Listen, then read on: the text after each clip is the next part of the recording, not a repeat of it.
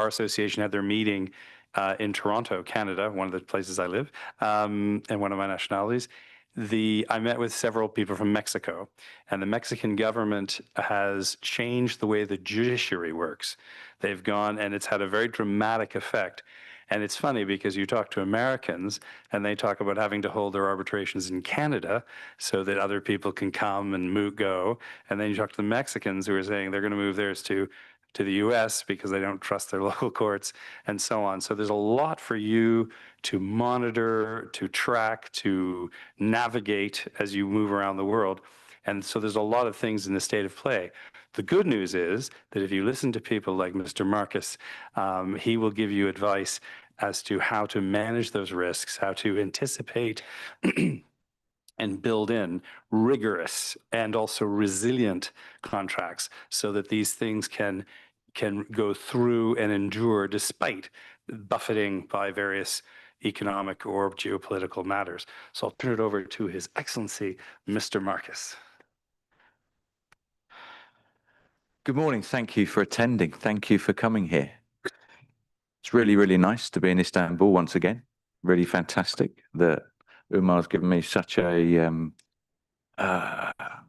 glowing faith in what we're going to go through. So today is going to be a bit of a journey. And I am flanked by two really knowledgeable people who I adore their company. I adore their wisdom. So please feel free to ask any question you like, to challenge, because this is a closed session, to explore if you have specific experiences, share them, because in sharing those experiences, then we can all learn from the dynamics of the discussions, the disagreements, the issues that we have, particularly in commercial contracting, particularly in commercial ADR. And I think what I want to try and do for you today is, one, to be aware of who you are and what your background is. I managed to speak to 4 people today, and I'm going to try and cover as much as I can. And during the break, please come and introduce yourself and let me know what you do. Let me know what your business is. My aim today is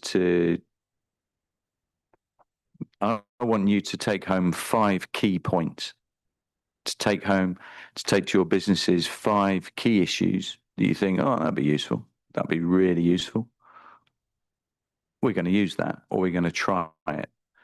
So what I've done is I've created something which is a set of tools. And it's not necessarily, the aim is not necessarily for you to go away and to use those tools, but what I want you to do is I want you to think differently about how we are traditionally presented with contracts, how we are traditionally presented with disputes. I'm a fundamental believer that a supply chain operates from the face of construction or the face of the delivery up to strategic level. And unless you engage every single element, every position in that supply chain, then it's not working effectively. So we need to take care of our suppliers. We need to take care of our subcontractors. We need to make sure that the teams that we are working with understand what the strategic context of what we are doing.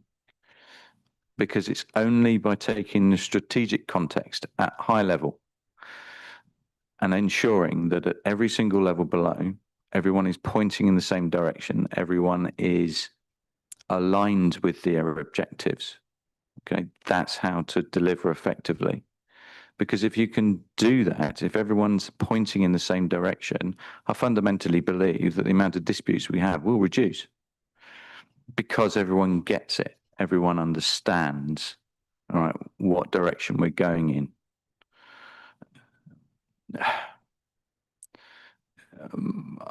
Look, the good news is I'm an engineer. The bad news is I'm an engineer. So we're going to have a ride today, and it's going to be good fun. But the thing I've learned more about construction, because I'm a chartered engineer, and I was chartered in 1995. Okay, that's a long time.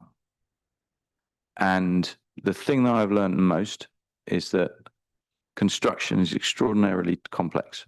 Okay, even the simplest thing, even building a wall, is extraordinarily complex, and we take it for granted that we just use organizations and people to just magically construct these things. Okay, that's not the case. Within the construction industry, there are so many interfaces. And I'll show you a little bit of mapping that I did on the previous project in terms of the number of contractual interfaces that were on a particular project.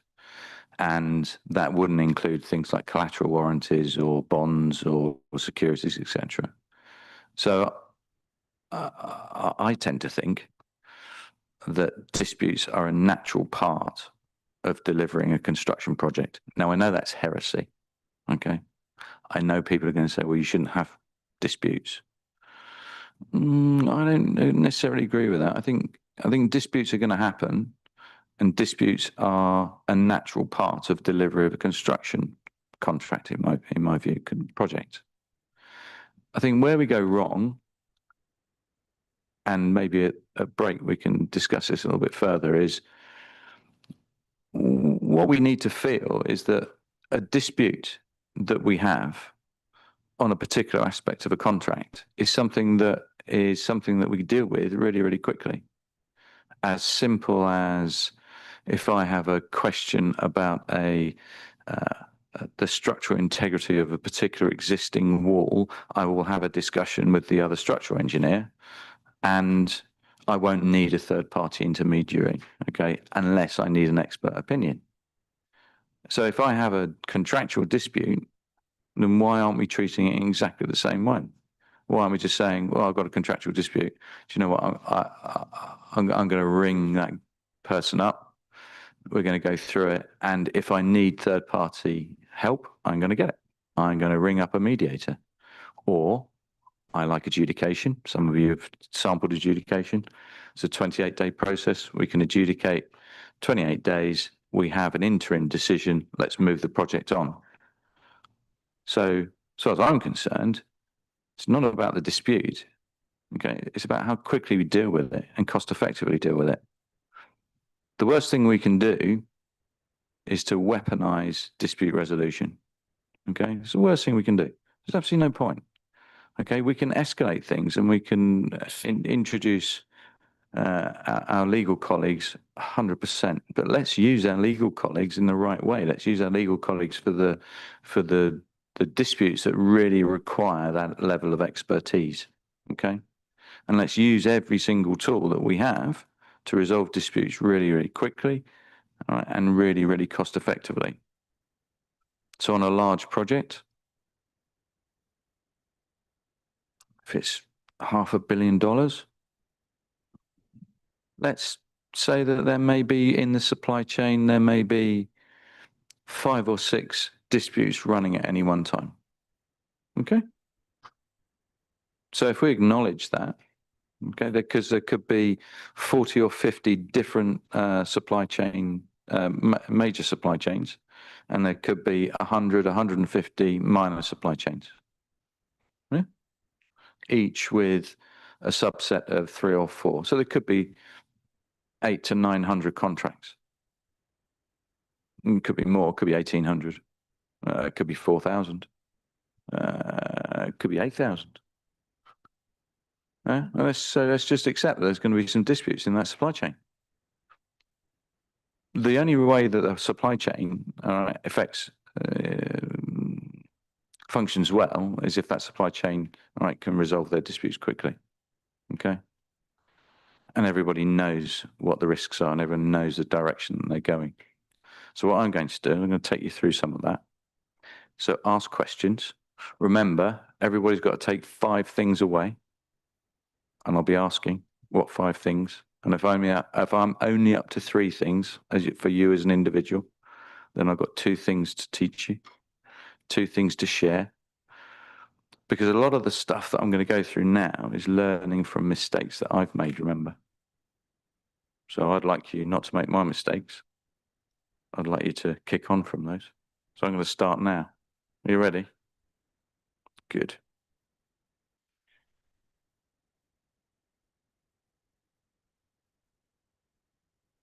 Does that work? Does that work? Am I on?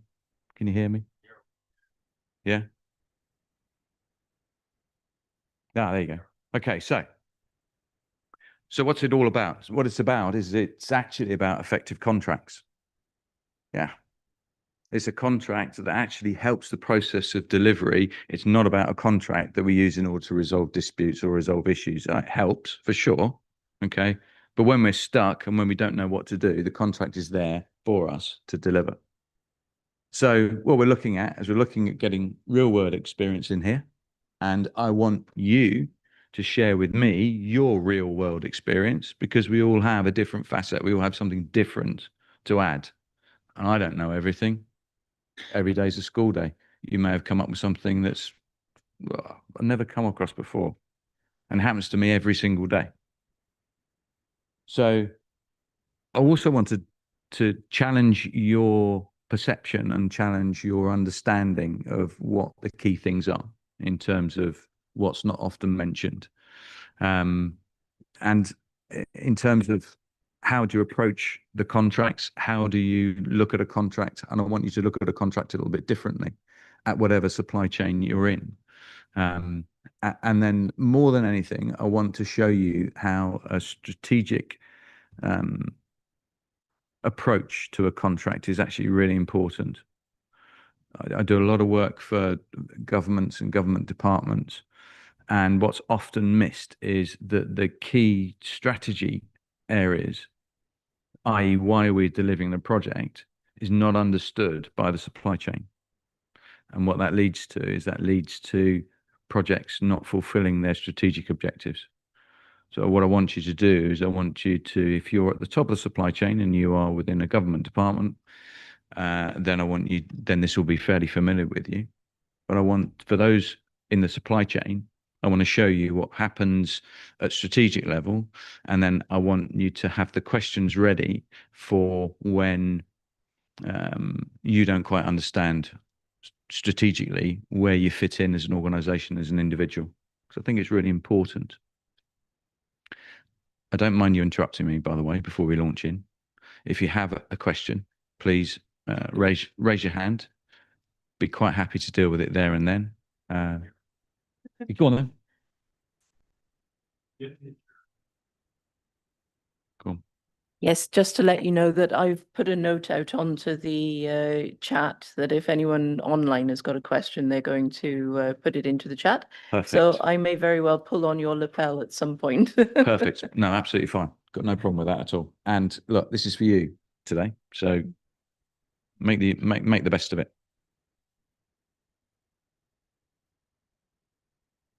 That's me. So what have I done?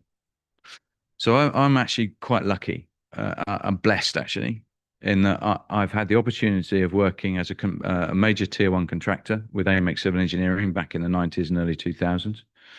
I've also worked as a client for Southern Water, delivering large projects, which back in the early 2000s were 300, 400 million pounds, or so $500 million, something like that. I've worked as a designer, as a structural engineer and a geotechnical engineer. I've also been a consultant for construction consultancy, and I've also been a dispute resolution certified arbitrator, mediation, certified mediator, which I love, by the way. Construction mediation, we don't do enough of it, and party representative of adjudications. So you know what? I like to think that I've pretty much seen it from every different angle, because I think I know how difficult it is working throughout the supply chain. I know how difficult it is working as a supplier. I know how difficult it is working out there as an engineer and setting things out and understand what the areas are and what the disputes are. I also know how difficult it is as a designer trying to communicate what the design should be. So from that perspective, I want to share a little bit of that insight with you today. So what are we looking at in terms of the strategic foundation? So what have we got? What do we start with? We start with a strategic objective, which is set at government level. Okay. And that strategic objective forms the basis and structure and skeleton of how a project or a program of projects interacts.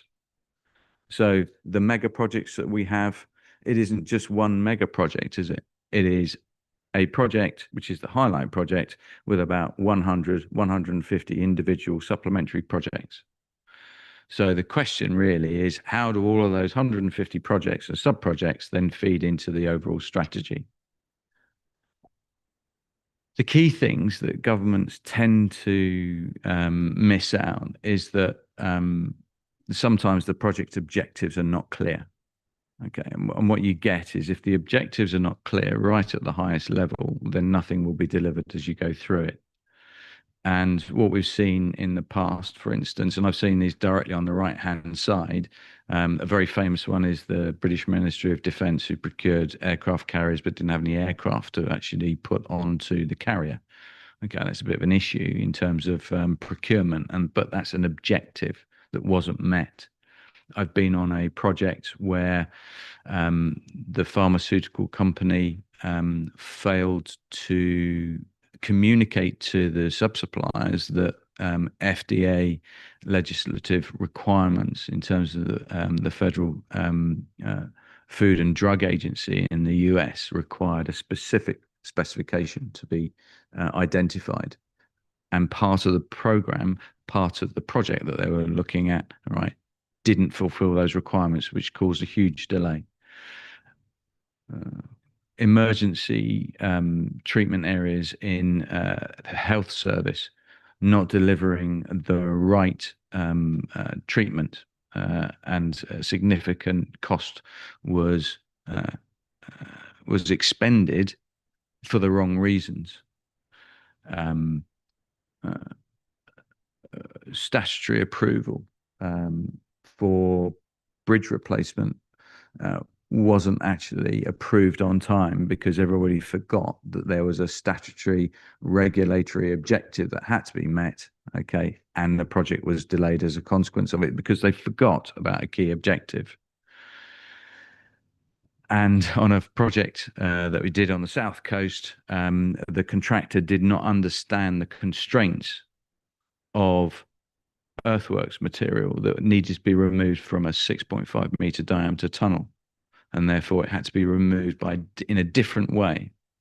But it missed the strategic context, because the strategic context arose from the local government requirements to say we must do this in a sustainable way, which reduced traffic movement. So it had to switch from lorries to trains. Okay. It's huge because we forgot the strategic objectives that were happening. Okay. 4 or 5 tiers up, but the strategic objectives were set. 4 or 5 tiers down, everyone forgot about it. So the key thing on a strategic model, and this is for everybody in every single part of your business that you run from, it's the same model. And the model that we use is, look, let's take where we are now. Where are we now? Okay. And then where do we need to be?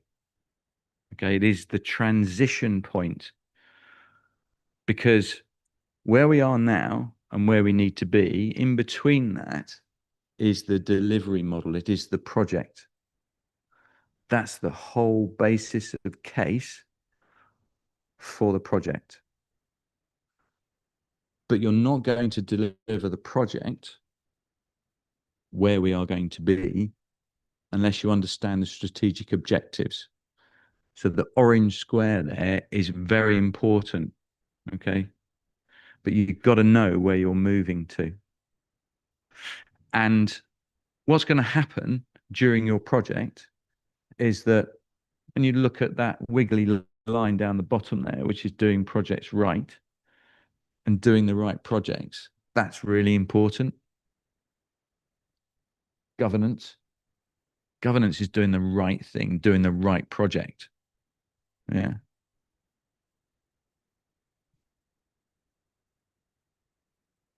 Think about that for a second, because often we don't think about that. But don't forget, it's not just at the strategic level.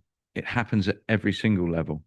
If you're a supplier, we need to make sure, or the supplier needs to make sure they're actually delivering the right thing. Okay. So it's really about that awareness, that strategic awareness, and making sure that you understand what you're delivering. So this comes from a number of government bodies across the world and how they deal with things strategically.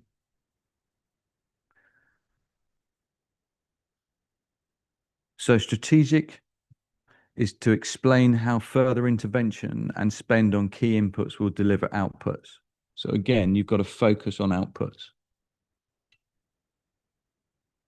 to ensure that it actually delivers real business outputs and that schemes fit into that organizational strategy. What you're doing is you're fitting those strategies together, all right, and creating the environment for the scheme to be delivered. And a project is literally just a group of individuals and companies that are brought together on a temporary basis. And I think we need to remember that. We are there to add our bit, to do the job that we've been set out to do, to follow the strategy, and then to move on. And then a program of projects is there to deliver key investment drivers. Now, those investment drivers can be monetization or monetary. They could be for social impact, or it could be for environmental impact. Okay. Everything doesn't have to be a monetary output. It can be for social output as well, but I'll go through that. So what you see there on the right there is a set of gateways and objectives, and those gateways and objectives provide you with intermediate targets. And it's the intermediate targets which flow from the strategic objectives that you're actually navigating towards. So, in summary, the structure of what you're delivering starts with your operating environment, and then you decide how that operating environment influences what you're actually going to deliver. And once you take into account all of the policies, strategies, initiatives, and targets that you've got to hit, and they could come from anywhere. They could come from central government. They could come from your own company.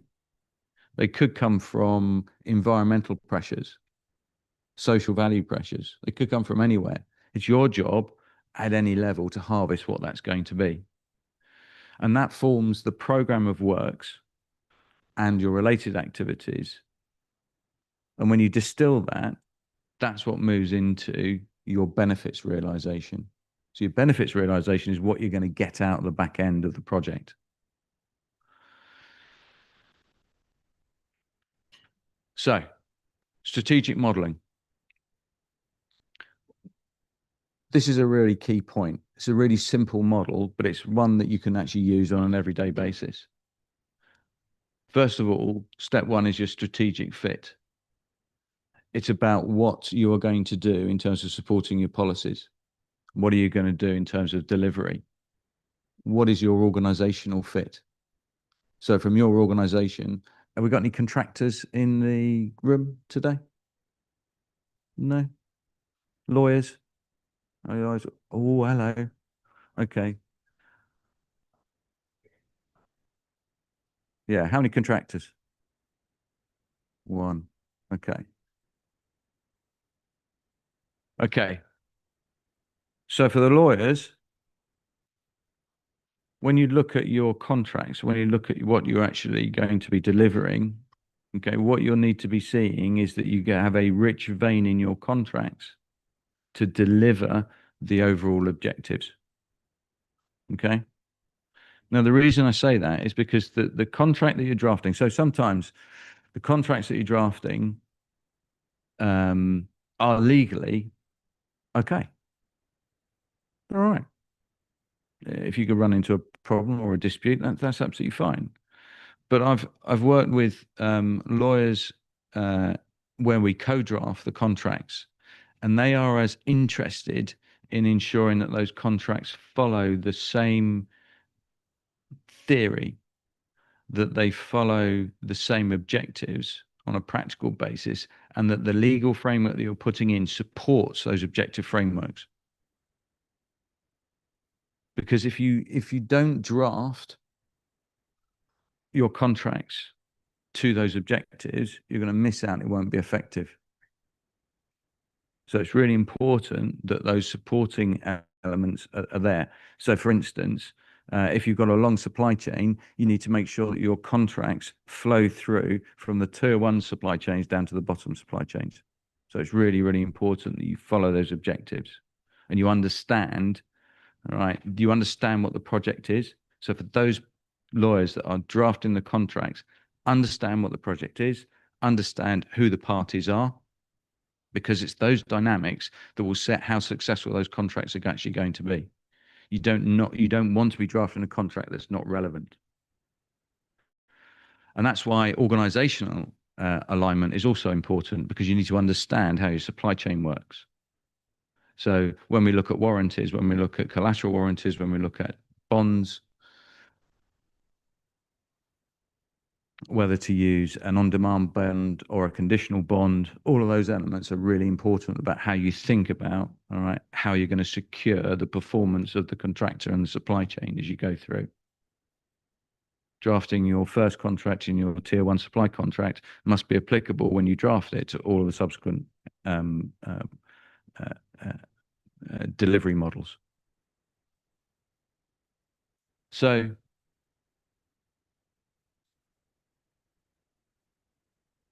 when you look at the way in which a contract and the supply chain is structured, what you have is you've got an organizational model, which is then delivering a program of work. So this is for huge projects, okay, for large projects with a lot of sub-projects. Again, an example is wastewater networks, clean water networks that are there to provide water infrastructure and sewage infrastructure for communities. They have one central driver, but they have probably 40 or 50 sub programs of work, which are important, because if they're not delivered, the whole thing doesn't deliver. So when you're looking at the organizational goals, you make sure that you're not only supporting the program, you're actually supporting the sub-projects that are there, and you create a legal environment, a contractual environment that supports all of those tiers. Because the other thing is, if you get the tiers wrong in terms of how you're structuring your contracts, you're going to put an awful lot of money, additional money, on the project, because you've not aligned your risk properly, and I'll go through that. So the key thing really is your gap analysis. So your spending objectives, and the gap is on the blue line, it's where am I at the moment, and on the orange line, it's where I need to be. And in between is the gap. It's the project, it's the need, it's the cost. So when you go through benefits modeling on a strategic basis, what happens is that you look at what is, and this is another great model as well, which can be used at any particular aspect of your business. It's a really good thing to sort out in terms of when you look at your construction contracts or any contract. You categorize things in 3 key areas. So apply this to your contracts. What must my contract have, which is essential? What must it have, or what can it have in terms of what is desirable and what is optional? Because if you have those three elements, okay, that also mirror the strategic areas of how the project is going to be delivered, you're immediately going to understand the client need better, the project need better, and that leads to better contracts. So an essential item, for instance, could be we need a really good dispute resolution process. Okay, that could be something that you deem to be essential. Something that's desirable may be the presence of collateral warranties. That might be a desirable thing between contracts and between parties. Optional areas might be high-level securities in terms of warranty bonds and things like that. But if you categorize when you start writing the contracts or when you start understanding the contracts, you categorize those, you can actually start matching that with the strategic elements. So when you look at projects have a cash driver. They have a non-cash releasing benefit, which is an efficiency benefit. They have a quantitative or not monetizable benefit, which could be things like social value. And then a qualitative or a quantitative benefit, which is providing social value in terms of better infrastructure, better water infrastructure, better sewage infrastructure. But this is how these contracts are formed. And that benefit that you've seen there, and that benefit that's actually modeled at government level, then drifts down and permeates through every layer of the contracts that you're delivering, every layer of what's got to be delivered. Because if you lose those benefits that have been set out at strategic level, you start to dilute the impact of that project. And this is the problem. The problem is that people start to lose sight. The parties start to lose sight about what they're delivering. Right at the bottom, okay, the supplier of materials and the supplier of subcontract services, all of a sudden they don't realize that they shouldn't be supplying that, or they have a better appreciation. Maybe they should be supplying a different product. So that is a document which is extracted from a government document, which is best practice. And as you can see there, that is a benefits list. And when you're looking at benefits lists, okay, there are hundreds and hundreds of benefits. And by the way, I can, if you can give me your card, I can supply a lot of this documentation to you, useful for you. Okay. So when you've got the benefits, what you're then looking to do is actually identify what the critical success factors are, i.e., okay, at the project level or at your contract level, what am I actually going to deliver that's actually going to deliver success? So when we go back to what is desirable, what is essential, and what is optional, those critical success factors are as applicable to your contracts as they are to the overall strategy of the project itself. The critical success factors are ways of simplifying complex models, simplifying complex contractual requirements of contract arrangements. So sometimes it's actually good to think about critical success factors is, what am I actually delivering? And am I meeting those deliverables? Have I introduced something that is going to restrict the parties, or am I providing a legal structure that is going to be rigorous but flexible? What's better, rigorous and flexible, or strict where people can't move anywhere? What's going to deliver best value? Well, we know what's going to deliver best value: rigor and flexibility, as long as you keep delivering the critical success factors.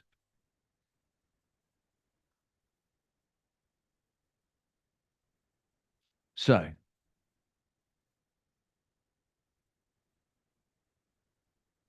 what I want you to be aware of is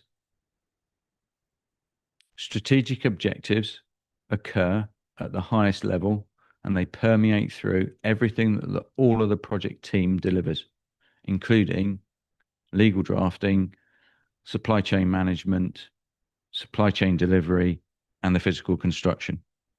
It permeates through everything. And when you start to lose the objectives, you dilute what you're actually going to try to provide. And it's really important that you start to be aware of those success factors. And if you don't know them, ask. Someone will have that document somewhere. Okay, so drafting risks. Probably the most important thing. Out of you guys that draft contracts, how many of you have seen the risk register for a project when you draft? No one? No one seen a risk register? No one seen a commercial risk register? Okay. So how do you know what to draft if you haven't seen a risk register?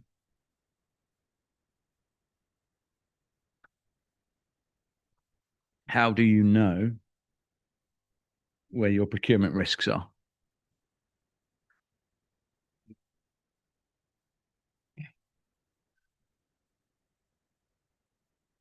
Oh, that's very kind.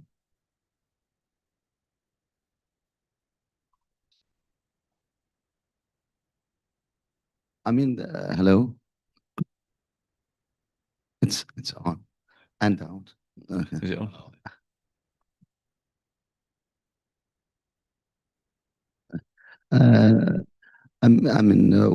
How you represent the risk? Hello, it's Anas Ben Akil from Riyadh. I'm an arbitrator, a lawyer, arbitrator, mediator. And the risk, yeah, how, and when we try to draft a contract, we usually we take, the responsibility of delivering or mentioning the risk that as an advisory before. Then we take care of that when we are writing contracts, and this is a way of stating the risk. The other way that we usually do, I'm not talking about the huge scale or big scale. We ask a direct question: what did you have before from the previous contract that you did before? Then he said we had 1, 2, 3, 4 problems. When we, state them, then they apply how we result them. The solution in the contract to prevent them from coming back. But as a list, as I understand, it's like a list or something written in advance, not just the way that I am, this simple way. Yeah, no, absolutely. So what you're doing is you're taking previous learning in order to draft, all right, something which is, so it's what I would call an analog contract. Yeah, an analog contract is an analogous contract which you can take from one project and you can deliver to another. Gives you a good structure. Yeah, for all those who are drafting contracts, gives you a good structure. That's absolutely fine. Yeah, and that's great. Umar. Okay, yeah. Just to add to that, I think the risk register actually also has the risk mitigants as well, because you've got to identify the risks, then how you intend to kind of mitigate them before you proceed to draft, basically. And sometimes if you're involved in this continuous kind of contract, let's say you have a master kind of agreement. Yeah. Again, I'm talking about huge financial transactions now. Now you know the kind of risk for that particular kind of industry, so you can actually kind of prepare your risk register and also have your mitigants in place as well. And I think that's why you folded up your sleeves, when you got to this topic. Yeah, it's going to be a heavy topic. Yeah.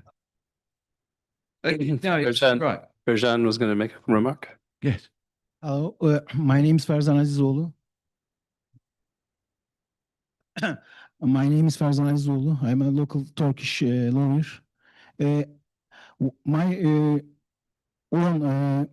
practice says that if you see too many litigation, too many cases, then you get a feel of risks. You know, I saw many litigation about construction projects, and I have a feeling that I know I can feel that what's going to be risks in such a project. So. For my practice, litigation, taking part in litigation of construction projects, you get a feeling of some kind of risk. You can see that there may be such kind of problem in the future, etc. Okay. Yeah, no, that's absolutely right. 100%. Because, but what I want you to take away from today, is you're absolutely right in terms of the observations that have been made, is that you learn, you take an analog contract and then you push it onto another contract because you're there. It starts getting to the right structure. Okay. And that's absolutely fine. There's no issue with that. Got no problem with that at all.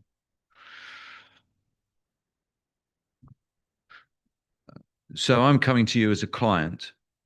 Okay. And I tell you, I have a 6.5 meter diameter, 3,000 linear meter tunnel to construct on the south coast of England. Okay. And I want you to write me a contract to deal with that. Yeah. I mean, you're asked to write contracts for construction projects. Yeah. Yeah. So if I ask you to write me that contract, how are you going to start going about it? What are you actually going to try and focus on? Is it going to be different to a similar priced contract in Kigali, Rwanda, or just outside, similar price project, Bugesera Airport? Similar project, similar cost. Yeah? No, it's not a similar project, is it? No. Okay, so what I'm going to ask you then is what are you going to do differently in your contracts to meet the needs of a different project? Yeah, because we're all going to see the same sorts of issues. We're all going to see on a tunneling project, for instance, the ground conditions will be significant in terms of risk. So what we'll do is we're going to identify the risk, and then we're going to draft the contract accordingly, aren't we? We're going to draft it with that emphasis. If it's an airport, okay, then there'll be less emphasis on ground risk, probably more emphasis on performance, more emphasis on international cross-border contracts, structures. But those are not going to be the same building or constructing the tunnel in England. That's what we're saying. I mean, every project has its own risks. Yeah. And what we focus by practice is the payment risk that, I mean, paying is among every project usually. Yeah. So payment, we know that risk usually it's, I mean, we don't know the specific project risks. I mean, whether it's different, I think this is only, no one knows it other than engineers or so. But I mean, as lawyers, we know every project has a payment. When they delay, we try to cover some risk that is similar. Nothing specific on that. How we know it, you tell us. Yeah, absolutely. So payment, if we look at the payment, let's bring it. So I'm going to try and grab your attention now. Okay, if we look at payment, let's look at payment against a tunneling contract in England, and let's look at a payment in terms of an airport in Rwanda. Okay. So what are we looking to do in terms of overall project structure? Let's take the example of payment at tier 1. Yeah, absolutely. So payment of phases. So do we create a contract which rewards the contractor in terms of their progress, or alternatively their time on site, or alternatively milestone payments? What do we do?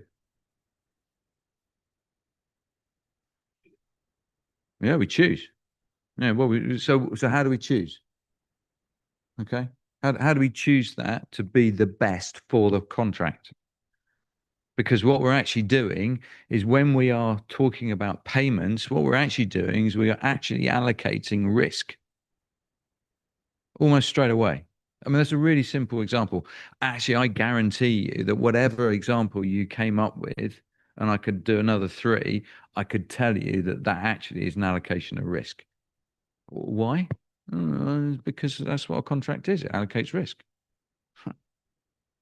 Doesn't it? That's what it does. So what we've got to try and do is actually allocate risk in a way. Look at top right. Yeah. So the UK government has done quite a few projects in their time. Some of them went well, some of them didn't go so well. But what they've done almost immediately is that they've said, we've got to allocate risk fairly, and we've got to allocate risk in a way that benefits a project and doesn't create problems for a project. Yeah? Because inequity of risk causes cost and causes failure. That's why risk is really important, and that's why everybody should be understanding risk and how you're going to transfer it. I'll give you a really good example. Really good example. A week ago, I was having a discussion with a lawyer. And I said, this particular project is a client designed project. Yes? And the lawyer said, yes. Okay, so the client designs the project. Yes. Great. Okay. Clause 5 of your additional clauses says that the contractor takes the responsibility for all of the documentation received by the contractor from the client and takes on the responsibility of the sufficiency of all of that document, of all of those documents. So for the lawyers in the room, what's that done?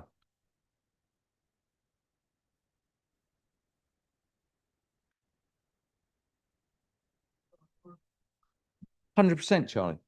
It's actually transferred the risk. So what you've done is somebody's written a design and build contract, and then they've inserted a clause which transfers, all right, all of the risk to the contractor. Okay, sorry, apologies. Step back on that. What you have is a client designed contract. Apologies. Client design contract. Client, here's my design. Lawyer has inserted a clause that then transfers that client design project into a design and build. One clause completely changes the entire operation and mechanism of that contract. $6 million. No, $8 million. What? Huh? So my next question to the lawyer was, you do understand what that's done, don't you? The lawyer says, yes, I do. And then why have we done that? Because it protects my client. Does it protect your client? Look at the risk transference. You've now provided to that contractor the responsibility for all the design that they haven't done. Yeah? For the lawyers in the room, would you accept a job to accept someone else's contract? Yeah? So you go to the client and the client says, can you write a contract for me? And you go, yeah, no problem. I can do that. And then the client, when you're in the room, says, oh, by the way, I've already got a contract and you need to take that on. Would you do that? No. Or would you feel that it was fair for you to take that on? No. It's bonkers. But that's what happens. That was 2 weeks ago. Yeah. I've seen this happen so many times. And we wonder why there's a dispute. Because the contractor, what does the contractor want? Or the lawyer want? They want the job. They don't want to feel that they're being difficult, do they? Yeah, can you do that for me? Yeah, I can do that for you. Yeah, 100%. Do you tell me what I want to do? I'll do that. I'll do that. It's no problem. You just you put it's like an earthquake. It's like a commercial earthquake, isn't it? It's just like you completely changed everything through the presentation of one clause because you think that's the right thing to do, because you think you've protected the client, but you've not understood the dynamics of risk. You've shifted the risk and you've shifted the time that that party has to respond to that risk. And what's it going to do to the price? Oh, it's going to go way up. How much? 10%? 20%? The reason was, we don't know what the reason was. Okay, okay. So the reason, I'm probably covering a lot of ground here, okay, but I think this is important. So I'm a contractor, okay? Oh, I could be a lawyer. Yeah, I could be a lawyer. And someone's asked me to do something now in a contractual environment or to produce a contract of which I no longer have control over, but I'm asked to take the responsibility. So are there any partners of law firms here or senior people in law firms? Well, it must be a couple, surely. Okay. Does anyone produce fee agreements for law firms in your law firm or your lawyer? Yeah. Okay. I'll Karen, you produce fee agreements when you want to do legal agreements, haven't you? Yes. Okay, so I'm going to present to you. You've given me a price of $30,000 to produce my contract for me, and it's Yeah. a really good price. Good price. Great price, meets my needs. Karen understands it. I Okay. understand that. Get Karen in. All right. And now I'm going to say, I've got this contract from McPherson and Company. Excellent contract. Good company. Yeah, good company, but that's now your contract. Yes. Well, an answer to that question is that it is very often quicker to build a house and cheaper to build a house than it is to refurbish a house that's already been built. And so for me, it would be many man-hours of work to go through a McPherson contract to make sure that everything was as it should be or as I would have written it for you, as opposed to me sitting down and writing something that I have through many years of experience come to a conclusion would be good for you. So that would be my answer to that question. But I'm a client. Do I care? No. No. No, I don't care. Okay, thanks, Karen. You're very welcome. I need that for next Wednesday. Not gonna happen. Yeah, no, but I do need that for next Wednesday. Then let me write it from scratch. It'll be easy. We haven't got time for that. Ah. So what do you do now? That client may walk away. Okay, I'm a contractor. That client may walk away. They need that answer. They want me to take it on board. What's the only thing that I can do? What's the only thing I can do? I haven't got any more time. Okay, but I've got to do something that I do feel really, really uncomfortable. The only thing I can do is add money to that project. Yep. Or add money to that fee, because the only option I have. I cannot influence any other thing. So what am I going to do? I haven't got a clue. I could take on real responsibility here for something, all right? Even if it, let's say it was professionally able, I was able to professionally do that, which I wasn't able to do it, but I'm a contractor. So I'm just going to put, I don't know, it's $8 million. Someone's now asked me to confirm that the design is okay. So what am I going to do? I'm going to put another $2 million on it, aren't I? Is that enough? Is that enough money? I don't know. I haven't got a clue. I haven't had enough time. I don't know. Could be $3 million. Could be $1 million. Could be $500,000. But 2 sounds about right. That'll cover me for 25%. Is it? So now a client had an £8 million or $8 million project and now got a $10 million dollar project because of what? One clause.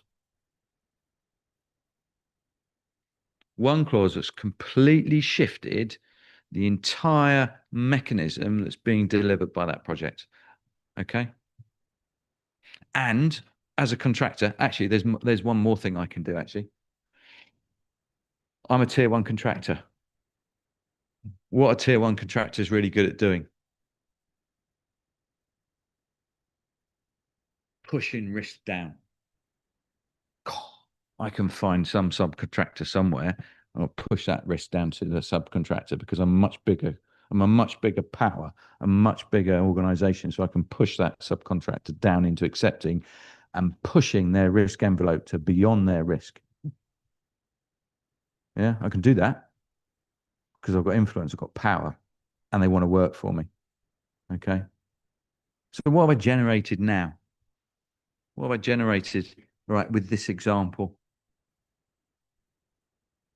I've now generated an awful lot of stress on this whole supply chain because the whole supply chain has gone out and it's been twisted out of what it usually does. It's out of its comfort zone, all right? And now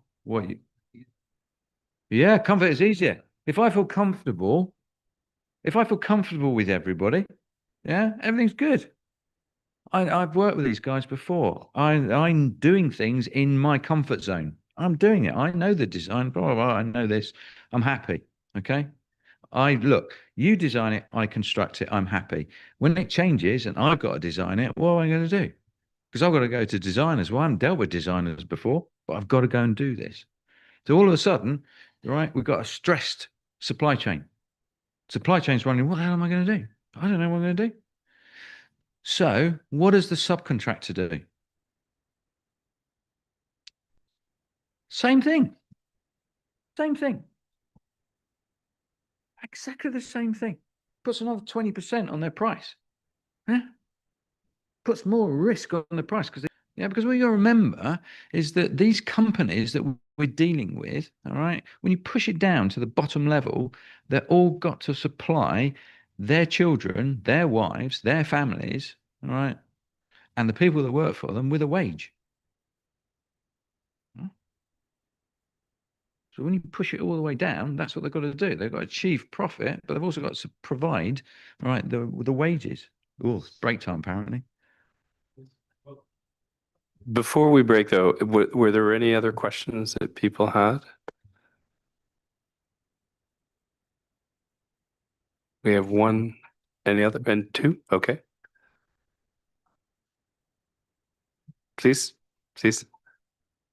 And your name and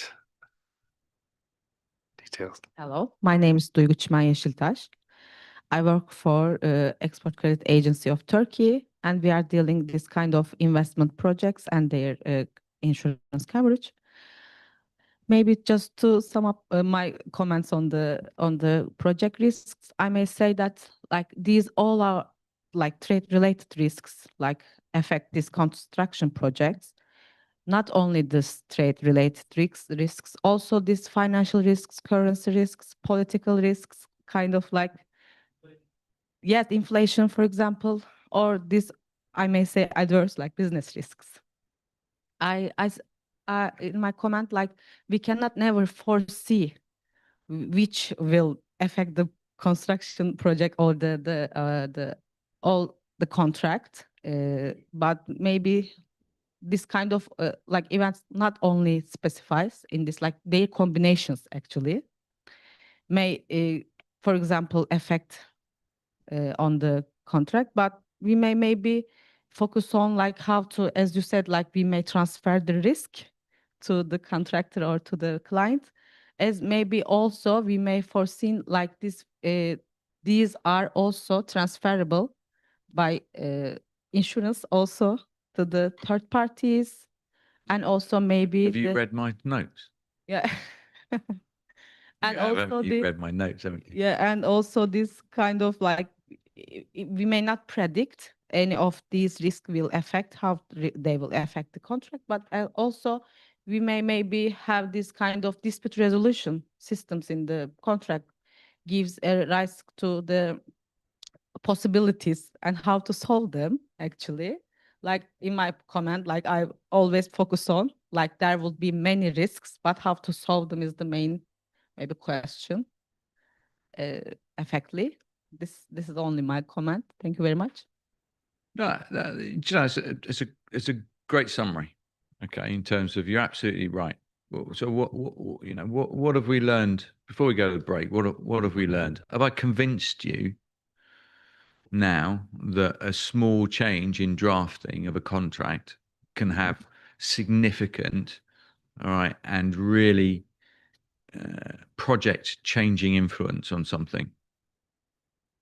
Yeah, good. Okay, that's because that's really important. I've got you on side now. Can I also suggest that that clause has now stressed the whole supply chain? Yeah. That you've started to unravel the key strategic goals of the project. Because one of the goals that was set at the benefits level, strategic level, was that you would have a mutually supportive supply chain. That's often the case, by the way. Governments like to have mutually supportive supply chains. Yeah. So now you haven't got a mutually supportive supply chain, you've got a stressed supply chain. Okay. So not only have you created additional cost, not only have you created additional stress, not only have you created a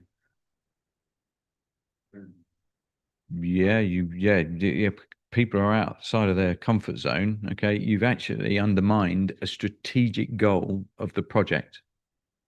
Look, it was done with the best of intentions. That clause was there to protect the client, but it hasn't, has it? It's not protected anybody. It's caused irreparable damage to the project, okay, and irreparable damage to the supply chain. And now you're drifting away because you haven't got your strategic alignment in place. So after the break, we're going to go through some of the risks that our colleague there has quite rightly said about what risks are actually going to come forward and how do we actually start to mitigate some of those risks. Let's go grab a coffee. We'll Thank be you, back. Michael. We'll be back in 15 minutes. Thank you.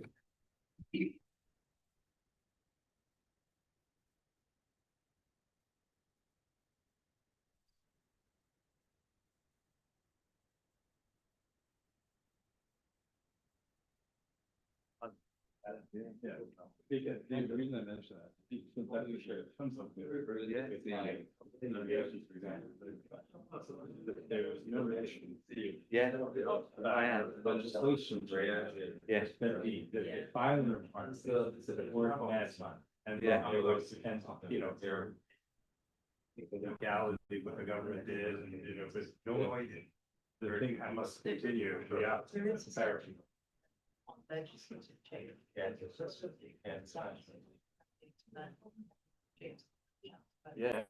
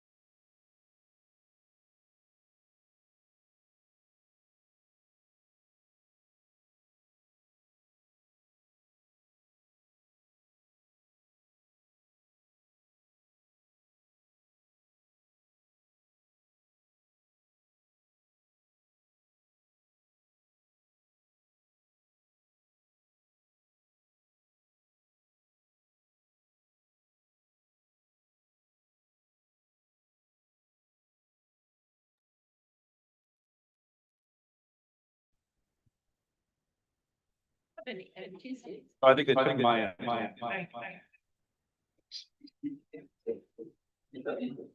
Right, we'll just, oh.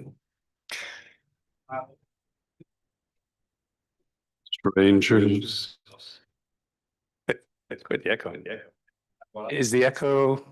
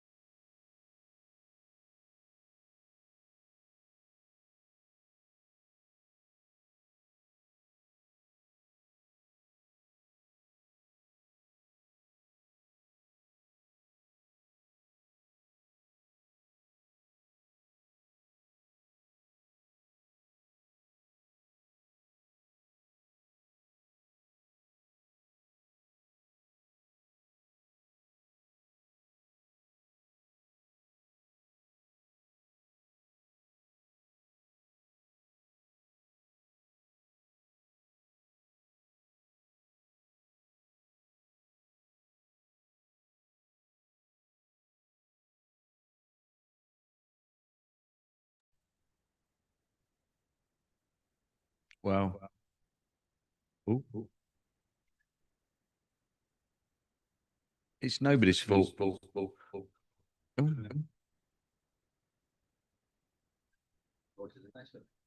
Is it? Manage risks.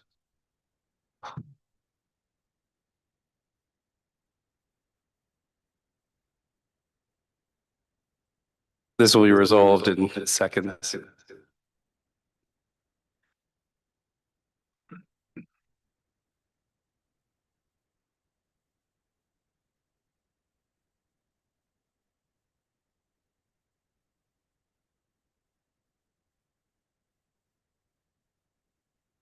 are we doing? Is that better? Oh, that's better.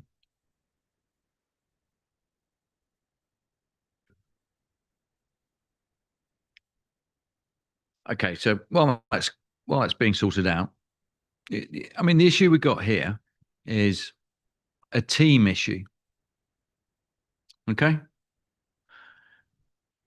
And the issue is that the team has come up with the wrong approach, possibly because the lawyer has not got the right information, that it hasn't been discussed, and that even when the clause has been introduced, there's always the opportunity to discuss how that clause is going to work and who it impacts. So what is important is that we do something about it, because that clause in itself has become a project risk. So how do we manage that risk?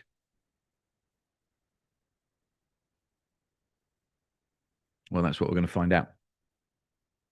Okay.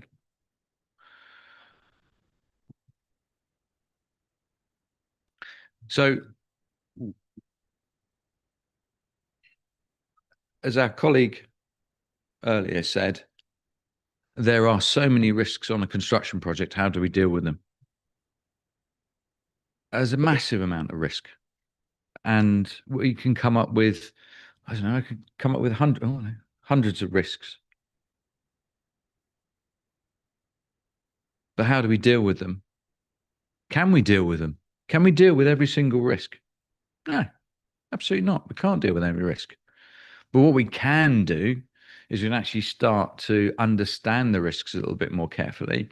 And what we can do is actually start to create an environment that we can be more familiar with the risk. Okay. How many people have seen risk assessments generally? And how many people have seen risk assessments with hundreds of risks on them? I've seen hundreds of risks on projects. Just risk after risk after risk. 30, 40, 50, 100 risks, 200 risks. Okay, all categorized. How do you deal with 200 risks or 300 risks or 400 risks? You start sorting them, don't you? And you start sorting them in terms of their importance. And you concentrate on the ones that are most important. Not every single risk, because every single risk has not got the same impact. So what you do is you create a risk architecture where everybody understands the risk. And everybody starts to understand what we're actually doing the project for.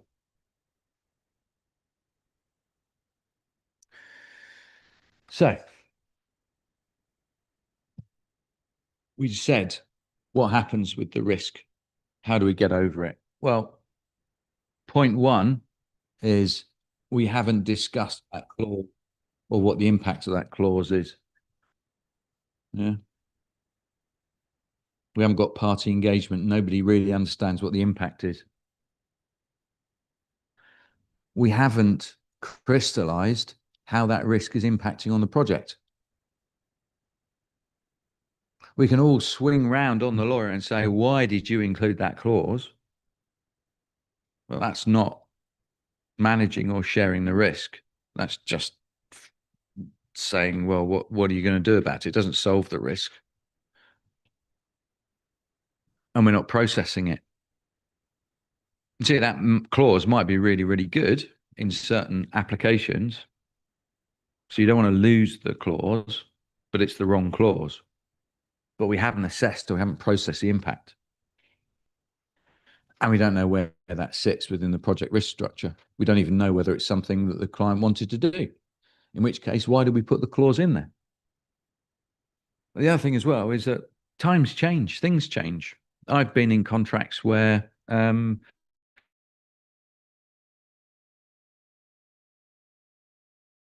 using a bill of quantities, and that contract has been changed into a fixed price. So it's a dynamic model. So we've got to be aware of that dynamic model.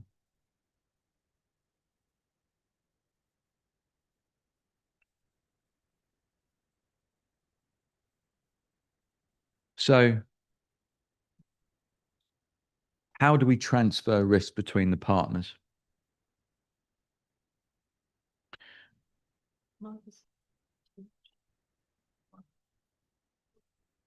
Should be able to. Yeah.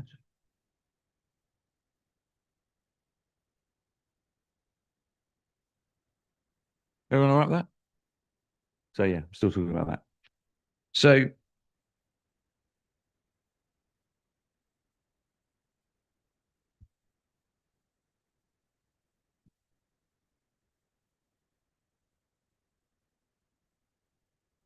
why would we transfer risk between partners? Why does a lawyer need to understand why you would transfer risk? Yeah, because clients have a different reaction to risk. Some clients are risk phobic. They will not take any risk. But is that best value for money? Probably not. Some contractors will absorb risk and they will absorb it with cash. Some partners, such as designers and consultants, will also absorb a certain amount of risk, but they are probably risk averse as well. The key thing for risk is to transfer it to the people that are organizations that are best able to handle the risk. Yeah? Your lawyers, you're part of the framework. Your contractors, you're part of the framework in terms of the project. You're part of the team. Do I expect the lawyers to take responsibility for the construction output and quality? No. Okay, bit of a wild example, but I wouldn't expect them to take that responsibility on. Would I expect the subcontractor to take on the responsibility for things like financial or monetary risk in international transfers? No. I would expect the main contractor to provide that level of risk apportionment because they're better able to absorb it. So what we're trying to do is we're trying to provide an environment of comfort where people are taking on the risks that they're most comfortable with doing. We're being recorded again, by the way. Okay. So every organization, including your organizations, whether they're not in a construction contract or not, will need to evaluate the risk that you're actually taking on and actually frame it as well. Be aware of the risk. What do I mean by framing? Somebody telling you what the risk is not really appreciating what the risk is. I had a discussion with Charlie earlier about the risks that he was being asked to undertake, and therefore his project went from £450,000 to £650,000 in terms of overall cost increase because of the risk transfer that was being made and the appreciation of what that risk is. In the middle is the risk mitigation. What do we mean by risk mitigation? Well, I don't want the risk. So we spread the risk, or we transfer the risk, or we reduce the risk. After we've done that, then it's about transferring that risk or the residual risk over to the party that's best able to handle it. If a party is taking on more risk than they are able to cope with, it will end in failure. I absolutely guarantee it, because I've seen it too many times. You think you're getting rid of the risk, but risks are like a boomerang. Yeah? You throw that boomerang and it has a real habit of coming all the way back and whacking you on the head. Because you think you got rid of the risks until such time as a partner in the supply chain fails fundamentally or goes bust because they've taken on too much risk. And then what are you going to do as a project? You're reliant on that specialist subcontractor. You're reliant on that specialist supplier because you can't get it from anywhere else. So what have you done? You then have to reach back out to the supply chain to support that supplier. That financial risk. How many times have I seen that? Huge number of times, particularly on things where there's a high level of research and development with things like pharmaceuticals. Cutting edge technology is being used. There's only one person who has the capability of doing that. And if they take on too much risk, they go bust, or they need bailing out. I've seen it time and time and time again. So, risk architecture. Again, what I'm trying to do is to provide you with simple models. And the first thing is that you need risk leadership. You need somebody to tell you, we're going to take risk seriously from the senior leaders, and we're going to do it properly. We're going to invest some time into it and make sure that everybody understands it. Because nothing worse than saying that you're going to do something and somebody just produces a document which you're not going to use. Happens time and time again. How are we going to produce the risks? How are we going to manage the risks? And have we got a structure in place so that everybody understands what part they play in it? That risk process that we're going to go through is everybody going to take on their little slice of risk, from the sub-supplier to the supplier to the subcontractor to the lawyer. Risk sharing. Yeah. But how are we going to do that? Because my appreciation of risk is going to be completely different to your appreciation of risk. In fact, you might not have any appreciation about how I view risk. And that's not great, is it? Because the risks that I see are not the risks that you see. So you think you've covered them, but they're not the risks that I really want protection from. Because that's my business. My business is I take those risks all the time, and I'm really comfortable with those. But if you change the risk, then you become a problem. And then what I want you to think about, when you think about the receptor, right, the person or the organization that accepts the risk, Okay. The person that has ownership of that risk and takes that risk on.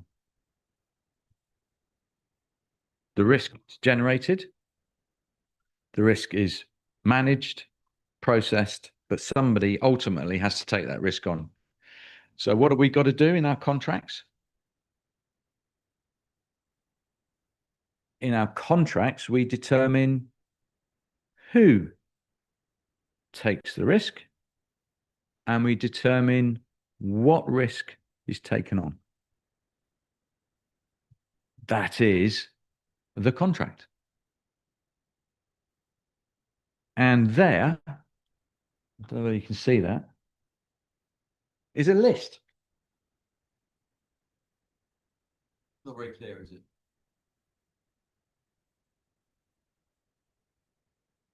Coming back to your point, how many risks have we got? Because we've got a huge amount of risks, yeah?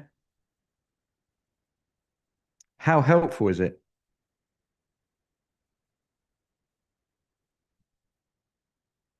Let me see if I can get it on my phone. There you go.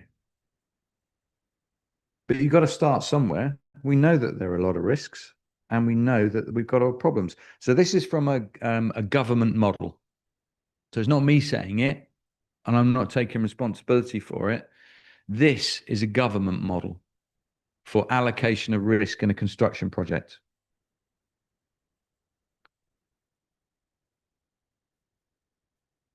Design risks. Failure to translate the design and communicate the design. Continuing redevelopment of the design. Change in requirements. So this is for an NHS trust. Is everyone aware of National Health Service in the UK? Massive organisation. The biggest single organisation in the whole of the United Kingdom. It's huge. It's just mind-boggling how much they do, the number of employees. It's a massive, massive organization. Okay. And these are the risks that they see. Changes in design required due to external influences specific to the NHS. That's policy making. Failure to build to the brief.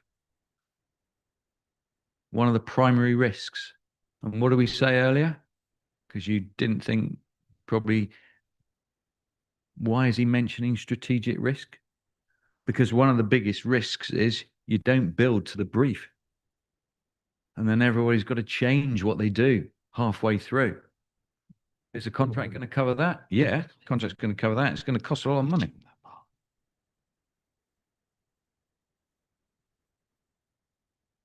Construction risks, incorrect cost estimates, incorrect time estimates, unforeseen ground and site conditions, delays in getting access to the site, responsibility for maintaining on-site security, responsibility for maintaining site.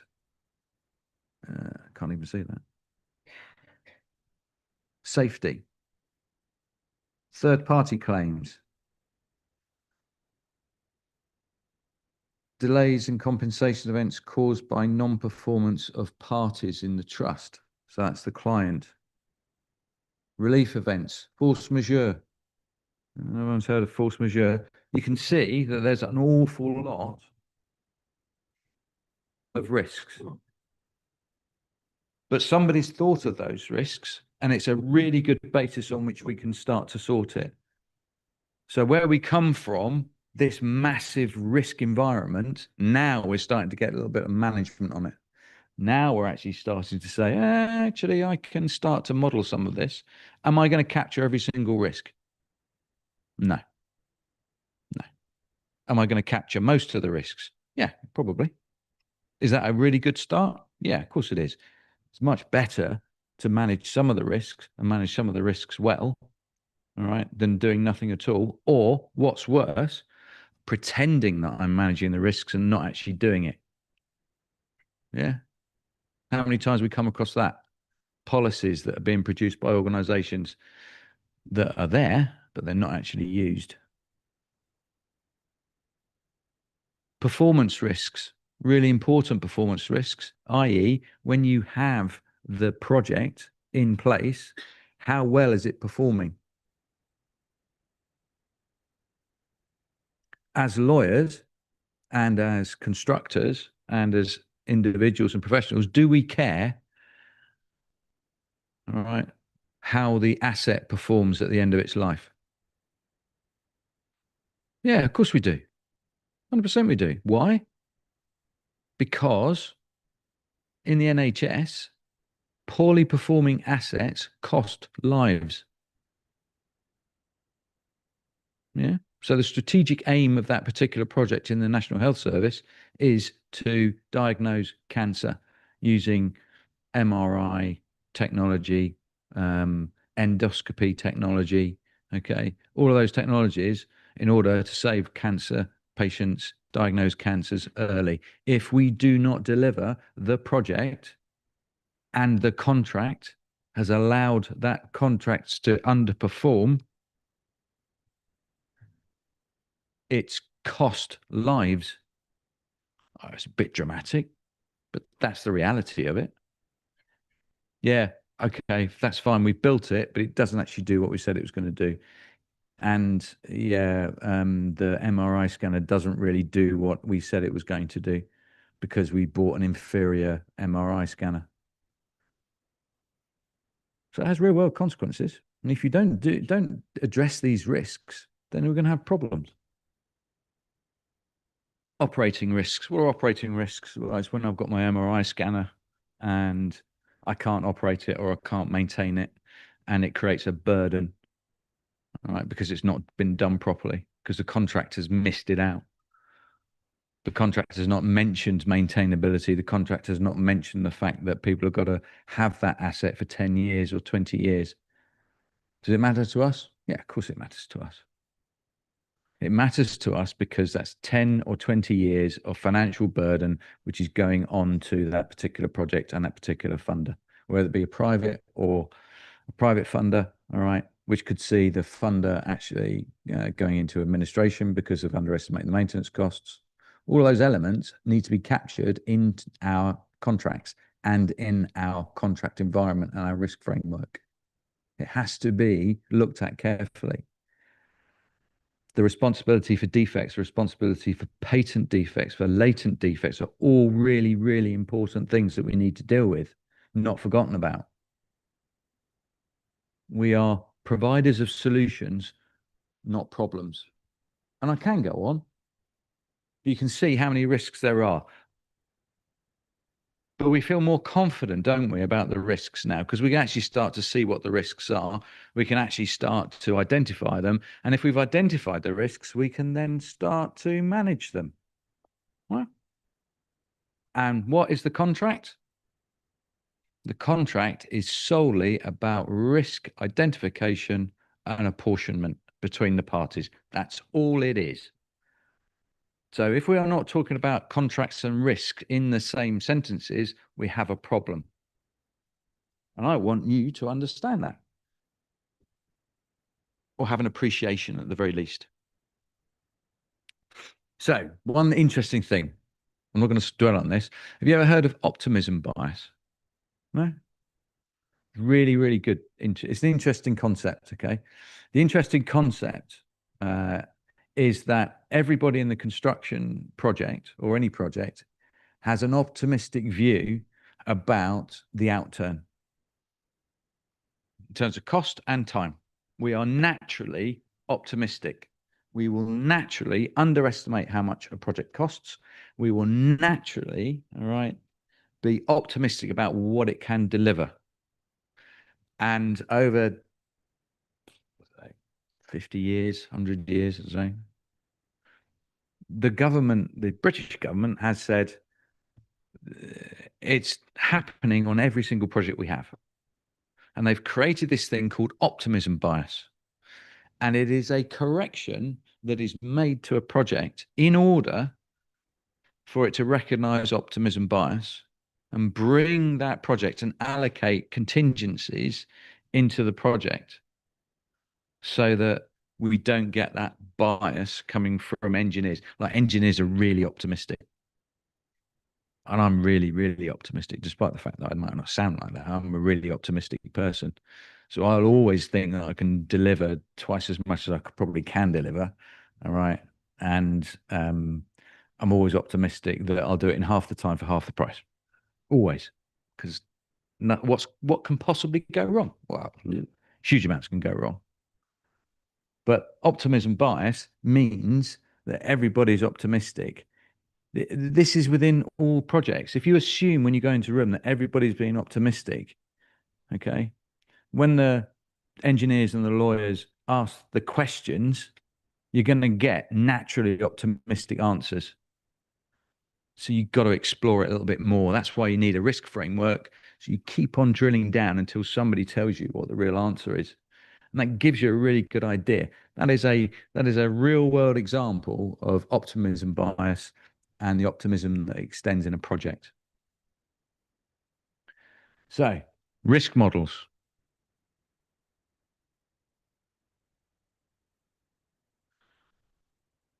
All I want to get through to you today really is that there are several levels of risk. And what we're trying to do is we're trying to take a risk, simplify the risk, and actually communicate it and translate it down to all the people that are going to share that risk. And going back to the discussion that we had earlier before the break about how complex things are, this sort of process of assessment starts to make all of the risks a little bit more manageable so that you can actually categorize the risks and start putting them into contracts, start putting them into the different types of risks and how to mitigate the risks. So we said earlier about we can find all the risks. The issue is not how many risks we find, it's identifying how we can deal with them.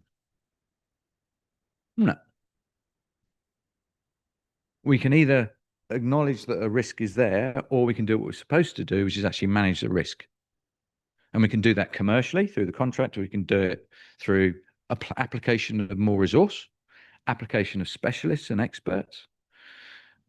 We can make the supply chain aware of the risks that are there so that they can tell us how to manage the risks. But in order to do that, what we need to do is we need to have a contract or a supply chain in place that actually helps us to manage that process. Yeah, not for the contract to work against the cooperation that's needed to actually deal with it. So that's why I've really highlighted culture, because everybody needs to be on board with it. That comes from the strategy. Responsibility, okay? Somebody needs to be responsible for the risk. Someone needs to own it. Because if we don't own it, it's someone else's risk. And if we have risks that nobody owns, what's going to happen? It's going to be a problem. Awareness, aware that the risk is there. And then application of knowledge to ensure that everybody is actually assigned a risk that they can manage properly. So those risks, all right, happen at different levels. And each of those levels will be handled by different individuals and different organizations. So we talked about the strategic layer. Then we have a structural layer, which is probably where the contract sits in terms of structure, and that's what you're going to have to deal with as lawyers. You've got the operational layer, which is at project level. Yeah. And then you've got the adaptive layer, which is how we deal with that project, how we deal with that particular risk. So from the top, government level in grey, which determines risk, risk appetite, risk strategy, risk buy-in, senior management risks. All right, the approach to risk, are we going to be risk averse, or are we going to be welcome? Are we going to welcome risk and manage risk? Are we going to push risk away, or are we going to reduce it down? Okay. That structural layer is how we do it, how we categorize it, who owns it. The operational layer, how does the project deal with that particular risk? And then right at the bottom is who really is going to help us deal with those risks and do something about it. And what I'm saying there is it allows you, if you think about risks in that sort of way, it allows you to think about it in a broken down, simplified way. Yeah.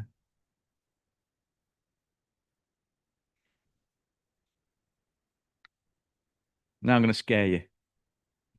Okay. I'm going to scare you. More. I'm going to scare you more. I'm going to scare you more. Does everyone understand what we're trying to do? We're trying to simplify the risks so that they are manageable. Okay. A lot of people and organizations tend to think that making something impenetrable is a measure of intelligence and expertise. Is it? Somebody said yes. I don't think so. That's not because that person's wrong. Making something impenetrable means that you can't deal with it. Making something simple means that you can deal with it. It means that more people can contribute towards dealing with that particular issue or problem. So simplification for me is the ultimate thing in terms of intelligence and demonstration of what can be achieved. Simplification, which is why contracts need to be simple and communicate exactly what liabilities and responsibilities have been translated in real world examples. I'll give you an example. There's a number of contracts out there which are hugely complex, and I don't understand them. I look at some clauses and I really struggle to understand what it is that actually is trying to be achieved. So if I don't understand it, I'm going to move on because I don't understand it. I haven't got time to look at it.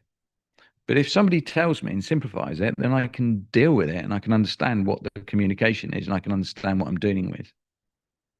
Yeah. So simplification is really important. Who thinks that small projects are simple? It's a bit of a loaded question, I know, because you're going to say, I think it's really simple. And I'm going to say, no, it's not really simple. And then when I come on to this slide, I mapped out a few years ago the contract structure for a fairly simple $5 million project.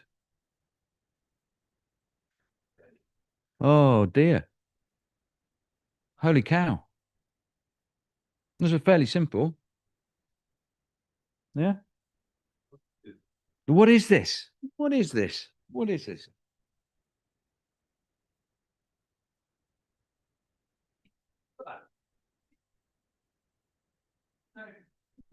Top there.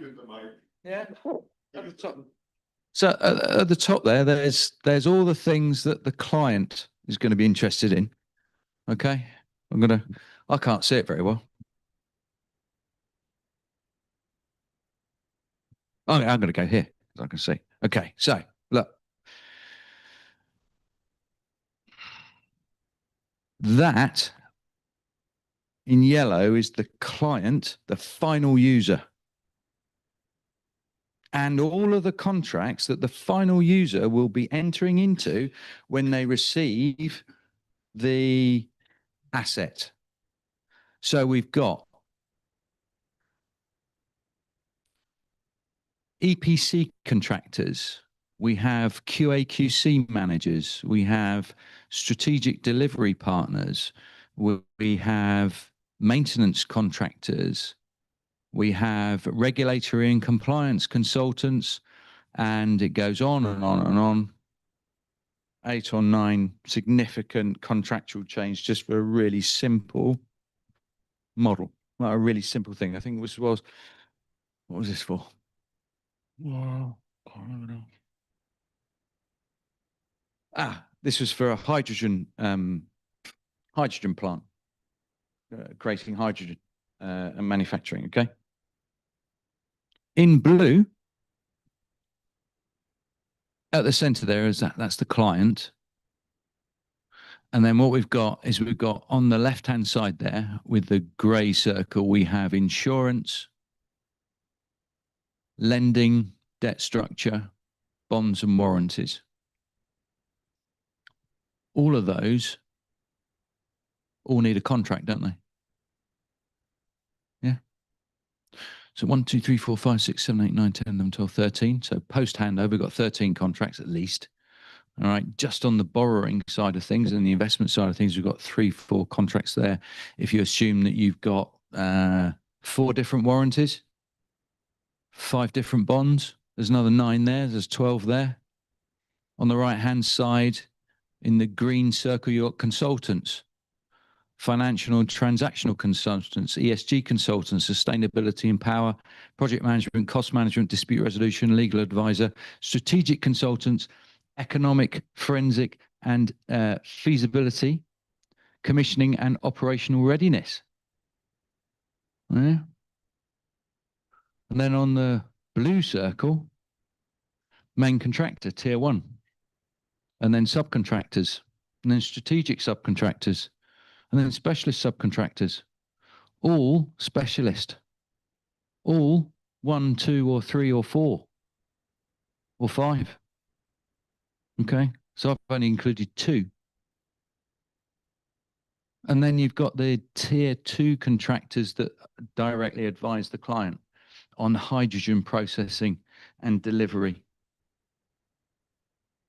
And then right at the bottom there, you've got the designers, the mechanical, electrical, the building information, the MICA, the SCADA, structural engineers, geotechnical engineers.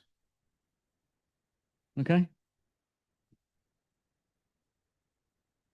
Is there not enough work for all the lawyers in town?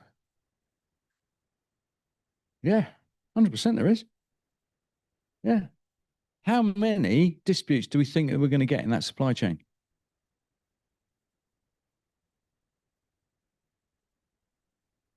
Yeah.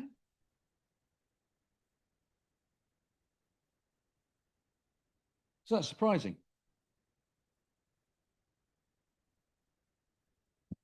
I underestimate that. Overly optimistic. I didn't think there were that many contracts, but there's a huge amount.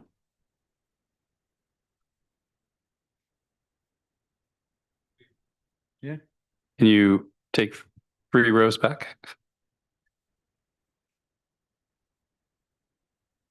I mean, it's look horrific, but the question is, how do you manage to connect with all of these people at the same time? And how long was the construction arbitration cases took? So I did this exercise to understand how I expected for my client, how I expected all of the different pieces to fit together in terms of bonds, warranties, the contract responsibilities, because I didn't know. So a German client came to me and says, okay, I want you to take on this responsibility. I want you to take this responsibility for design. I want you to take the responsibility for my design, your design. And then I want performance bonds. I want performance warranties. I want collateral warranties. I want warranty bonds, advance payment bonds. This is all that I want. And I couldn't provide that. I could not provide that contract structure for them. So what I did was, all right, okay, what are we doing? And where does my client sit with that? And how am I going to structure it? Because the client was asking for so many bonds. How much does a bond cost? How much does a performance bond cost on a project? Percentage wise. How much do you think? So for a 10% bond, okay, it's usually between 1% and 2% of the contract value. Sometimes, yeah. Depends on the risk. But for something of that nature, it was 2.2% was the contract, but was the value of the bond. That's quite a lot of money, isn't it? So if I've got 3 or 4 of those bonds, I've got a performance bond, And then the performance bond drops away, I've got a warranty bond. And then when the warranty bond drops away, I'm liable for 12 years against statute liabilities. And then if I've got a advance payment bond, that's another 2%. But obviously that would be for a reduced amount of money because that's what I try and do. So I try and reduce the amount of money that I have to bond against for my client. So what I'm doing is I'm thinking about reduction of risk. Because if I have to bond against 10%, but I can negotiate down to 5%, I'll reduce the risk. In your contract documents, for instance, a standard bond value is 10%. Yeah? Standard bond value, 10%? Yeah? I'm telling you, it is 10%. But if I can negotiate it down to 5%, happy days. Does a client know what performance bond is? In-house counsel might, but the client doesn't. And how much do I? So if I have an advance payment bond and a performance bond, what am I actually protecting? Do I need both? There you go. That's a really good question. Okay. Who's going to answer? Who's going to answer a question? I've got a performance bond. Anyone understand what performance bond is? Performance bond is something when there's a breach of contract by the contractor. Could be material. If it's an on-demand bond, it's because the client wakes up and decides they're going to pull the bond that morning because it's raining. Yeah, if it's a conditional bond, you have to demonstrate that there is some form of breach. Okay. So if I've got an advance payment and a performance bond, is me misusing the advance payment a breach of performance? Yes, it is, isn't it? Because I'm doing something that's not in accordance with the contract.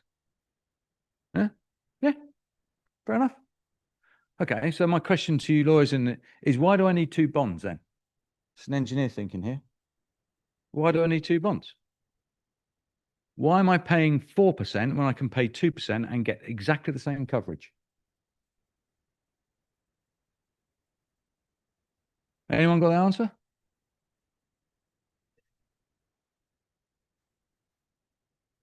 Yeah, yeah.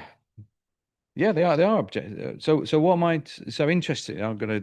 This is really interesting, but for me anyway. Okay. So I was dealing with the bank, negotiating the bonds, and the bank said to me, and I said, "Look, I've got your performance bond wording. Can I have your advance payment bond wording?" And the bank said to me, "It's the same wording." What? What? What do you mean it's the same wording? Yeah, it's the same wording. Because it's different. Yeah, absolutely it's different. Yeah, but why is it different? They are, but it's a really good question.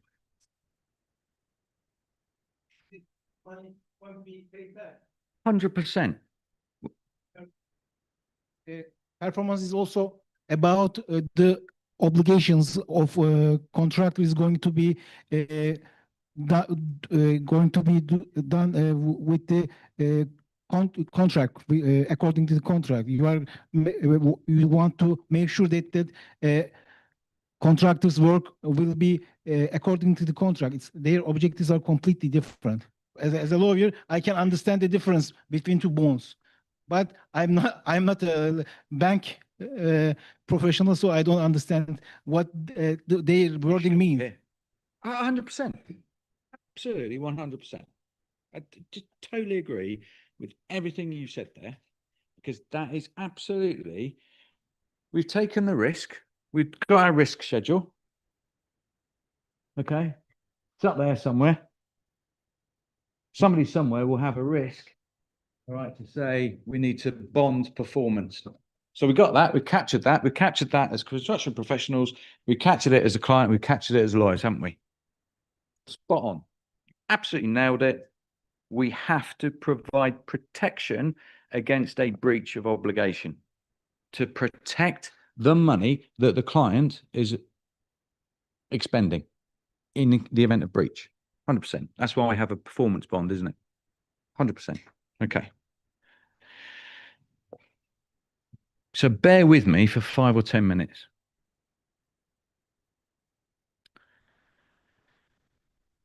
So this is the journey that we've got.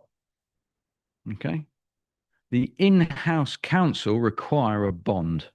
They require 3 bonds. They require a performance bond, an advance payment bond, and a warranty bond. Okay. And we say that's fine. The bank, or sorry, the in-house counsel want an on-demand bond. Okay, which means that upon written receipt of a demand on the bond, the bank pays the bond sum to the client. Doesn't need to prove default, doesn't need to prove conditional. But we have a bank that believes that a performance bond and a advance payment bond is exactly the same. And when they send it to me, it is exactly the same. It's exactly the same wording. And that bond covers exactly the same issue of non-performance. I can say that the performance bond, which is written in this exactly the same way as the advance payment bond, covers the risks that the advance payment bond covers. So now I've got a duplication. And coming back to our colleagues' comments in regard to they do different things, well, they should do different things, because an advance payment bond really is to ensure that the money paid on the advance payment is paid in respect of the work that's being done on that particular project to secure plant and equipment for that particular project. It is there to ensure, the structure is there to ensure that advance payment is made and pursued, and that the money isn't diverted to another project to feed cash flow from another project. Because I've worked for a lot of contractors and I know what they do with an advance payment. I absolutely do know what they do with an advance payment. They spread it around. And a third of it or a quarter of it goes onto the project. Okay. The rest goes to deal with other debts within the business. And then when they get the next advance payment bond, next advance payment in, a little bit of that drips into the project that they're dealing with, because that's the reality of it. That's international contracting. And everybody who doesn't think that way needs to work for a contractor for a bit. So, but what we've got here is now we've got layers of risk, and nobody's thought. So everyone's just said, look, I need a bond. I need a performance bond. Tick. I need advance payment bond. Tick. I need a warranty bond. Tick. Great. So we've all ticked the box and we can all move on, but we've just paid an extra 2% of the contract value. For what? For nothing. We've got no value out of that. And we're all asleep, watching it. I'm asleep watching it. Client's asleep watching it, doesn't really understand. The lawyer's just ticking the box. We're all asleep. 2% gone, just like that.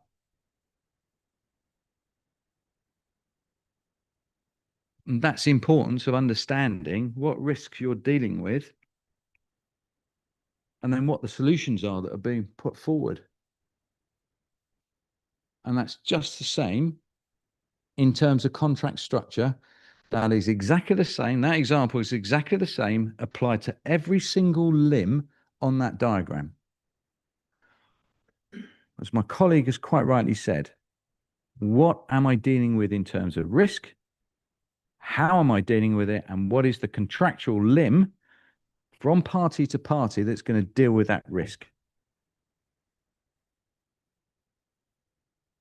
I should have shown you that really instead of, shouldn't I? Because it's clearer, isn't it? But those are just your consultants, you know, your advisors. Oh, lots of clients have shadow consultants as well, checking the consultants that they're doing the work. Independent project monitors, for instance. So you can double that number, by the way, on larger projects. Those are your designers.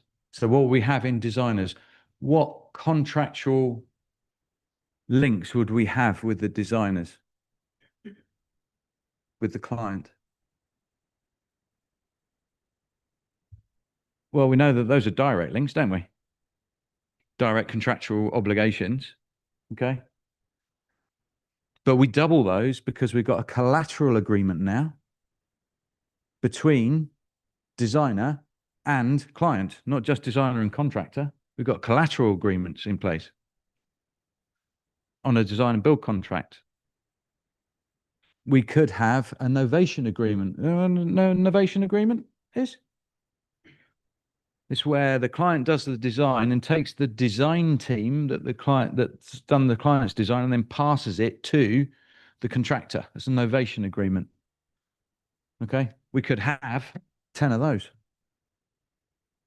10 collateral warranties, 10 direct contracts. Oh, do you know what the great thing is?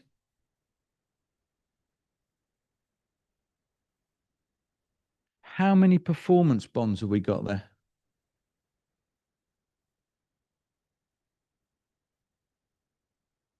How many?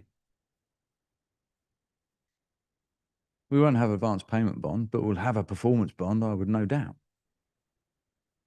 We might even have a collateral, we might even have a warranty bond for latent defects with the design. So we've got 30 potential contracts there. It's bonkers, isn't it? Yeah. I don't even want to go into the funding thing. How many funding contracts will there be? And warranties and securities that are required for a multi-layer offset of insurances and lending, et cetera, et cetera. There could be 100 there or 30 there, I don't know. But the level of complexity that you've got needs to be broken down and simplified to start to understand and deal with it. And do you know what? It all needs to be consistent. From the main contract down to the sub-suppliers, each one of those needs to have a route, okay, where everybody's pointing in the same direction strategically. Yeah. I'm going to stop you just there before we go on to risk modeling and the management of risk. Yep. Because we have 2 questions from the online participants. I'm going to take them the other way around. So my apologies to Dr. Raji. I'll take Nasa Konde's question first because it's a little bit more manageable, shall we say, whereas Dr. Raji's question is much more generalized. So Nasa Konde is asking, how best can risks related to variation of projects be anticipated and mitigated? There's a very specific risk heading that that he's talking about. Really in easy. your matrix. It's my easiest job today. Yeah. Answering that. Okay. And the easy way to say it is you've got to be absolutely precise in terms of what you want to do and build and construct, but be precise about it. Don't leave anything to guesswork. Be absolutely precise about your specifications, about your drawings, about what you want delivered, when you want it delivered, what are the interfaces, what are the constraints, okay? How do you want it delivered? Be absolutely clear about that. That's the way to avoid variations, disputes, and leave nothing to doubt in the contract documents that you write. Coming back to impenetrable contract clauses, if a party does not understand what they are signing up to, how is that going to end?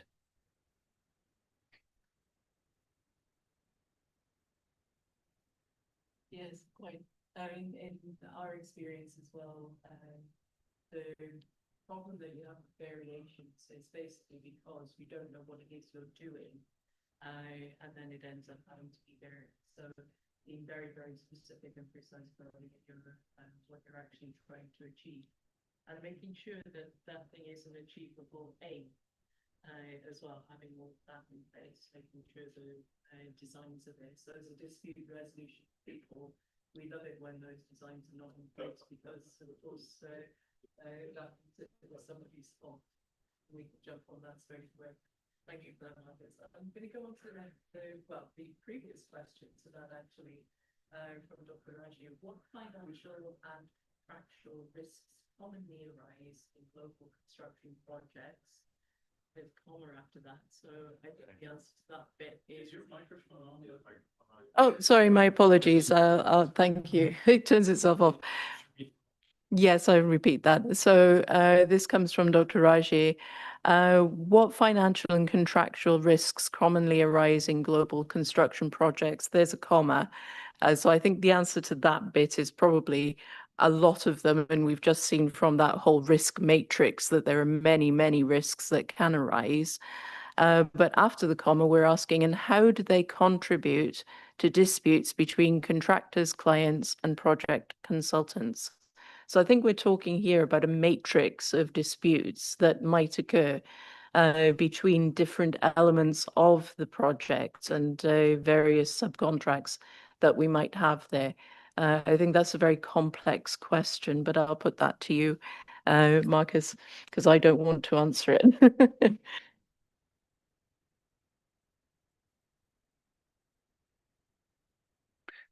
The one that causes most trouble is unforeseen conditions.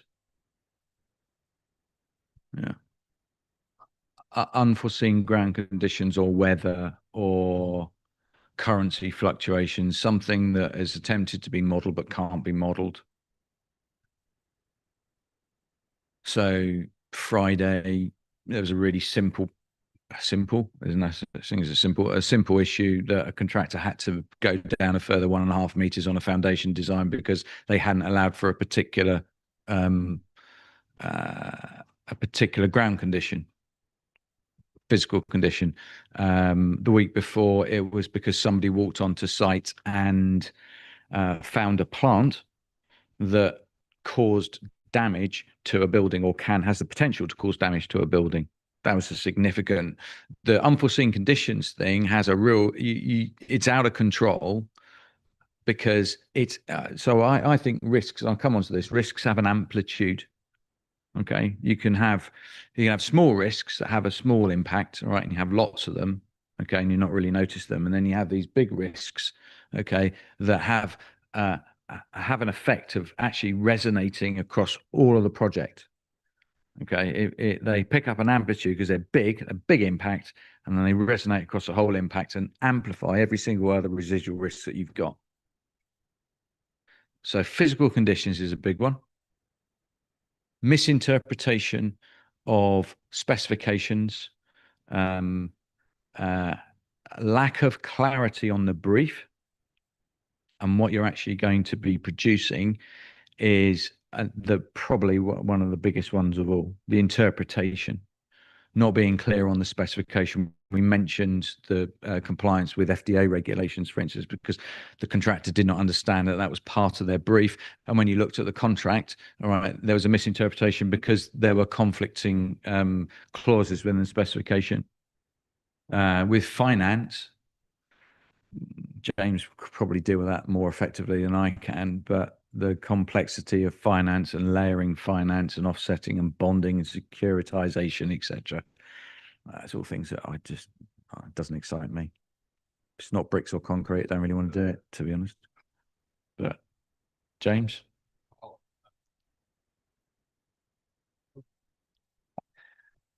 I would ask the audience because I think there are going to be differences depending on the context, the jurisdiction, the age, the number of parties, investors, et cetera, et cetera.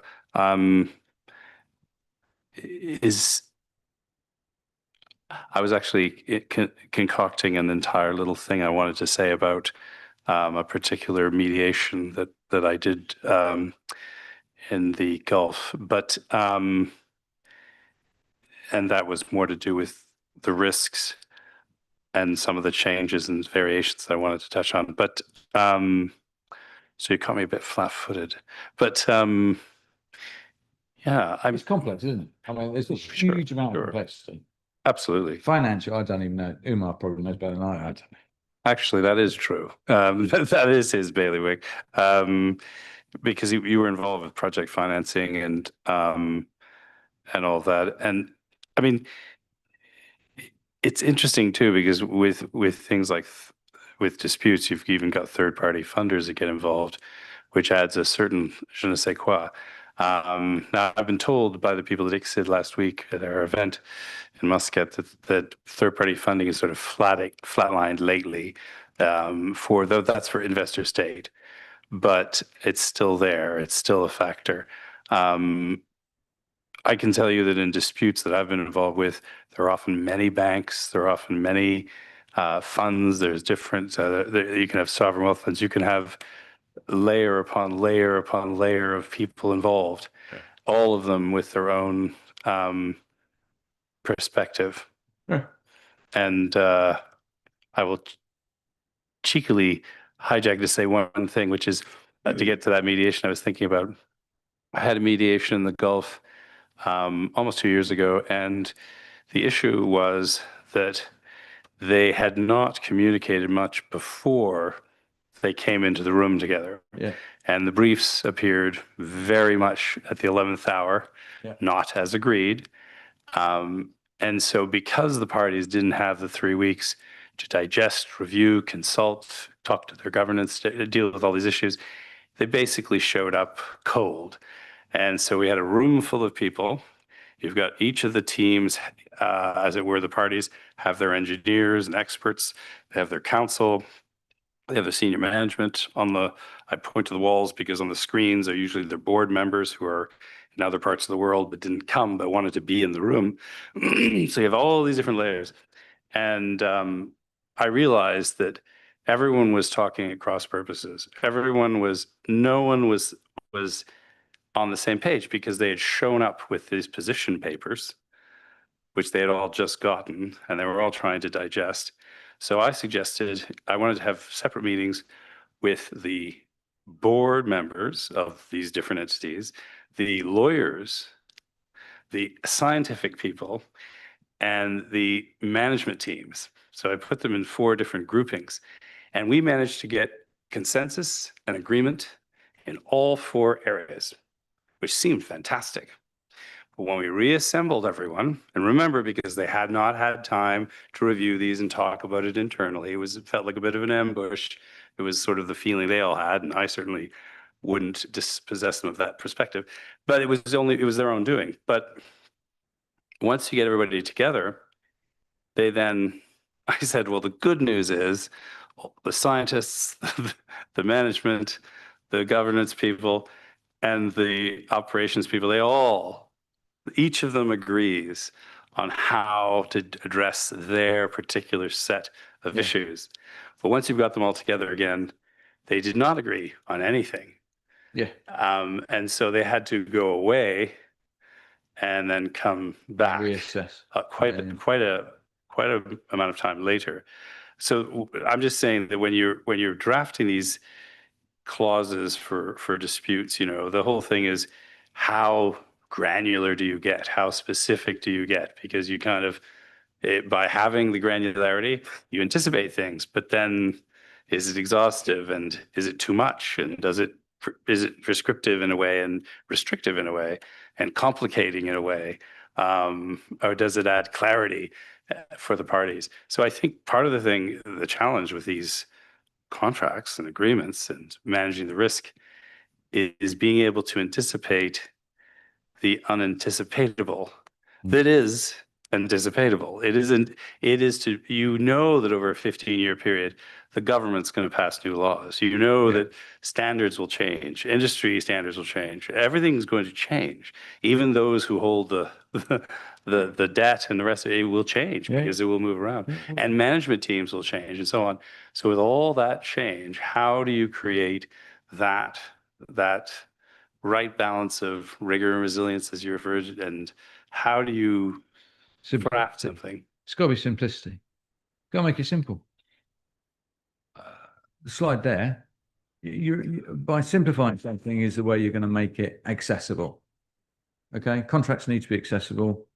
Thought process has to be accessible. I mean, I can bang on about risk all day, and you would not have a clue what I'm talking about. Not a clue. Yeah, exactly. So, but what's the point of that? Well, there's no point. There's no point. I go into extreme detail about risk and Monte Carlo analysis and blah, blah, blah, blah, blah, blah, blah. But if I don't engage you, I don't communicate to you, you're not going to use it, are you? No, thank you.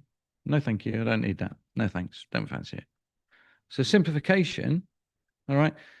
Complexity. If you can simplify complexity, you're going to engage a lot more of your team in dealing with those particular issues. And that's the way you flush out risk. So simple things like categorization of risks. We've got loads and loads of risk, okay? Just simplify it. You've heard about what's the best way of eating an elephant? Yeah? We know what the best way of eating an elephant is. It's one piece at a time. And that's what you got to look at. To classify risk, to classify what the source of risk is, to look at the impact of what that risk is going to be. And then this is what I said about risk amplitude. Right. Okay. So you might not have heard this much. This is my own theory. Okay. So Karen's laughing because she's worked with me for a few years now, right? Okay. Okay. So risk amplitude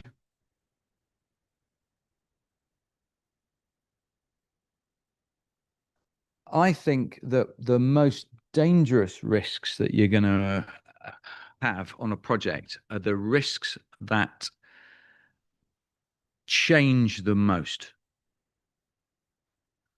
dynamically and have a large amplitude risk swing. What do I mean by that?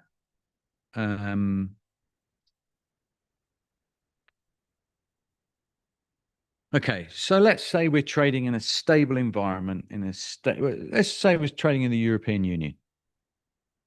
Okay. And one of the risks is currency risk. Yeah. Currency risk, large market, probably dealing with a lot of companies within the European Union, and it's only on the margins that you're dealing with China, Turkey, and say the UK, say for instance. All right. So your currency risk is relatively small. So you're still tracking the risk because we've identified the risk, but we're not that worried by it. Lawyers have put a couple of boilerplates in. We've put some transactional risk elements in, so we're all good. Yeah. Let's take the same risk. All right. Now we are going to deal with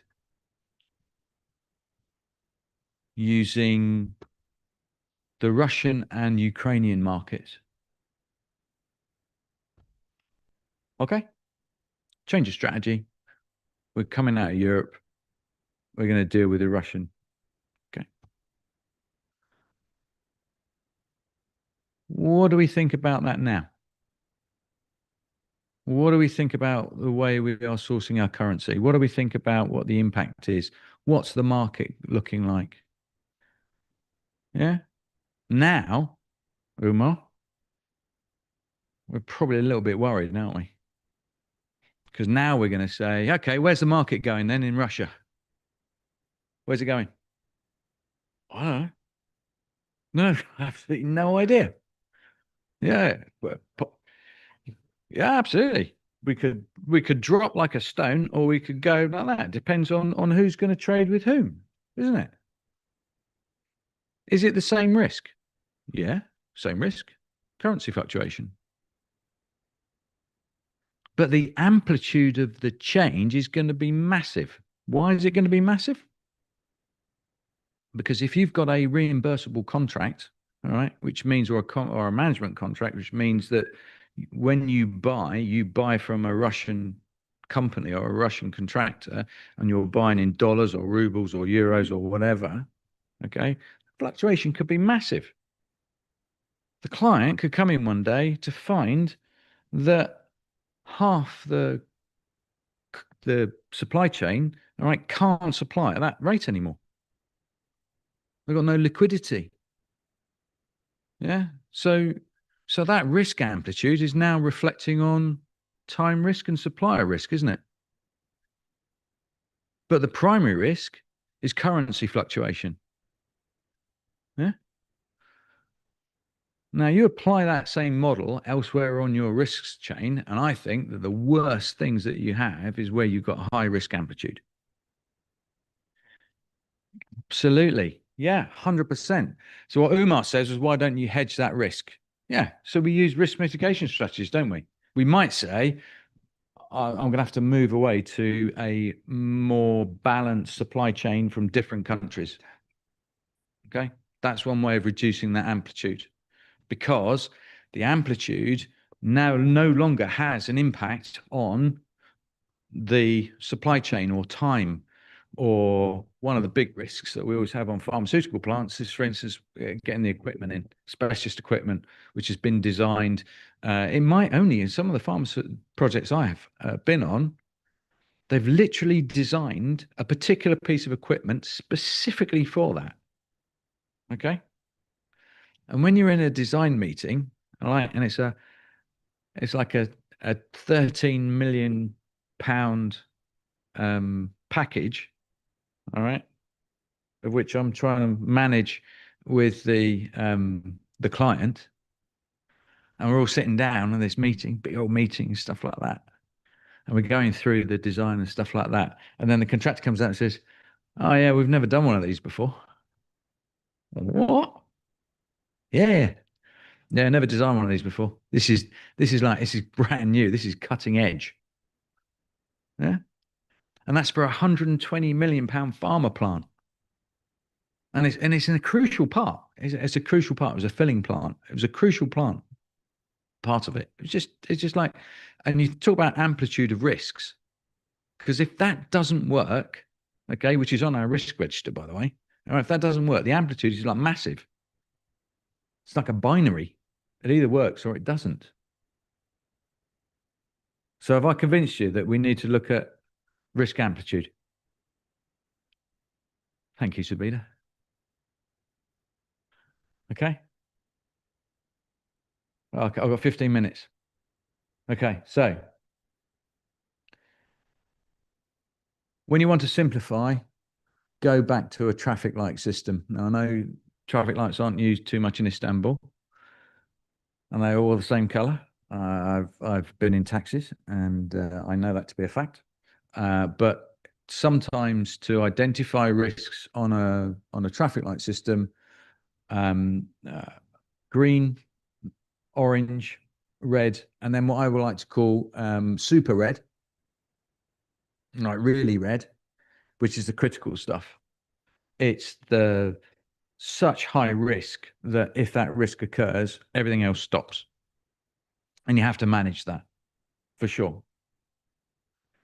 And it's what I call a binary risk, on or off, binary. It's either happens or it doesn't happen. If it happens, we're all in serious trouble. So if you've got something like that, what do you do when you look at that risk? You make sure that it is not a binary risk, and you do everything that you possibly can, all right, not to get there. So what we could have done with that pharmaceutical thing is we could have got two suppliers providing two designs, because that particular element of the design was probably only about $1.5 million. Yeah. So theoretically, we could have mitigated that critical risk by giving it to two suppliers, for instance, which would have saved 100. It was fine. It worked in the end, but you understand the issue and the criticality. So putting your risks. So once you've traffic lights your risks, putting your risks into a family of risks is always a good thing because it helps you visualize, particularly when you're drafting contracts. Impact areas, risk sources. You know, we take that issue of a risk source is your currency. Once a currency is there, what do you do about it? All right, you put in currency fluctuation clauses. Yeah, which is a really good one. Or you put in inflation clauses. That's another really good one. So what you can do is you can start to manage those down. And then using your simple architecture, okay, you start to eat the elephant one piece by one piece. There's everyone heard of the 80-20 rule? Yeah, 80-20? Heard of that? Sorry, who's that? So the 80-20 rule is that 20% of the risks usually account for 80% of the value, broadly. So don't feel that you have to go down to huge amounts of analysis, huge amounts. Sometimes, as I was saying to Charlie, what we need to do is just get it onto a piece of paper, get it onto a spreadsheet, okay? Map the project like I did, okay? Start to sort the risks, start to identify what the risks are and how we're going to treat them, okay? Follow the risk architecture. And this is for you to do. What I'm providing you with is the tools that are best fit what you do, okay? How are we going to do it and what process are we going to use? How are we going to control and how are we going to quantify that risk? What information and expertise do we need to bring into the team in order to mitigate the risk? Okay, to stop the risk becoming critical, all right, or binary, and actually start to manage it from an expertise perspective. How do we communicate it to the rest of my team? Because you're my team. Okay, how do I communicate it to you? If I go banging on about concrete and steel and reinforcement and ground conditions and tunneling and all that sort of stuff, half of you are going to go, what the hell I'm going on about? In which case, I've just lost you as team members to manage that risk. What I need is people to come up with the ideas by simplification. Okay.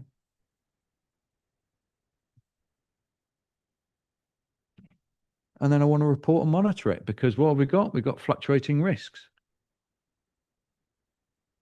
So one of the things that people use a lot is a Monte Carlo analysis. Okay, I'm not going to go through it because it's dull. But if I didn't put it in, everybody would say, why haven't you done Monte Carlo analysis? Basically, what Monte Carlo analysis is just a statistical model to identify what chances. So what it is, so we've got 10 risks, okay, that have different values and different probability of occurring. It's unlikely that all of those 10 risks will occur. So what Monte Carlo analysis does is just say a statistical model to say, when I do run the model, one scenario is some will occur, some won't, and that's the overall impact. It's a statistical model that helps simplify. And it's worth doing sometimes. So just bear in mind Monte Carlo. So how do we apply this? Those documents there are two different documents from different construction management stage gates. In construction, it's often easier to split a contract or a project down into different stages from initial concept through design, through detailed design, implementation and handover. It's a really good way of understanding what dynamic risks exist in a project at any one time. Okay. So top right is what they call RIBA, which is the Royal Institution of British Architects, and we use that in the UK a lot. On the left-hand side, that's PROXA, which is used a lot in Africa. But the concept is the same, because what it helps you to do is to understand at which particular piece of the project you are entering and where you are and where you sit. So that's a cheat code for understanding where you are in a construction project. And from there, you can develop risk models, which I do. And in red, those are all the tools that I use in order to monitor the risks and to report on the risks. And they all stem from that set of documents. And then when you're looking at commercial risk,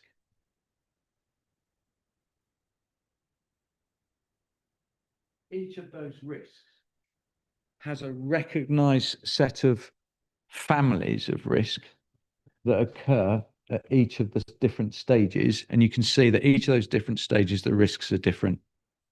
And that's a really nice, simple model to understand, where am I in the project? Am I at the start? Am I at feasibility, or am I at pre-design?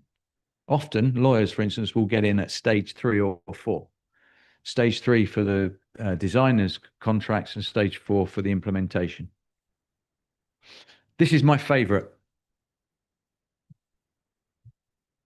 Who's short of tools that I said I'll give you 5 tools to go back home with to implement? Who's short?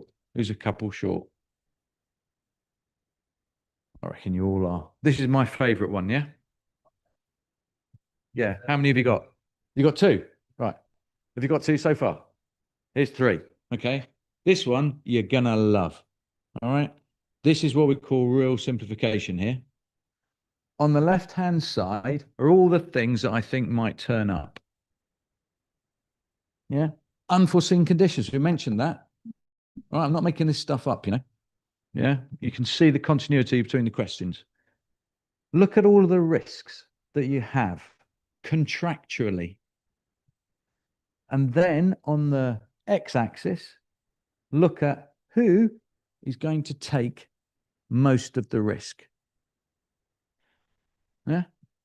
So on delay events, the client consultant has been adjudged to take on most of the risk. Okay, because they've probably got design to complete and they're on the critical path. A change in law has been assigned to a particular specialist supplier because we think that that's the risk that needs to be identified and managed. And force majeure on the contractor, we've decided is not going to be managed by the contractor. It's going to be absorbed by the client.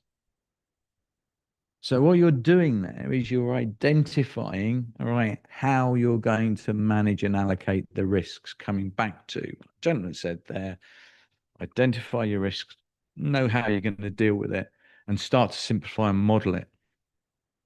Because that's the most important thing. You're not going to have the insight and everything that you're going to do to hand. Yeah. But what you can do is you can actually start to simplify and track how well you're doing as well on passing that risk over to the right people. Yeah. What I was going to We've got suggest. 5 minutes for questions. What- We finished the module. Well, first questions. Are there any questions right now that people have, going once, going twice? Then perhaps you could do a bit of a recap, so 2 or 3 minutes of sort of what we've discussed, followed by a 2 or 3 minute of what's to come.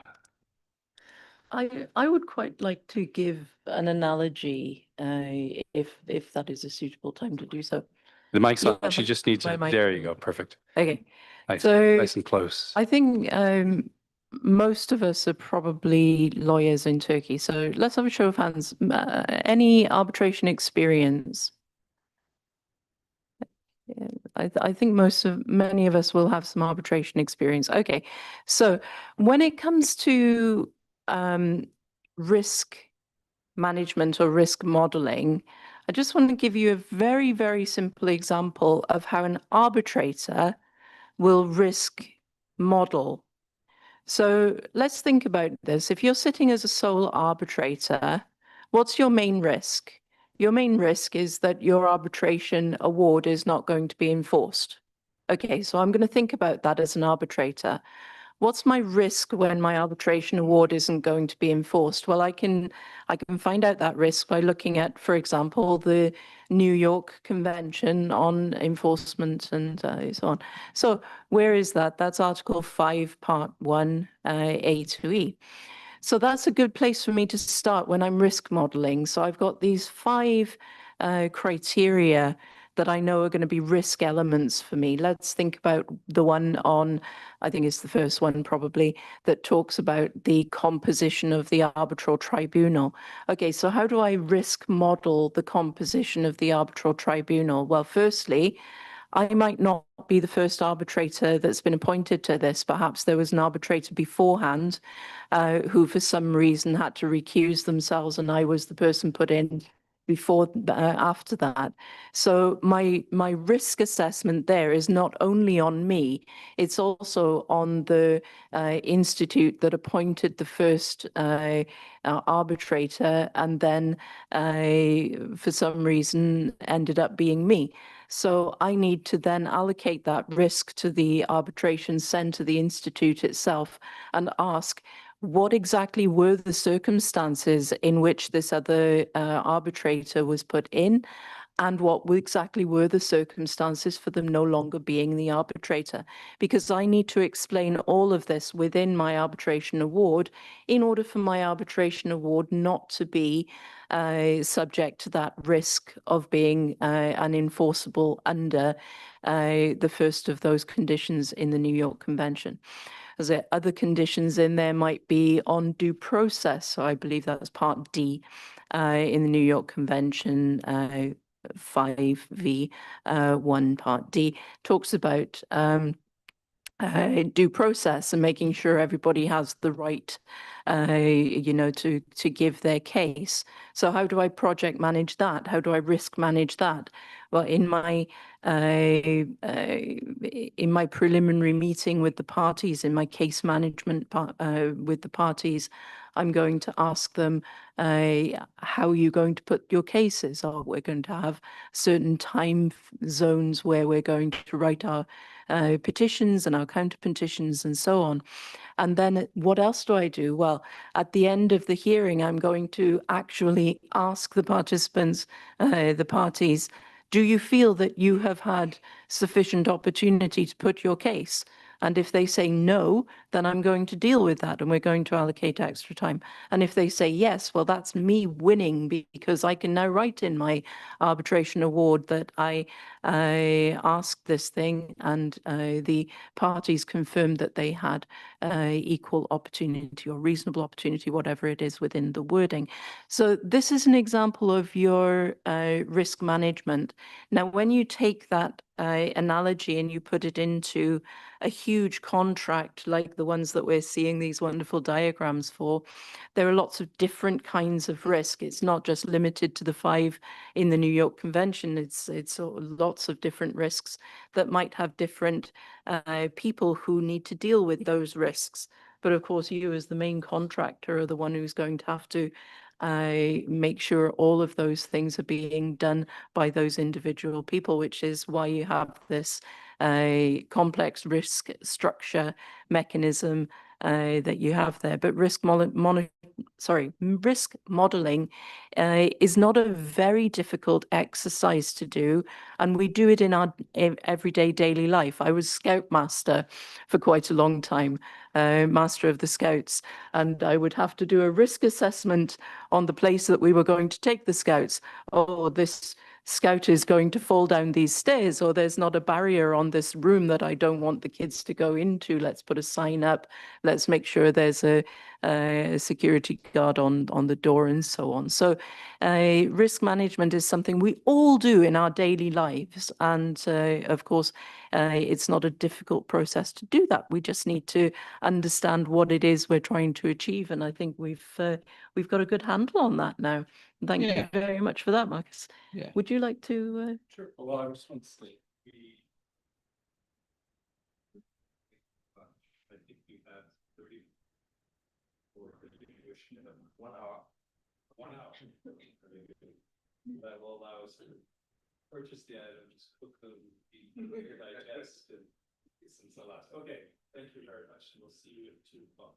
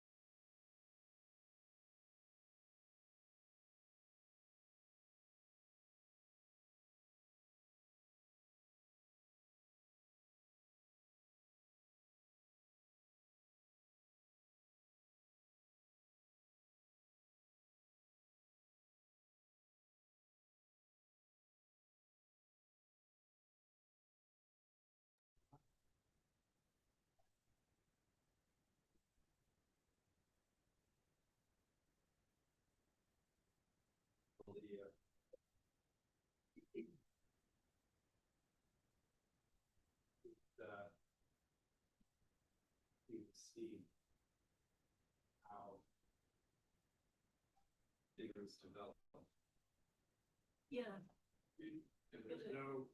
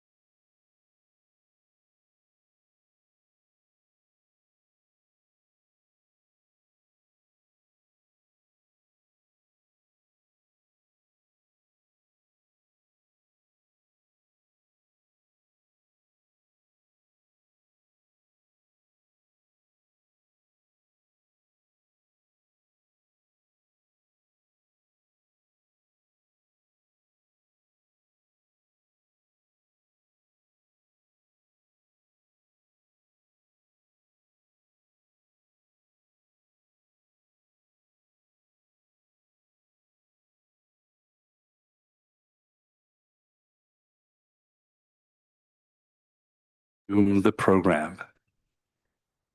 Fasten your seatbelts. Okay, so be a bumpy ride. yes, exactly.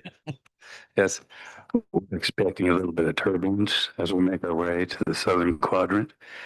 I'd like y'all to make sure you get comfortable and contact your family if you have a phone at this time. Thank you very much. Okay. Yes, exactly. Please put them on yourself first. Okay, so thank you. Welcome back to Istanbul. So now we're going to insist that all of you constantly pepper. That is to say, not spice these two very spicy colleagues of mine, but that you give them all sorts of questions and challenges and share your experiences, because in the room among you we have some very expert individuals who are in possession of some useful insights and experiences, whether it's in Turkey or beyond. But first, well, let's hear from Mr. Marcus Aurelius. Okay. This is what they call the graveyard portion of the day. Everyone's had dinner or lunch, and everyone's a bit sleepy. So cuffs up. Cuffs up, sleeves up. Are you ready? Next, we're going to go through what I think is another really good part of a contract, which is actually to incentivize good performance and good behavior. So that's what I think a good contract is.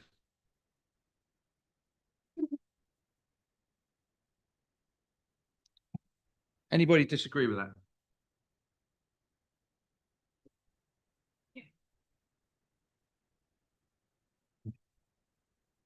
Anyone disagree with that? In case people can't read it, it says a good contract is a delivery instruction book and should be used as frequently as a repair manual. The whole team should understand their role in delivery within the contracts. A contract is not a tool for obfuscation or hiding risks and liabilities. True. Because if we do that, we're heading down a road of non-performance and failure. Everyone has to understand what their role is within the contract and what their risks are, their obligations are. Because when people truly understand that, then you get an operative contract.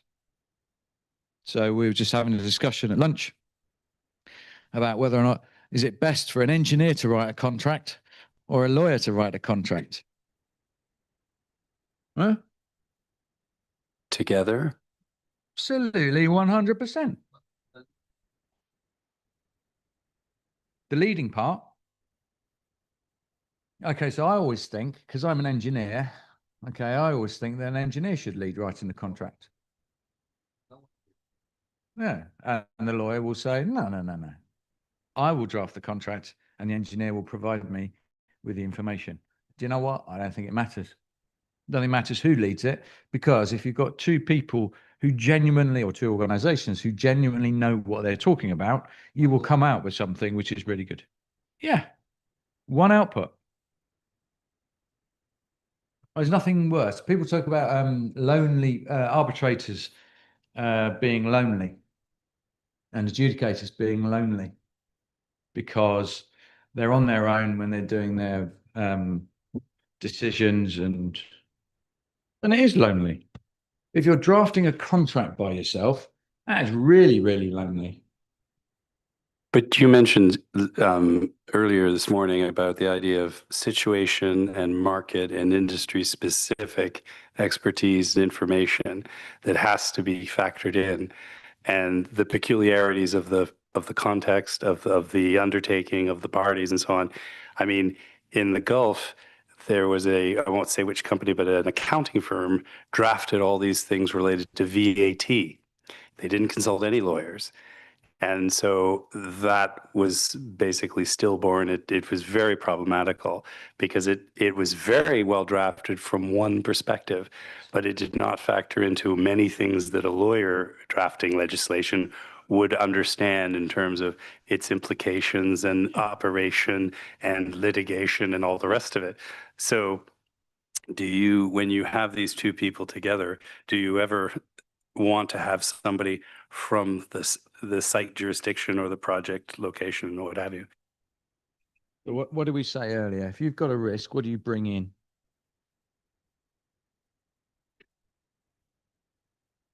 I think somewhere we said experts, didn't we?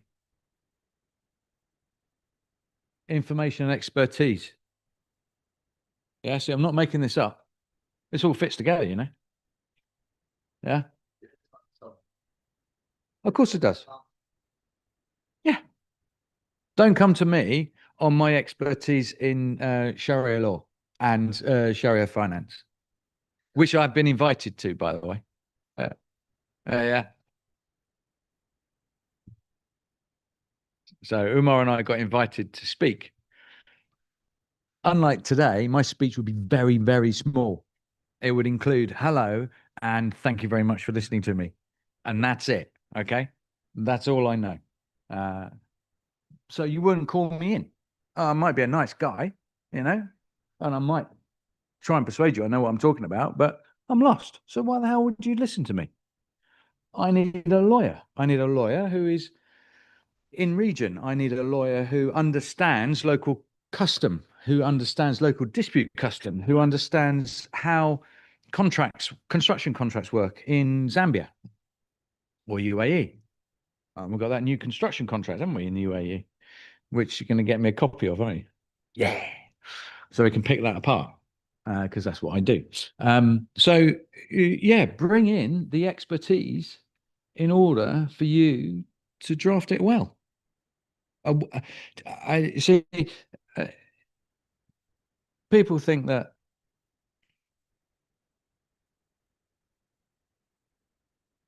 Van Gogh is a true artist. I agree, but somebody who puts a good contract together, it's a thing of beauty. Yeah. And if you could encapsulate it in a frame, okay, and encapsulate everything that a good contract does, because a good contract you use every single day. Yeah. People walk around the offices with happy, smiling faces because they know exactly what they're doing, how they're doing it. All right. Because you've achieved good risk distribution. Everybody knows what they know. Have you heard of the Donald Rumsfeld known unknowns? What is it? James, you must have got this off. Well, I'm going to try and find it, and we're going to put it on the known unknowns. I'll explain it, but it's brilliant. A good contract, all right, allows everybody to do their job properly. Okay, it's not for making it impenetrable, but it's for people to understand what they're doing. And there are lots of contracts that we can choose from, standard contracts. Okay, these are some of the standard contracts, and these are the stand on the left-hand side. These are some of the types of contract that you would have for different types of project. So traditional design and build. There are turnkey projects, which are where a client will say, I want a pharmaceutical plant and I shall see you in 2 years. Yeah. And I want to see my plant delivered. And that's a turnkey project. Private finance, design, build, finance, and operate. So different funding models, PFIs, management contracts, concessions, and alliancing contracts. So there are lots that we can choose from as contractors, contract designers. Lots of things we can choose. And FIDIC, we all know FIDIC. Yeah. New engineering contract, not so well known in places like the Middle East and the Far East, or a little bit more in the Far East, Hong Kong, Singapore, South Africa is becoming popular. In the UK, it's popular. Nice contract, actually. Very, very simple in terms of its wording and its simplicity. But the trouble you get with contracts like that, sometimes it's not what they say, it's what they don't say that's the problem. So you have to be aware contracts are tricky. I'm a massive fan of the Institution of Chemical Engineers contract. I bet, has anyone used that? Anybody? Probably not. UK, I'm a massive fan because I like doing really complex projects. So that's a really good project. It's a really good contract to use when you're doing things like tunneling, pharmaceuticals, process plant, wastewater, infrastructure. It's a really good, solid contract. And the other one is a very UK-centric contract called the Joint Contracts Tribunal, which was drafted sometime in the Middle Ages, I think. So something that I don't particularly use very often. But you can see there's lots to choose from there. And that's an example of the different types of contract that one particular organization produces. That's the new engineering contract, and it's got construction contracts, it's got services contracts, maintenance contracts, supply contracts for consultancies, professional services, short contracts, lots of different contracts. So when we look at a contract, there's very little point in drafting bespoke contracts because all of the contracts are there somewhere. No matter what you look at, there's always somebody who's got a contract there. So pick one, choose one. And that gives you some idea of the types of contract families that you can have. So we're all familiar with a fixed price contract. Yeah. Give me this project and I will pay you a fixed price contract. Yeah. Apart from the fact is, who has ever been on a fixed price contract? Who's ever dealt with a fixed price contract that was a fixed price? Nobody. Because there's always variations, there's always compensation events, there's always something that changes, and therefore used to go back to the client saying, no such thing. No such thing as a fixed price contract. I can give you a contract where you pay for your risks before they occur. I can do that, but not a fixed price contract. Some other contracts there are things like called a target cost contract, which I'll go into, which brings more incentive for the contractor to perform well and better and more efficiently. And that's what we want. Professional services, minor works, lots of different approaches to how we're going to package the construction contract. Okay. So you can literally use that as a starting point to select your contract. So, risk. On the left-hand side, going upwards, is client risk. So what do I mean by client risk? Probably the susceptibility of the project to increasing cost. And along the right-hand axis is similar for the contractor, i.e. how much risk the contractor is taking on board. And at the top there, you have something called a reimbursable contract. What's a reimbursable contract? That is, a contractor gets paid for everything that they do on what they call labor, plant, materials, and they just get paid it, and that's it. So they bring 100 men, 50 administration staff, 300 excavators, and all they need to do is provide the list and they get paid the actual cost. Okay. But they don't need to be efficient. So it's quite risky for the client, which is why reimbursable, E, is quite high. A lump sum means that the contractor takes all the risk. That's why A means that they take most of the risk down on that axis. And in between, we have what we call a target cost contract, which incentivizes the contractor to do things more efficiently. And we like that. So this is a really good lookup table, okay, which you can look at, which explains the difference between lump sum contracts, target costs, and reimbursable. I'm not going to go through it now because we've just had lunch and we need a little bit of settling time, yeah? You'll get a Do they have that? Yes, Yeah. you will get access to the slide You'll get all of it because that won't is take very long. small. It's because you're going to get it. I want you to come away from this with something that's tangible, which you can look through and use. Yeah. Not just me droning on all day. Okay. So these are excerpts from what the government and worldwide bodies say about the benefits of incentivization. Okay. And just picking out some of the phrases: positive relationships, integration, alignment, all right, engagement with bidders. That's the whole contract supply chain. A successful framework contract should be based around principles that align objectives, success measures, targets, and incentives so as to enable joint work on an improving value and reducing risk. So we've talked about objectives and we've talked about success measures, critical success factors, if you remember. So I'm not making this up. Yeah. That's what makes things tick. That's what makes things run. Look at that middle one there. Create sustainable win-win contracting arrangements that incentivize better social, economic, and environmental outcomes, improve risk management, and promote the general financial health of the sector. That's direct from government. That's not me making this up. I haven't made all that up.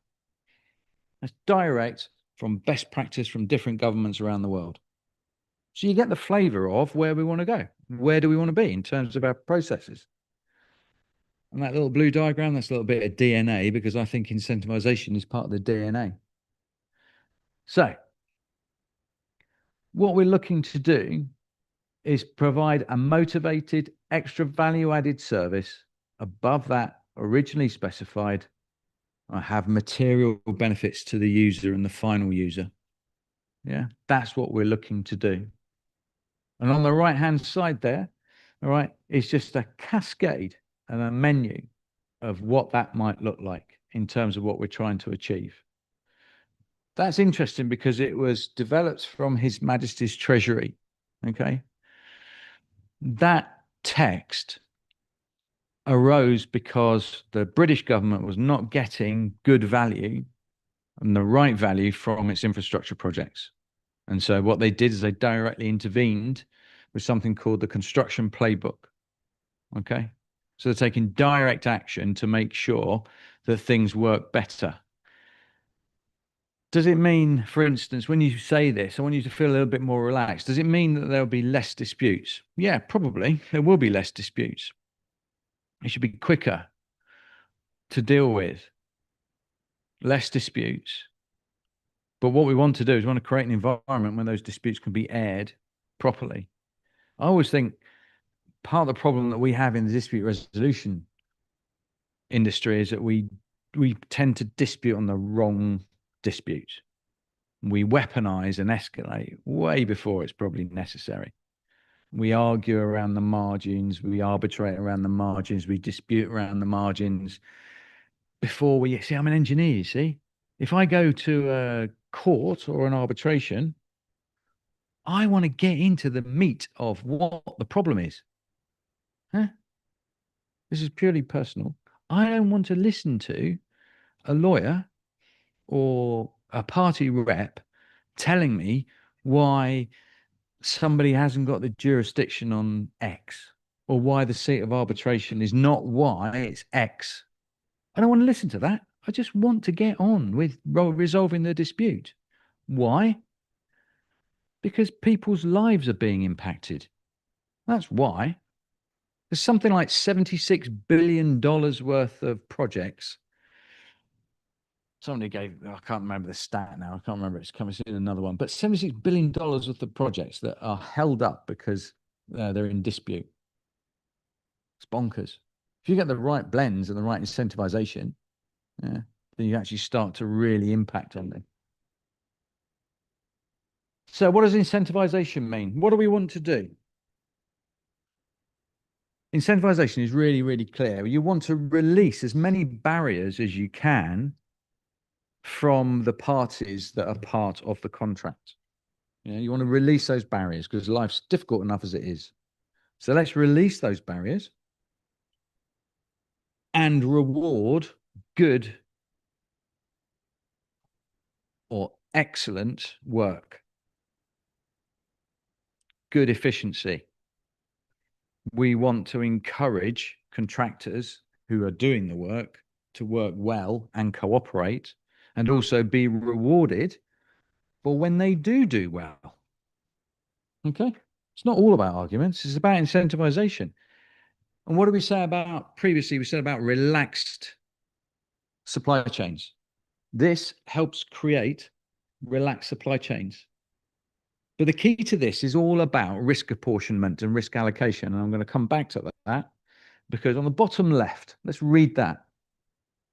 Bottom left paragraph, probably one of the most important paragraphs of all that we're going to deal with today.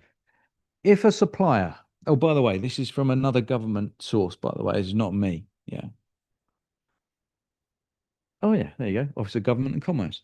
if a supplier is put in a position where they are managing an inappropriate balance of risk, then the outcome is highly likely to be poor value for money. Yeah. I.e., someone is going to have to pay for it.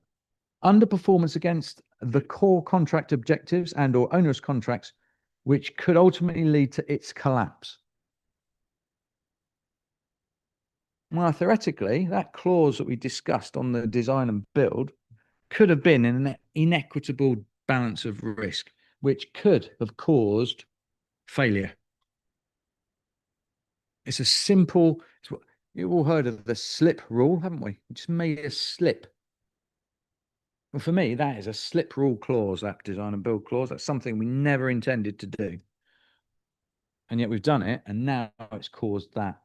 And now, okay, it's now a negative on the scale. It's now negative, not positive. So the more we can do on the positive side, the more we can help the supply chain and the contractor. I'm not talking about letting the contractor off of poor behavior or non-performance. Absolutely not. There should be rigor in the clauses that we put in to ensure that that never happens. What I'm saying is, don't beat the contractor or any party or ask them to take risks that they're simply not willing or capable of taking.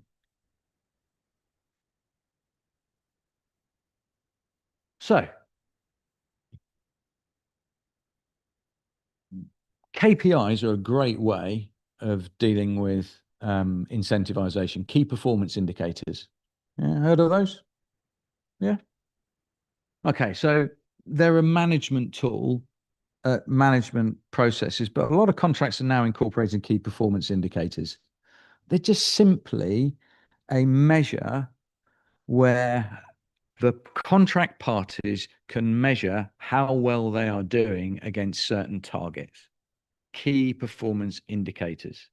And all I'm saying is, when you look from strategic level down to operational level, you can put into place from the top tier one contract conditions of contract with the tier one contractors down to the smallest subcontractor that the contractors have, you can put key performance indicators that encourage good behavior and encourage cooperation and encourage incentivization, because what you're doing is you're mobilizing the whole supply chain. If you've got 5 or 6 tiers of subcontractors all having great ideas on how they can do things better, what's going to happen? The whole thing's going to liven up, isn't it? In Japan in the 80s, Japan introduced a management methodology where they encouraged in manufacturing, where they encouraged workers to feedback, where can we improve? Was that Sigma? Sigma is one aspect of it. Yeah. Six Sigma, if you want something to go and look at, is a really good thing. But basically what it did is it said the experts at the bottom, end, of the delivery model actually are expert in delivering, and we should hear their voices. In KPIs, if they are done well, achieve the same thing. Yeah. And that's a really good way of setting out key performance indicators. And where do your key performance indicators come from?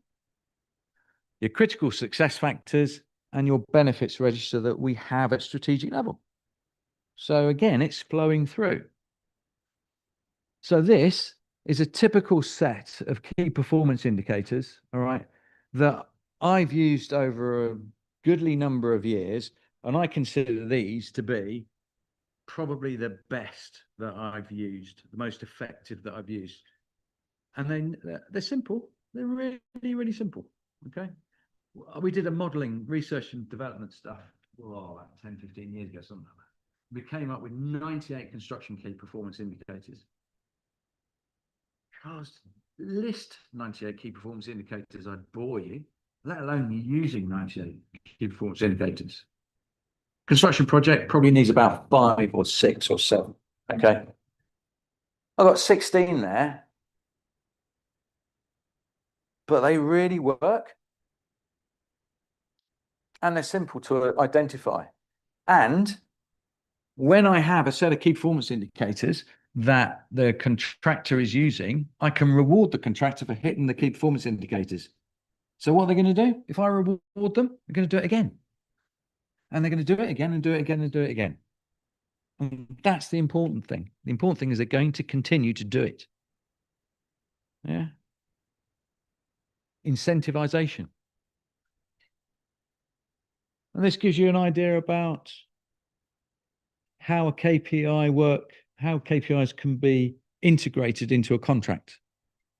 Some contracts already have KPIs in them. This is the way we're going. NEC4 contract, yeah, will be an international word. It's UK based. New engineering contract. NEC, yeah. There's a nice bit about KPIs in there, where what they're doing is they are encouraging. One time. Oh, Yeah. Like lyrics, they have those the variety of colors. Yeah, so that's the main contract. Yeah. And then like other contracts, they have a set of options and different types of contract. But you can see it's really important. This is the way contracts are going. And you can see that these are some of the key performance indicators that we're using successfully in terms of delivery. Can I ask a quick question to the audience? How many of you have these sorts of templates and these sorts of features in the contracts that are sent your way? Do these resemble something that you're seeing yourselves? Because I think part of it is, the reason I'm asking is because, I think familiarizing them with best practices and with tools and with the lexicon and the concepts and so on will enable them to better interact with their various clients and parties. And that's the purpose of this workshop. So if this is new to you, that's not a bad thing. But it's also, I think, to put it in context, maybe we should point out that this is because this is your thing and your area of expertise and experience work. And that's because and that's why lawyers and others come to you and people like you. And so maybe you could speak just briefly about that, because in terms of what you're showing them, they can see its utility, they can see its value, they can see its efficacy and everything else and its application, but how it might be brought to bear and who might be able to do that, because they can't leave today and just ramp all this up. No, I wouldn't do that to you. Usually, I mean, a contract or other, if someone has an arbitration case, he sends you such one. Yes, yes. And you give them your opinion. Yeah. I mean, we don't know yet. Marcus, Yet. Marcus, could you possibly put the slide that compares the different kind of contracts up, just so that I can say a couple of words about that? So I just wanted to put some things into context for you. So no, the different suites of contract that we have. Oh, that one. No, the different suites of that's him. Right. That's the guy. Okay, so you've got different suites of contracts that you might be using around the world. Now, the ones that we're probably more familiar with in Turkey are the FIDIC contracts. Am I right in that? Hands up if you've used a FIDIC contract. Yeah, I think so. Has anybody ever used an NEC contract? New engineering contract? And I didn't think so.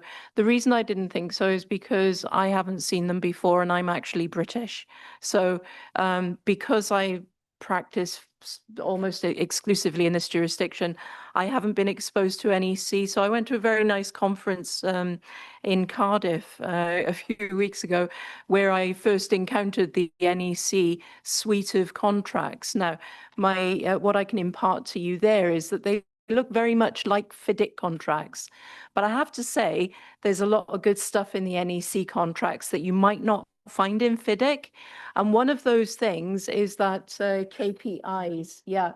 So the KPIs that they have in there, basically what NEC has done, and it's really clever, is they've said, oh, let's look at FIDIC and the other contracts and what are we missing here? Well, firstly, we have delay damages, right? That exists, that's everywhere. All the contracts have delay damages. But what NEC has done is basically said, let's neutralize this vocabulary. Instead of making it something to fight about, let's make it into a key performance incentive. So if you don't delay, then it's going to be good for you. And if we don't get a delay, then it's good for us. So we're changing the vocabulary, we're changing the attitudes, therefore, to that exercise of delay damages. So having a look, if you want to do that thought exercise, get the FIDIC Red Book and get the NEC book next to it, so the two different contracts, and have a look at the way the one is talking about your risk factor and the way the other one is talking about your risk factor, because they're using very different vocabulary, which is changing the mindset of how you're using it as well. It's also creating different ways of dealing with that issue so that it doesn't escalate in the way that, because we all know the FIDIC contract, right? Brilliant contract, but it is designed to escalate into arbitration or into litigation, adjudication boards and so on. We've got that wonderful dispute resolution clause, which basically talks you through how you can get worse and worse and worse. But the NEC doesn't necessarily do that. It gives you an idea of how you can stop this at specific parts by doing taking different actions, and those are your KPIs, your key performance incentives. So I just wanted to jump in and give an idea of No, I'm glad you did. comparison. Thank you. Because all I was trying to do was, look, yes, fine. Because you can listen to me all afternoon, and you will listen to me all afternoon, and it's really unfortunate, and I sympathise. But I don't want you to. This is me, all right, saying this stuff, but I haven't just like come up with it. Yeah, this is stuff that's actually coming into contracts, and we're going to see more and more of it. I want you to give it a glimpse, because incentivizing. So, what does incentivizing a supply chain do? All right, we had the example of stressing a supply chain, didn't we? Which is not good. We all decided that wasn't very good. Now, what we're talking about is actually incentivizing, which relaxes a supply chain. Think of it as an elastic band. Yeah, big old elastic band. Okay, when you stress a supply chain, okay, you're going to get problems because you let that supply chain go and it's going to hit your hand. Incentivization allows the de-stressing of the supply chain, okay? So there's more flexibility and more ways to innovate. There are more ways of doing things better. And don't forget, there will still be disputes. Even in this new way of working, there will still be disputes, but we're going to be disputing the right things, not disputing the things that didn't really deal with. And that's why I love mediation. We'll get onto that. I'll just say one thing. I mean, I think you have to think about it as a continuum before, during, and after. And what Marcus is talking about, incentivizing, which is brilliant, because I set up in Canada years ago with banks across the country, bilingual mediation arbitration programs. They're very successful, but at first they were failures because we found out that the head office was delighted. All these cases are being resolved. The regional people were happy because their desks were being cleared. But the people in these different constituencies were not happy, because if she is the regional, I'm the national, and he's the local, I'm happy, problems, less exposure, whatever, good PR. She's happy, desk, fewer cases, fewer bills to lawyers. He's pissed off because he had to make the payment to settle the claim with the claimant on behalf of the bank. He doesn't get his bonus. He is punished for resolving cases. So because I was trying to figure out why it was joy, pleasure, and hate in terms of the evaluations. So when we put it together, we had to find a way to incentivize so that he or she on the ground is not punished for resolving claims. And so what we did was we spread the pain and spread the gain so that everybody had something. And what you're proposing with all of this has this wonderful way of allowing people to be proactive and in terms of their convergence and their alignment, as you put it, of their understanding and everything else. So that's at the front. By having these KPIs, you allow coordination and follow-up, because before the problem happens, somebody finds out that the cable has not been delivered. In fact, when they look into it, they found it hasn't even been produced, which means it's not showing up for 10 weeks, which means we have a problem. It's not today, but in 6 weeks, that cable is not going to be there, and for another month. And that's very serious. So if you have that sort of lead time because of the understanding, because of the coordination follow-up, you can then do the incentivization piece to empower people to take action. And maybe that means to shift teams to do other things and prepare other aspects of the project. So I think it's coordination and follow-up is the middle piece. Sorry. So what's important? Nice. So what's important? I've got 15 minutes. Who wants to do overtime tonight? Right. Okay. So I've got 15 minutes. Go on.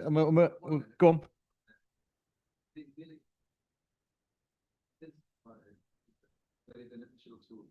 I mean, beside us, so that there is variety of contracts. I mean, for us, maybe I can consider myself ignorant, not knowing other than just knowing FIDIC, because it's really very advertised everywhere. So you stated like 3-4 contracts, and thankfully Karen said that, gave us one of the some difference between. Do you have, or do you remember, or do you have that other than why should we, or compare a comparison between the FIDIC that most of people know and those contracts?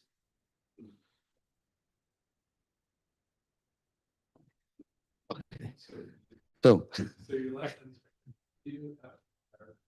yes, a comparison between those 3, 4, 5 contracts that, Karen stated that it's easier.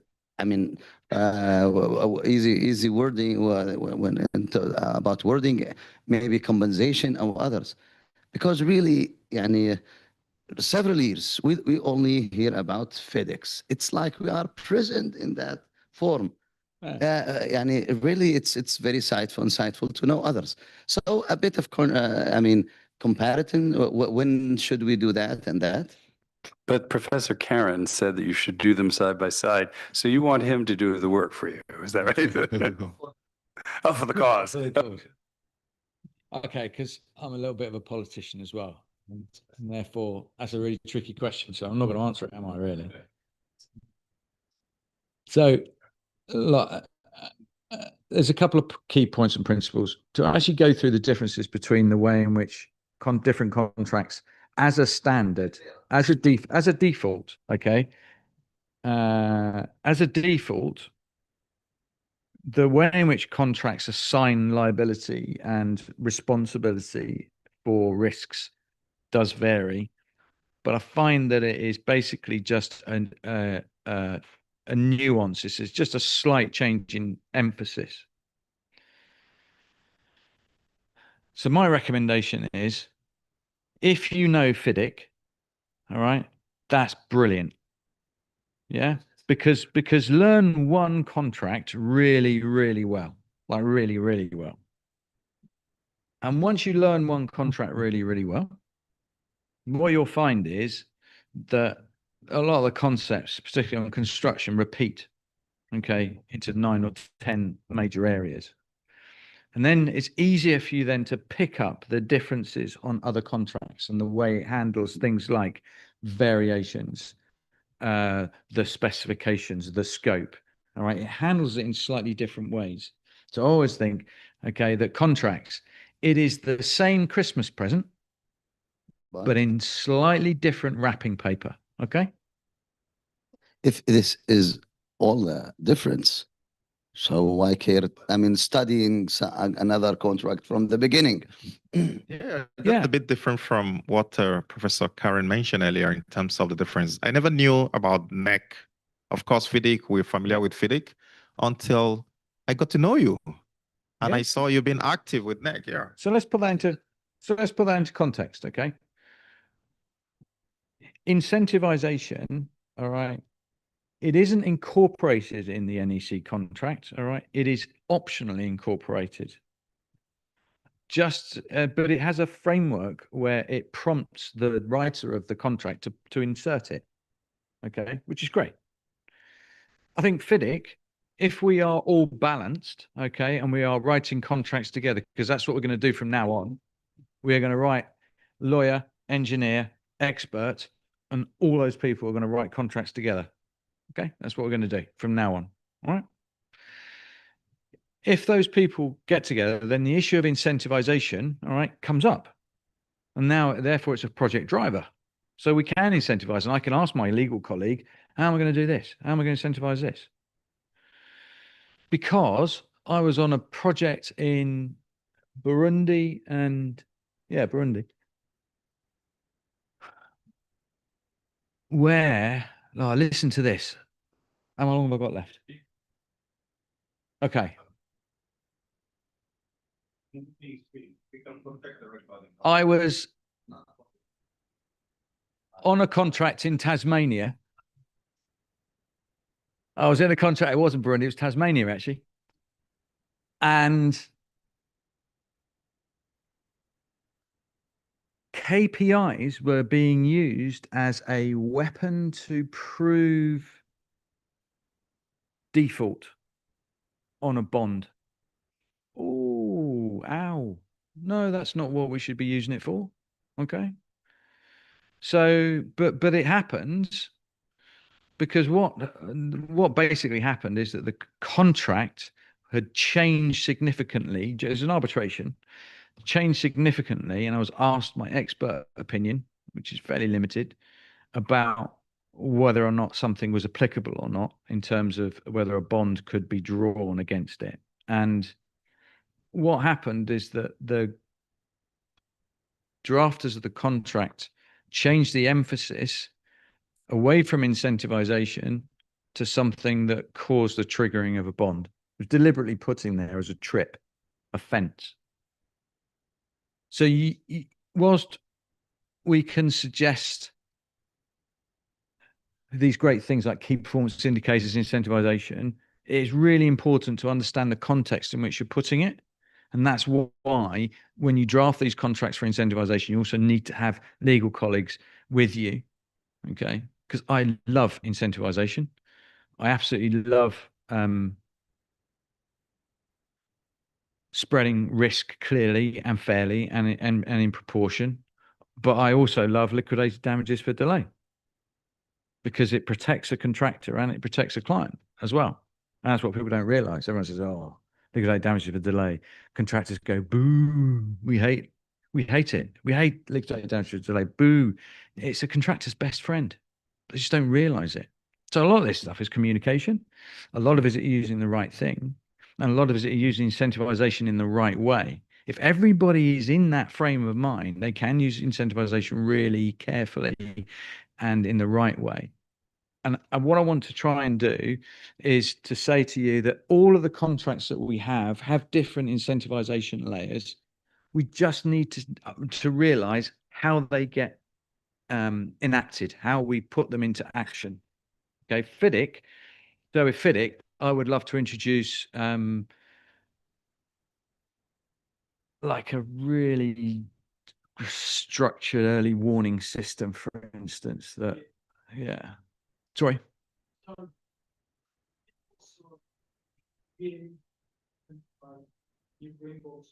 Yes.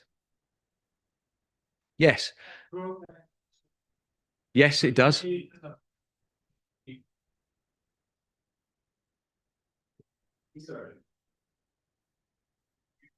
Can you repeat that? Thank you. Sorry. FIDIC also has some other ways to incentivize. That's what I was trying to mention. Because, for example, DAB, it's in the new rainbow suites of contracts.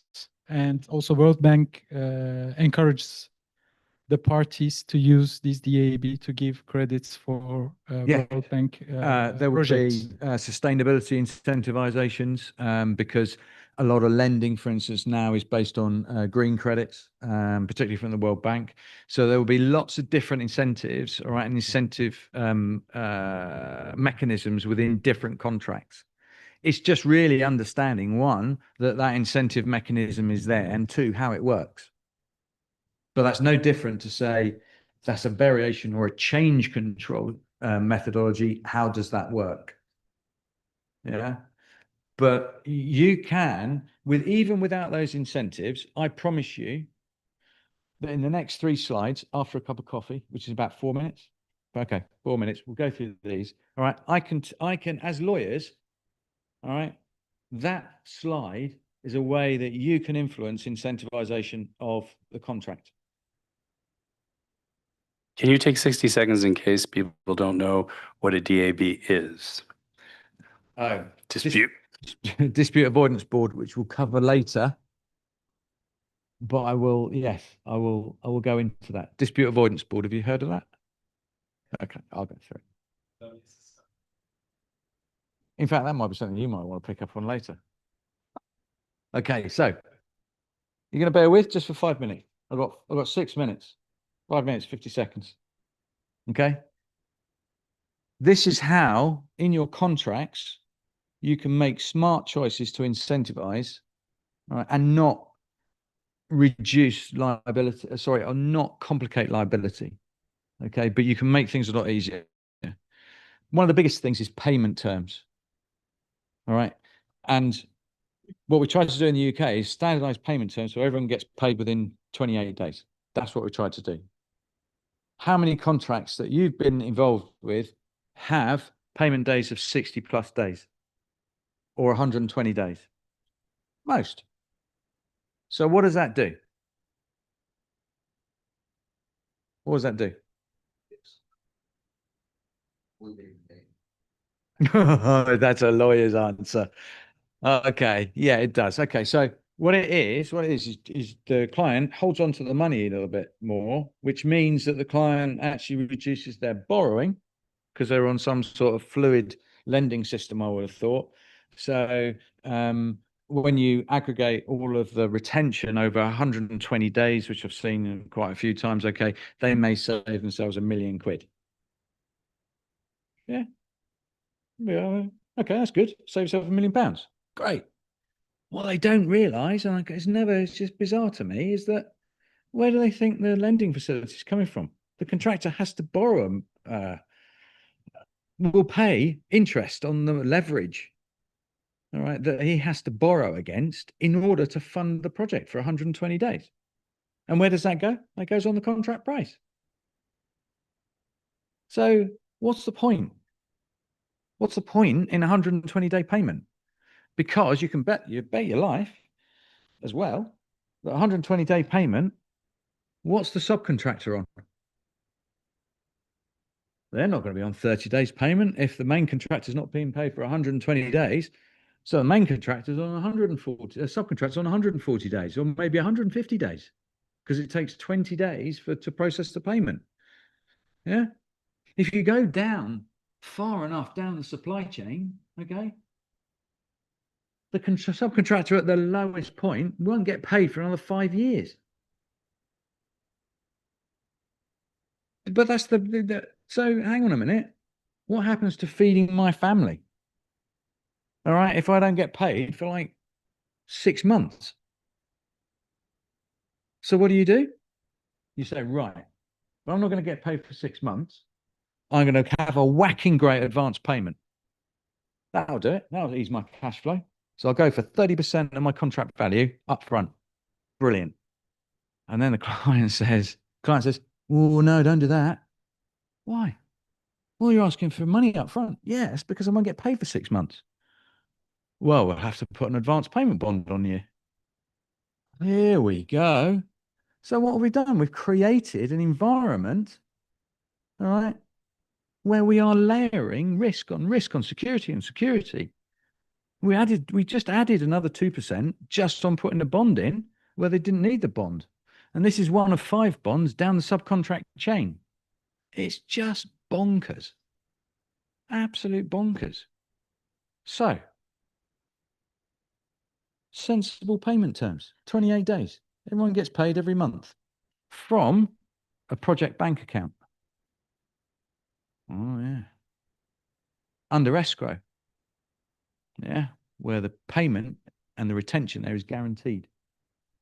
Advanced payment clauses. Yeah. Support advance payment when you want to buy equipment and materials up front, but have it as a payment mechanism so that you support the project. Caps on liability. I absolutely guarantee you a contractor who has an unlimited liability is either absolutely desperate to get the work and therefore on rocky ground, all right, or doesn't understand that a problem or a mistake could put that contractor into receivership. So cap liability. It can still be a significant liability, but cap the liability because insurances, bonds, etc. drop. Okay. Defects liability periods. How many projects have you been on where somebody says, oh, it's going to be 3 years. I want you to give me a defects liability or warranty period of 3 years.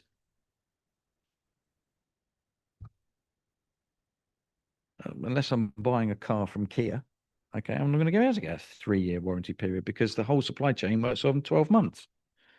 So what's going to happen when the subcontract warranty of 12 months runs out and I've got to support in an extra 2 years and I haven't got any support mechanism in place because the subcontractor only gives me 12 months. So what do? I put money on it. Retention payments. A retention payment, that's retaining 3 or 5% of the contract payment every month against future defects. Well, you can do that. Alternatively, you can put in things like retention bonds, which increases cash flow, which de-stresses the supply chain. Ensuring all subcontracts and suppliers, all right, from the main contractor back to back. Oh, I've got 30 seconds left. Okay. Back-to-back contracts means everybody's incentivized and penalized at the same rate. Got to be good, isn't it? Bonds, securities, bonds, performance, advance payment bonds, warranty bonds, defects bonds. What have we said? Don't duplicate, because every duplication puts another layer of risk on everything. Yeah. One day, what I'm going to do is I'm going to calculate the direct cost of a construction job and the cost of securing it in accordance with the bank's requirements. And I'm going to do that in the next 6 months. Termination suspension clauses are important because you want to step away from a contract, all right, to terminate if somebody else isn't doing the work that they should be doing, like paying somebody, all right, or the contractor's not doing the work, you need to walk away. So payment suspension clauses are really important because it gives the parties flexibility. You shouldn't be afraid. Termination or suspension is not a dirty word, but not dirty words, yeah? You should use them. And then last but not least, changes in statutory legislation and law. Assign the responsibility to the right person. Okay. So it's a tax, something like a tax statute. All right. You assign it to the client because there's nothing that you can do. It's going to cost more anyway. And the burden falls to the client. If other legislation, such as a contractor's legislation that in the Middle East, they have to work to a particular code of conduct, which has recently come in. I don't know whether people are saying that's an additional benefit or disbenefit or benefit. Then it's assigned to the contractor. But what I'm saying is don't leave it unassigned. Assign it to the right people and let's go for coffee.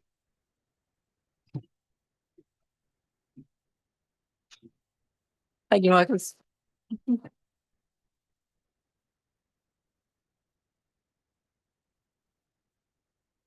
Getting there?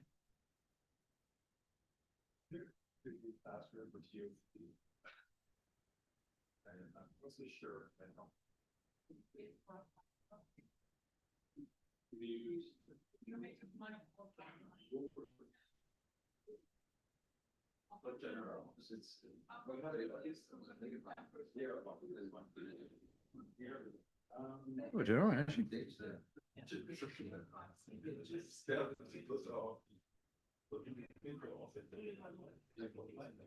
15 minutes.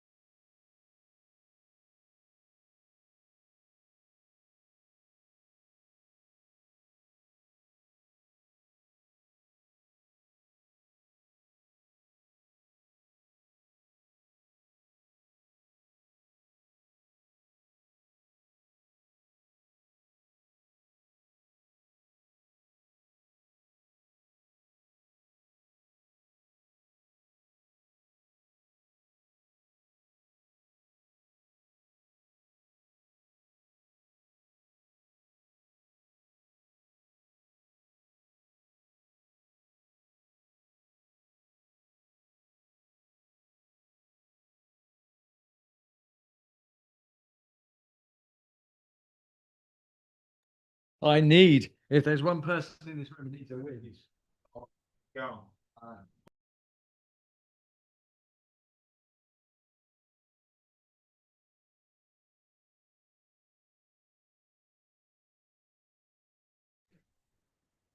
It's going to be even more wild. So we left it with this is what the lawyers can do in terms of incentivization, and we're all cool with that, yeah? Somebody asked me about target cost contracts, incentivization, and guaranteed maximum price contracts. Okay. A target cost contract is something I want you to be aware of, because what it is at the start of a contract, the contractor is asked to say how much they think the contract's going to be worth. And say it's $10 million, say. You're asking to say, I think it's going to be $10 million. And the client says, fantastic, $10 million. But if you come below that, all right, on your actual costs, I'll split the saving with you 50-50. Ooh, that's nice. We like that. But if we go above the 10 million, you're going to share some of the overspend with me. So what that does is it releases the tension in the supply chain again, providing everybody's on a target cost contract. For it to work really, really well, which comes back to the issue of subcontract, making sure that all subcontracts are on a similar set of contracts as the main contract, make sure that the incentivization moves all the way down the contract. Because otherwise, you're going to have people and companies that aren't incentivized because they're not sharing part of the incentive. So that's a way of selecting a contract that incentivizes the output and rewards good innovation and efficiency. Okay, contract mechanisms. I always think that incentivization is a bit of push and pull. Yeah, you need to sort of incentivize positively, and sometimes you need to make sure that a contractor is aware that they can't do something, like they can't be late, so we're going to apply liquidated damages. So the sorts of things that we can use are things like target cost contracts I've just been through. Competitive tender is a great way of making sure that everybody is aligned in terms of the pricing mechanisms and you have negotiation time. Early completion and payment incentives. Okay, so if you get the asset earlier than you anticipated, you're producing more pharmaceuticals, and therefore why wouldn't you encourage the contractor to finish earlier? So all of those are all elements of incentivization that you can put within the contract. And then what I would call contract mechanisms are the policing contract mechanisms. Yeah, the ones that ensure through some form of sanction, usually financial, that they keep within a certain boundary of performance. But what I would say is make sure that the level of damages is appropriate. You don't want to penalize or make it so commercially difficult for a contractor if they're late that they just add on more risk and more risk to the contract. So your damages and your bonds, they need to be meaningful so that they protect the client. Yeah. But not damaging to the contractor if, all right, they start to fail to perform. Yeah. It's a fine balance, but you need to find that balance, and there isn't an answer to it. You just need to find out how much you're going to securitize their performance.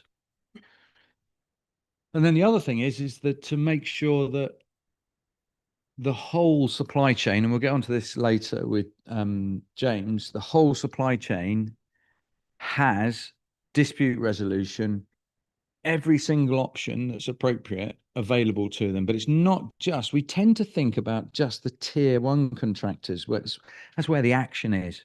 Yeah, that's where all the arbitrators want to be, tier one and investor state. Yeah, everybody who's an arbitrator wants to do that. Okay. But what we've got to remember is that there are are so many different types of dispute resolution, and you should not be afraid to use anything that's appropriate. Why are we limited to just arbitration and mediation, for instance? Why can't we use adjudication? Why can't we use MEDARB? Why can't we use expert determination?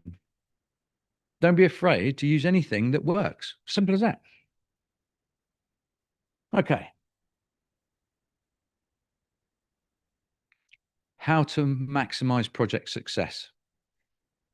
Don't underestimate how important senior managers are to making sure that everything is implemented, because there is absolutely no point in writing all of these contracts or identifying key areas that you want the contracts to focus on if senior management and senior colleagues and senior supply chain partners are not engaged in it. So you have to make sure that the strategies are being passed down from the senior leaders. Yeah. Because otherwise you get undermining, and you don't want that. Okay. And when projects get difficult, senior managers, all right, and senior leaders have ways of making disputes easier to handle before they go to full dispute resolution. And you should try and encourage that through negotiation, through sharing, through commercial negotiation, realization. So engage seniors. Like, I'm a senior now. I've always got my bus pass, 2 years, and I'll have my bus pass. Okay. Dispute board, another important process where senior managers and senior experts are all grouped in together to resolve disputes that arise on a particular project. So a dispute board has usually got the power to review disputes that occur on the project, to adjudicate on those disputes, all right, or to make or to give or provide advice, which is also very important. But they have to be independent and they have to be reliable, and the parties that use them have to be clear that it's a good thing to do.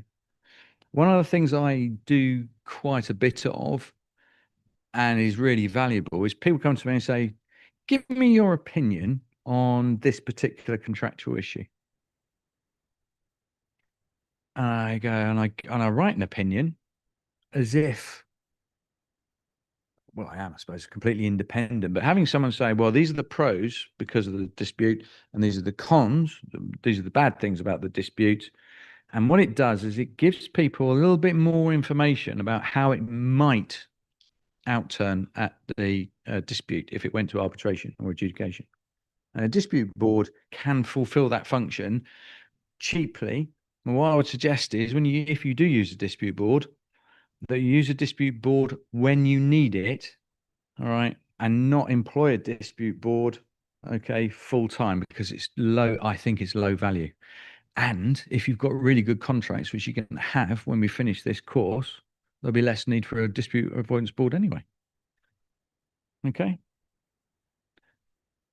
So, did you know Karen was first a mathematician? Well, I'm going back.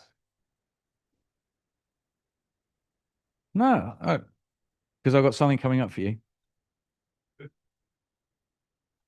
Okay, team structure. Make sure that everybody in the team, whoever they're delivering with, all right, knows their place and their role within the team. Really, really important. And make sure that you're getting together experts in that particular field, in that particular avenue, because it's about delivering the whole of the project and the outcome, not just the project. Yeah, it's not about delivering the bricks and the concrete and the buildings. It's about delivering the hospital, because we can put the hospital up, but if nobody can use it, we're going to have a problem. If you have a $20 million hospital in Kampala, but it costs you £5 million a year to run it, how long is that hospital going to run for? not very long. Okay. So get everybody aligned in the structure to take the project right the way through, because there will be a need for contracts, as we saw, going forward after delivery. Now, I'm not going to dwell on this, but in a construction project, from a management perspective, and I've done quite a bit of management consultancy for major contractors in Africa, and a lot of people don't realize that the best management structures for construction projects in particular are what they call a matrix structure. And a matrix structure basically enables the project to call in the right expertise from the right department and the right individuals at the right time for each element of construction. If you have layered or tiered management structures, what it causes the contract and the project to bind, and people don't get results as quickly. So if you're in a project, all right, look out for these matrix organizations, because it will definitely impact on who you deal with and who you see, particularly if you're a tier 1, tier 2, or tier 3 supplier, and particularly if you're a lawyer, because you want to get to these people in the matrix organization.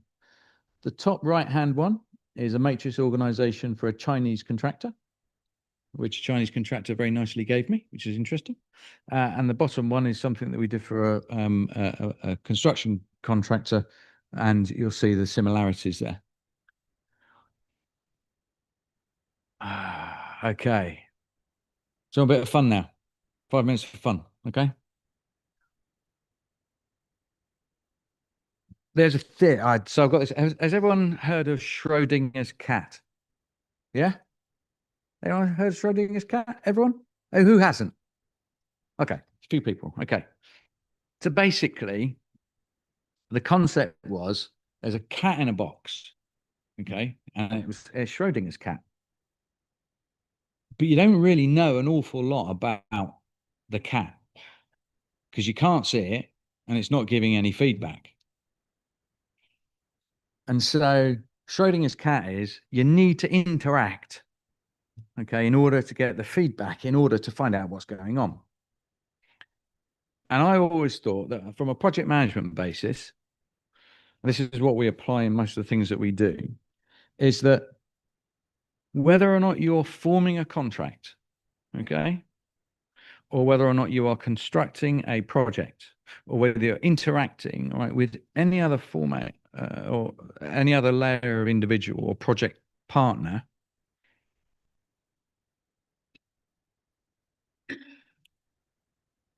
positive interaction means that instead of sitting there just assuming because there's silence, you make an assumption. If you positively interact with somebody, you're going to get a direct response back. So we can assume, okay, that in our earlier example, the contractor was not going to do the design. It was the client who was going to do the design. Okay. Because I hadn't interacted with anybody, and therefore that was my baseline assumption, which would have been right. But had I used positive interaction, made the inquiry as, are we still heading towards the client doing the design? And somebody coming back to me saying, well, no, actually, I think we've changed that. That's a direct example of how you can implement a positive action in order to harvest a positive reaction and gain more information, which is crucial if you think about it, about the way you draw information about when you're writing the contract. So when you're writing a contract, I want you to have multiple interactions with the client. I want you to have multiple interactions with the design team, multiple interactions with the potential contractors, if you're lucky enough to have that for early engagement. Okay. Have that positive interaction, because that is how you can really start to drive true value into the things that you do. Yeah, May I intervene? you can for a indeed. moment? Well, just because you can't talk about Schrodinger's cat and then throw it at me and not give it to me, because Schrodinger's cat is a very exciting theory. So just for general information, Schrodinger's cat, right? There's a cat in the box. Schrodinger is the person doing an experiment on the cat. Schrodinger posited, is this cat alive or is it dead? This is why he didn't go any further into this, because it gets a bit gruesome at this point. Is the cat alive or is it dead? Have we fed it? Did it suffocate? Whatever. So Schrodinger posited that the cat was both alive and dead until we open the box and find out which state it's in. So this is where the analogy sort of falls down a little bit.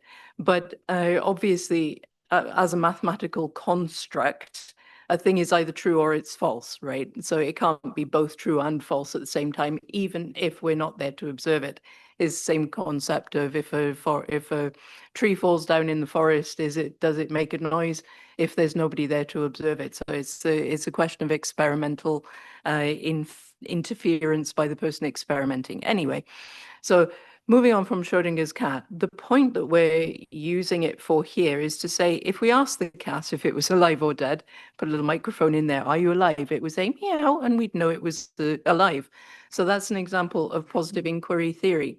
Now, on the other hand, we've got KPIs. You remember the KPIs from just before the break?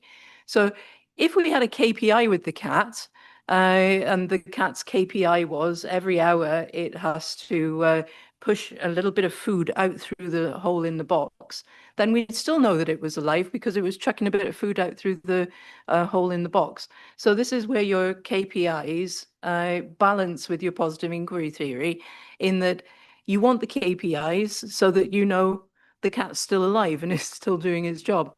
But if you find you're not getting the KPIs, or if those KPIs don't necessarily exist for that specific thing, then opening the box and saying, are you alive, is a good way of achieving the same end. So KPIs and positive inquiry theory sort of bounce off each other.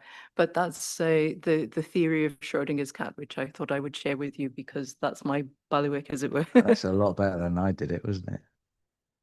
Quite right too. But you understand that if you positively interact with something, okay, you're going to get some feedback and then you can move it on. Yeah. Because if the cat's dead, your reaction to the cat being dead is going to be completely different to the cat being alive. But you won't know until you open that box. Bit of fun. And that's what I call the direct inquiry theory. Now, this one, another bit of fun, is for Karen. Okay. Now you're going to use this a lot. It might not have much to do with contracts really, but this was more to do with how to keep contracts on target, which was part of my brief. And this Sorry, is why this sorry, just 1 second.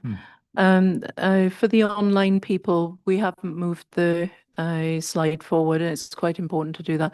PowerPoint ilerletebilir miyiz? Because we're still on a cat right now, online. There you go. Çok teşekkür ederim. I thought I was directly linked. Okay. Okay, so what I found through the years is that when people report things about how well a project is going, what you find is you get lots of different interpretations and lots of different manipulations of data. Okay?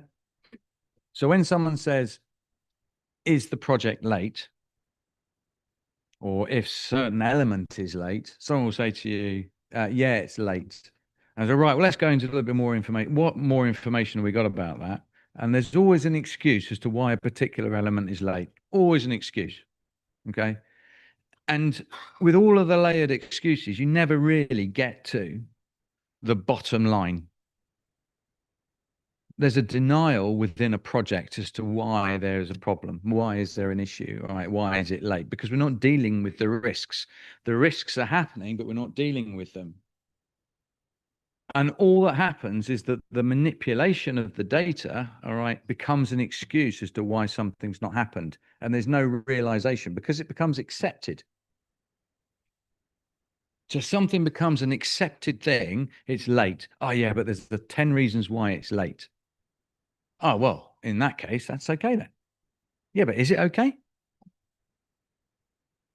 No, it isn't okay, is it? Because it's late. So therefore it could impact on the critical path and therefore it could be catastrophic. But because everyone says, well, there's 10 reasons why it's late, doesn't mean to say that it's acceptable.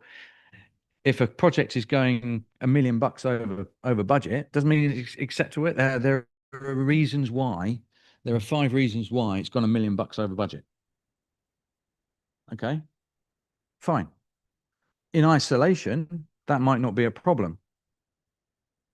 But when those issues accumulate, then it is a problem.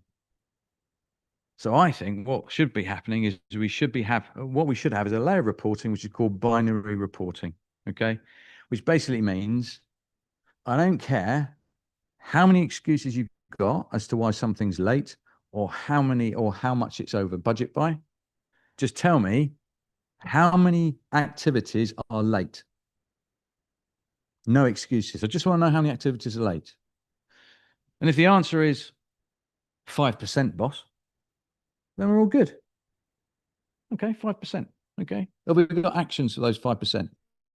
Okay, that's fine. That's binary reporting. Late, not late.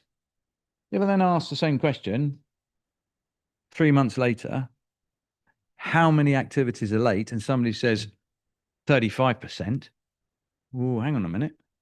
Oh, yeah, but there's really, really good reasons as to what. No, I'm not interested in that. Just tell me why or how many activities are late. 35%. Right. Where are they late? Well, we might find out just by binary reporting that the reason they're late all is in one particular track of the project. Okay. Which could be, I don't know, if we're doing motorways, it could be the fact that all of the structures are late. So what does that tell us? We need to concentrate our risk mitigation strategies on the structures. I'm not interested in what the issues are. What we're saying is there's nothing you can tell me which will assuage my fears, all right, or my risks, okay? I just want the hard data. Tell me how late that activity is. I don't want all the excuses. And that's binary reporting. How many elements are in excess of cost? 20 elements. Okay, I want to know what those 20 elements are. Oh, yeah, boss, but there's good reasons to. I don't care. Tell me what is over budget. Because that gives you a really good, incisive method of assessing how well your project's going. And if you set your model, your program right at the start with the right milestones, and you set your budget with activities right at the start, all you need to do is you just need to review those particular milestones and those particular payments or costs. And that is your binary reporting. Green or red, on target or not on target. Easy. So powerful. There you go. Okay. So, binary reporting. No manipulation, no interpretation. Focused entirely on results. With an action plan to make sure that you can deal with it. And simple, in the yellow boxes, are really simple measures. Yeah. Monitor target. Trend should always be diminishing in terms of payment in disputes. So that's a really simple one. Payments in dispute against annual turnover. For large projects. Used that before. Should always be diminishing. You should always be reducing your payments that are in dispute. Yeah. Retention days, cash retained by client. All right. Really, really important. And it can be simplified in terms of how you report it. Visual, simplification, reporting, nice and easy. Okay, so contract admin. Happy with that? Not that binary reporting? It's quite cool. I like it. So this part really is about commercial alignment and You've created the contract, and now you want to see what the contract life cycle is. So for the lawyers of you, are you aware of the role of the contract administrator within the contract? Because not many clients are actually. Are you aware that a contract administrator has to be independent? Is legally obliged. In common law jurisdictions, Karen, is it the same in civil law? Oh, okay. So in common law. Okay. So a contract administrator in common law jurisdictions has an obligation to be even-handed to both client and contractor, cannot show bias towards one or the other, or not act in favor of one party. So just because a contract administrator is employed by a client, for instance, doesn't mean to say that that contract administrator can act partially, all right, for that client. Just to give an analogy for that, so those of you confident in FIDIC contracts, you know the role of the engineer in that FIDIC contract. So in the FIDIC contract, the engineer is employed by the employer, but his role is to be an independent and act between the contractor and the employer. So just so that you're aware, that's written into FIDIC contracts because that legal environment doesn't necessarily exist outside of common law countries. And when we say common law countries as well, we're talking about the UK and Commonwealth countries as opposed to common law countries. So there are some or those that law have adopted countries, common law. well, all those that have adopted it from the UK. Because countries that haven't adopted their common law from the UK and have a completely different kind of common law or hybrid systems, they may not have those. So that's why it exists in FIDIC in that way. And I think if you do that thought experiment as well with FIDIC and NEC, I'm not sure how it's expressed in NEC either, because I don't think it exists there, because the NEC is envisioned to be taking place within that kind of an environment anyway. So be aware of it. The contract administrator, very much like the engineer, might have a different definition depending on where your substantive law is. So be a little bit careful of that. Yeah, that's really important. So the contract administrator, don't forget, is an animal of the contract, okay, and draws its duties and jurisdictions from the contract itself, which is what Karen's saying. Okay, but it's an important thing. So if any of you guys go into the UK or common law jurisdictions, just be aware of it, because clients are not. So, especially for Charlie now, these are the things, basically, these are the things that commonly cause problems within projects. Things like off-site vesting of plant and equipment. So what do we mean by vesting? This is a client making payment for a piece of equipment which is off-site, maybe in Italy, maybe in Saudi, okay? Payment is required, and therefore a separate legal agreement is usually generated either between the supplier and the client as a collateral agreement, or within through the contractor, and the contractor only gets paid when the contractor does certain actions, such as providing photographs with clarity on who owns that piece of equipment.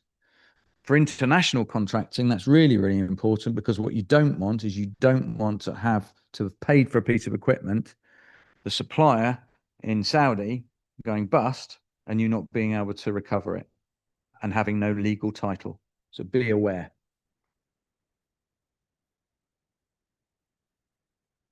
Damages for delay. Who likes damages for delay? Yeah, you do. You do like damages for delay. Okay. Everyone thinks, I'm just going to go through these at pace, right? Everyone thinks that damages for delay are a bad thing. Okay. Especially contractors. They are not a bad thing. They are absolutely not a bad thing. Yeah. Because they replace, in a large amount of circumstances, damages at large. Okay. Damages which could be so huge for a pharmaceutical project, for instance, that they could never be covered by the contractor. So what liquidated damages do? Well, the contractor will say, oh, I don't want liquidated damages. they're a really good way of limiting liability because the contractor is no longer responsible for damages at large. Yeah.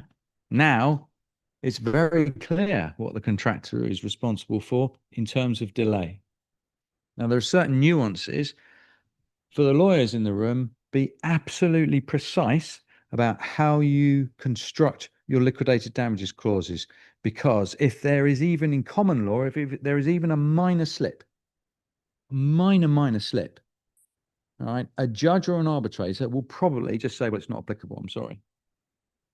So be finite in terms of date for delivery and be finite in terms of what's being delivered. If you can't get that, or if there is a lack of definition, they will not be applied. Okay. Damages at large. I'm not going to go all the way through the damages at large, but damage at large means I am responsible for all the losses that the client has because I'm late. Okay. And the way those are calculated is to put me, the client, back into the position that I was in before the lateness, but for me to make sure that that calculation is appropriate, that I have mitigated my losses, okay, and that the damages were not so remote that I couldn't see them at time of entering into the contract. So they have to be within my reasonable anticipation. Yeah.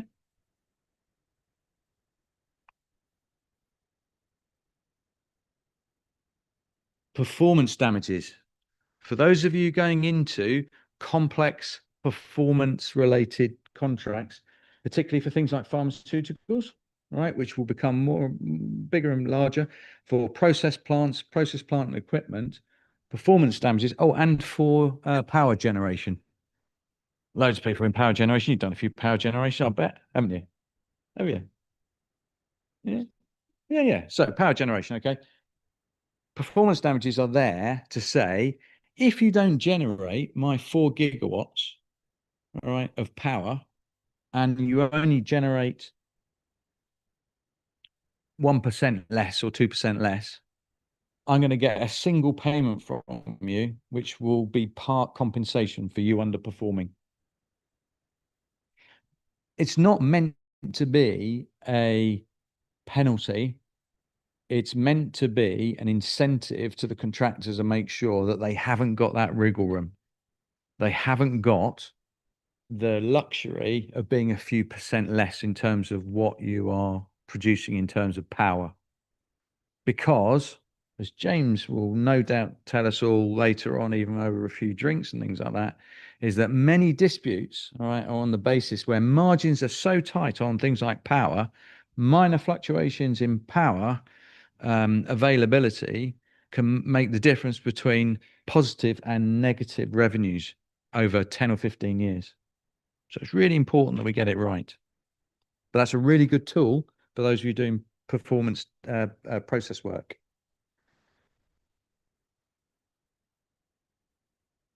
Completion and handover of the works. Who's bored with completion and handover of the works? Who doesn't really consider what happens at completion? The lawyers amongst you, quite a few, I would imagine. It's just when something's been complete.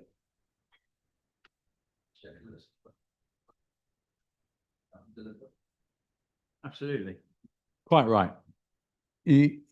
When you get to completion, always put into the contracts a list of things, patent responsibilities that you need in order to fulfill your requirements, including making sure that the scope's dealt with. You get to your completion date and everybody's happy that we've done everything and we've tested the plant and we've tested the equipment and it's all going to deliver. Happy days.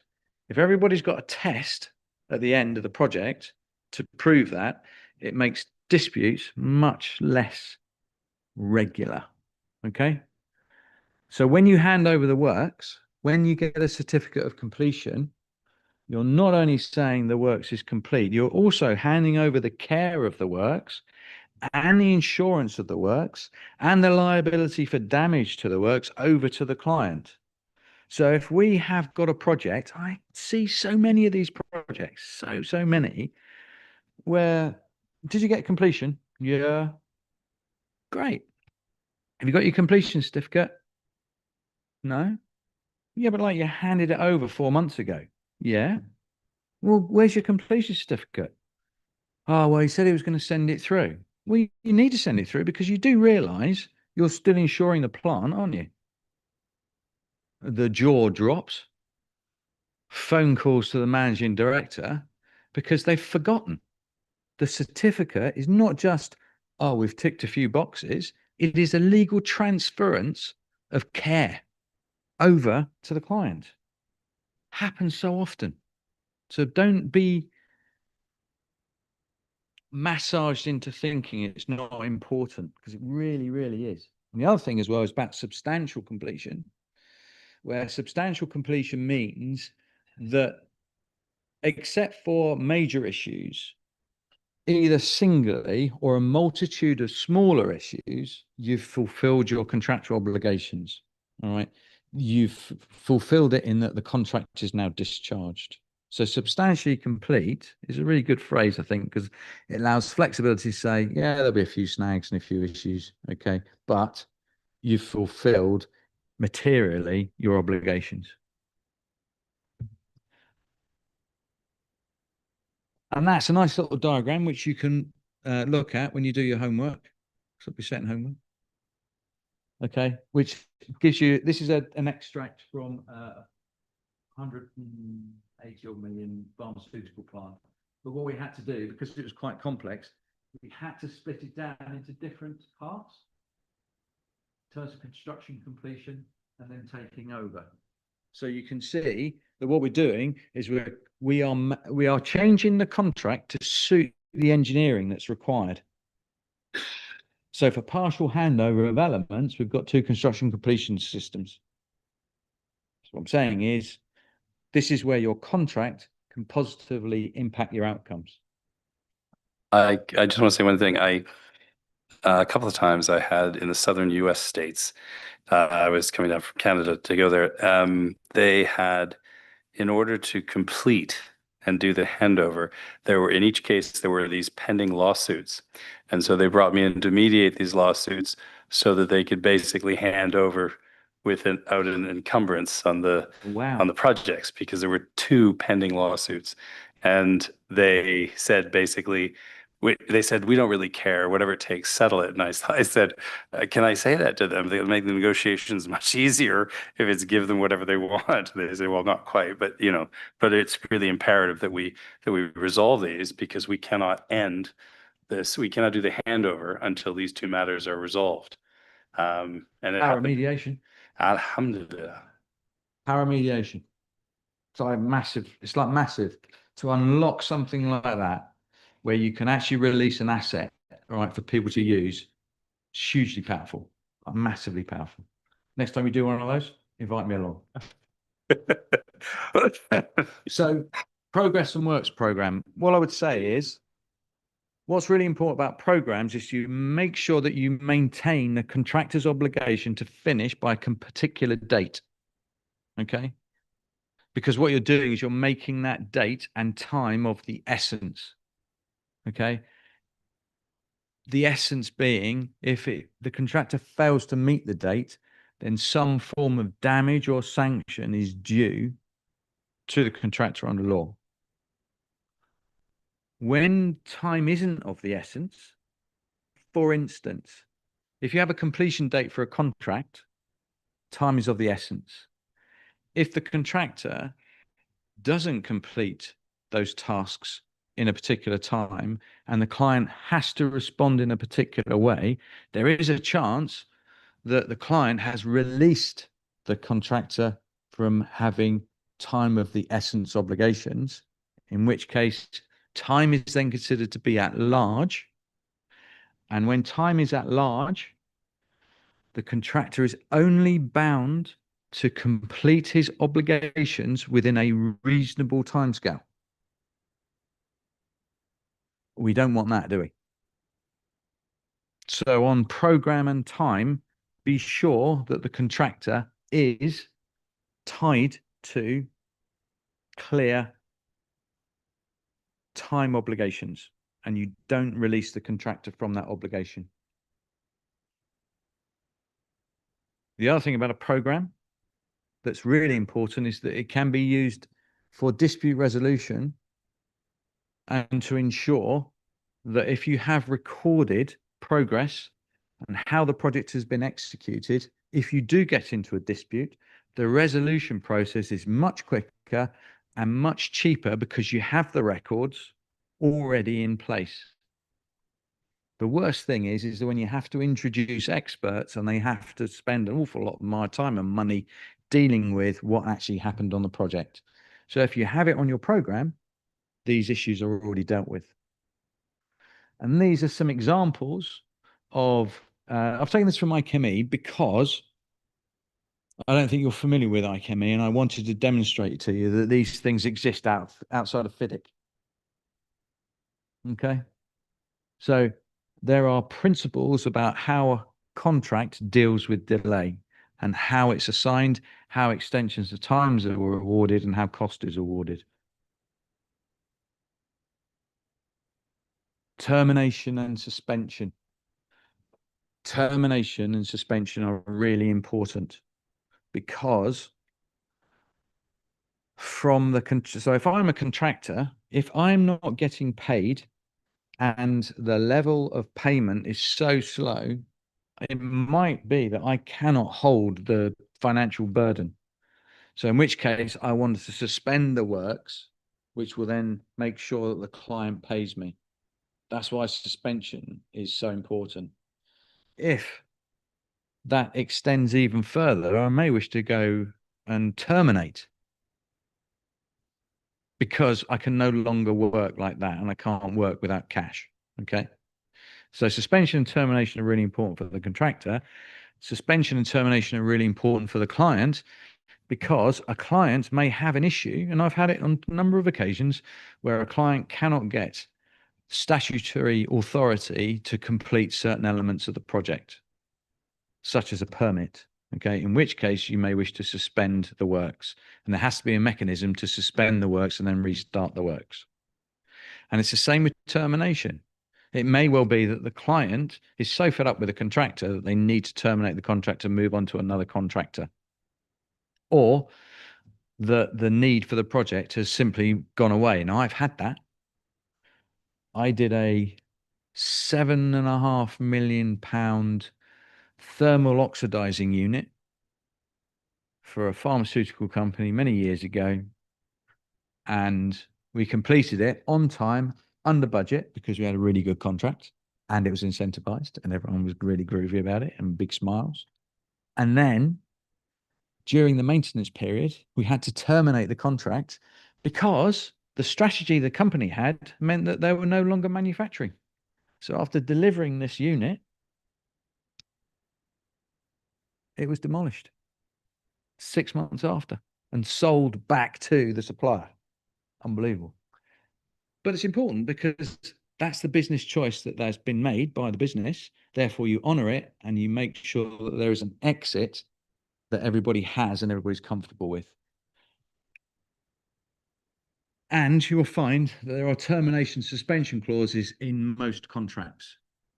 But understand what those contracts are. In the NEC contract, you get a nice little table which tells you how to calculate how much what sums are due to the contractor and to the client, which is really, really good. I like that. It's simple. Payment and certification. Really important that people get paid on time. So the process of a contractor making an application for payment is followed then by a client certifying that that sum is due, making an adjustment to the application for payment, issuing a certificate, and then issuing a payment. 4 steps, okay? Really important. And each contract has its own payment clauses. So it's just becoming familiar with those payment clauses. And you'll see there that you have identified on the green arrows interim payment certificates and a final payment certificate. Okay. The final assessment in brown The interim payment assessments in green. So those green arrows are usually monthly, okay, on contracts because everyone likes to be paid monthly. And then brown is the final payment. Now, there's an interesting difference between a final certificate and an interim certificate. Okay, so all I want you to know when you're drafting contracts is to be aware that an interim certificate is an interim certificate. It means it can be changed the following valuation period. So if I make a mistake as a contract administrator, okay, I can correct it in the following way, which means I don't have to be precise about the certificate that's issued. All right, I have to be reasonable and fair, but if I've made a slip, I can simply correct it the following month. Okay. So we're fairly relaxed about interim certificates, but when I reach final certificate, that is the final certificate and the final payment, and I cannot change it. So a final certificate has to be absolutely precise. And sometimes when you're in arbitrations, adjudications, this comes up quite a bit. The difference between interim, fairly relaxed, and the precision required for a final certificate. It happens a lot in quantum disputes. So just be aware of the difference. Really important. Defects and defects rectification. Heavily linked to quality assurance. With defects, a defect is the same definition whatever contract you use. Okay, whether it's an implied term or an express term, a defect is when the works is not in accordance with the contract, i.e., you haven't met the right specification, or you've put it in the wrong place, or it's not as per the drawing. That is a defect and it must be corrected. It can either be corrected or alternatively, a deduction can be made to the application for payment, or it's certification for payment, because in essence, because the defect is not in accordance with the contract, it has no value. Yeah. So therefore, what the contracts allow you to do is actually make an adjustment for defects, which is important. Okay. And defects occur in two ways. They can be a patent defect, which means that everybody knows about it before completion, all right, or before the end of the contract, or it could be a latent defect, in which case it's discovered, but after a certain period of time after the end of the contract. And in many jurisdictions, particularly common law, you have a period of 12 years where you can raise the issue of a latent defect occurring on the plant, a significant defect, which you have a right of action under common law, even if the contract has ended. Okay, under the statute of liabilities. For a signed contract, which is 12 years under seal, 6 years for underhand.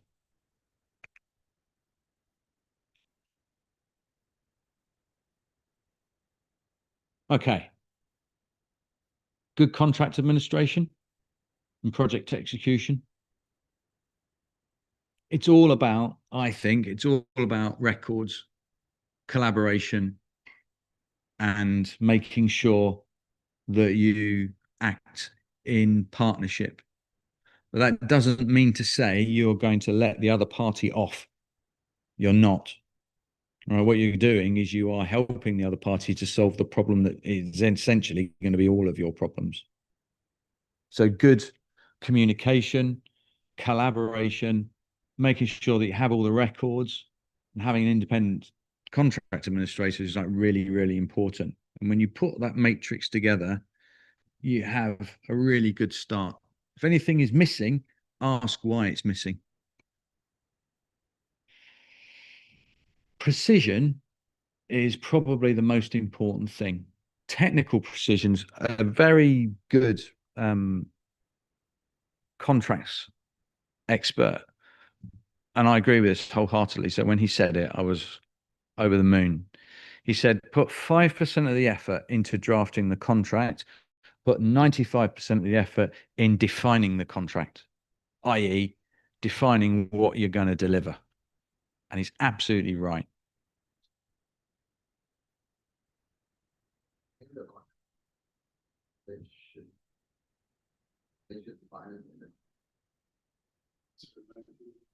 Okay, I'm saying, I mean, drafting and defining, isn't all of that should be stated in the contract? That's the problem with having an engineering brain. Okay, okay. Yeah. So you're absolutely right. So when he says defining the contract, it means the terms and conditions and the contract mechanisms which determine what happens when there is an event or a transference of risk or how it's transferred. Yeah. Here, what we've got is we're saying 95% in saying what you want delivered, how you want it delivered, what are the constraints that you're going to deliver it under, and what quality standards you need that item delivered to. Because the specification and the drawings, usually that's where a lot of the disputes arise from. So putting that effort into being clear about what's needed to be delivered and by when avoids a lot of disputes. I think that's the message. There's a slightly different concept of definition that we're talking about here. So when we write a contract, we have a section on definitions, right? So when I say this with a capital letter, this is what I mean, and so on. But when we're talking about being definite or defining what your contract is trying to achieve, actually what we're talking about is something slightly different. We're not talking about writing in the definitions into the contract. We're making sure that the designs, the design specifications that we've got are very clear, so there's no question about what those designs are meant to say. So there should be 123.52 kilometers of this specific cable, as opposed to just over 100 kilometers of cabling and so on, so that everything is very definite in the contract itself and in the associated documents that go with that contract. So we're talking really about definition as far as an engineering mind is concerned, not necessarily as a legal mind within the contract is concerned. The contract. Yes.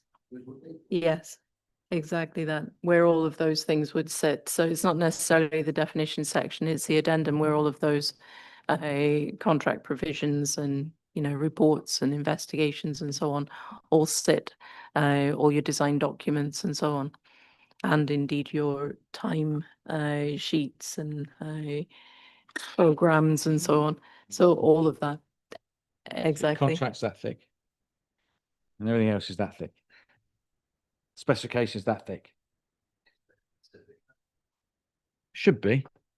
Everybody should know what they're going to do. The trouble is that what you'll find in contract drafting, and I've seen it time and time again, and I had this problem with a framework contract, is that it's done in isolation. People add to the contract, all right, in silos.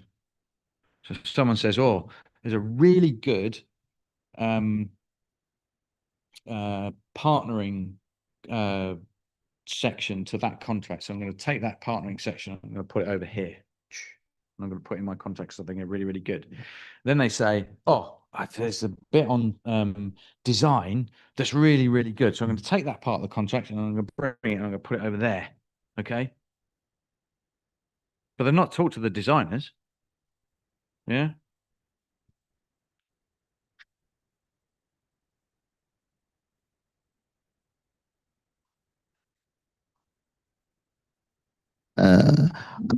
I've been, I had a contract. They said it was like 1,250 pages, and I should review only the legal part, and that's what I'm saying.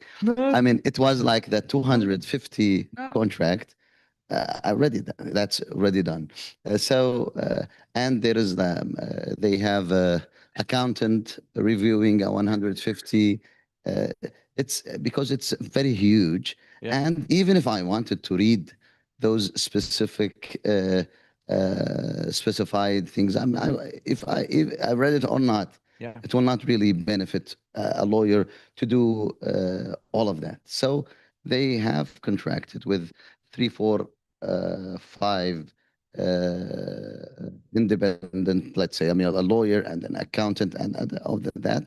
Everyone reviews all of it. Maybe they have someone to review all of that, Yeah. but who does that does have that brain to do? You see, the fundamental mistake you're making there is you just assume that everyone's as good as you are. I'm serious. So when I go through a specification, okay, from designers, all right, I've seen specifications that change the contract sum. Okay. I see specifications that introduce uncertainty into a contract, which is certain. All right. And you're absolutely right. Nobody wants to go through 5 pages of what defines a brick. Yeah. Nobody wants to do that. Okay. But what I would say to you, all the lawyers, is that you have to flick through.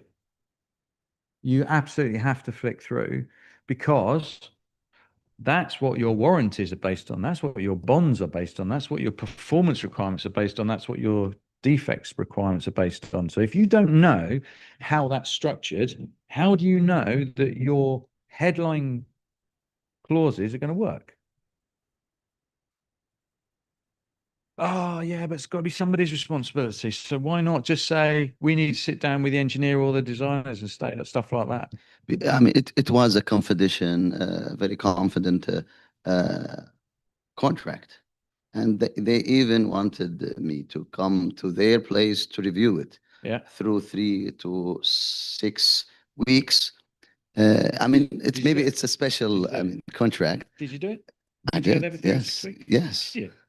I mean, they don't even did not allow me to have any copy of it. So I go there, do my work, and go. Reviewing those 250.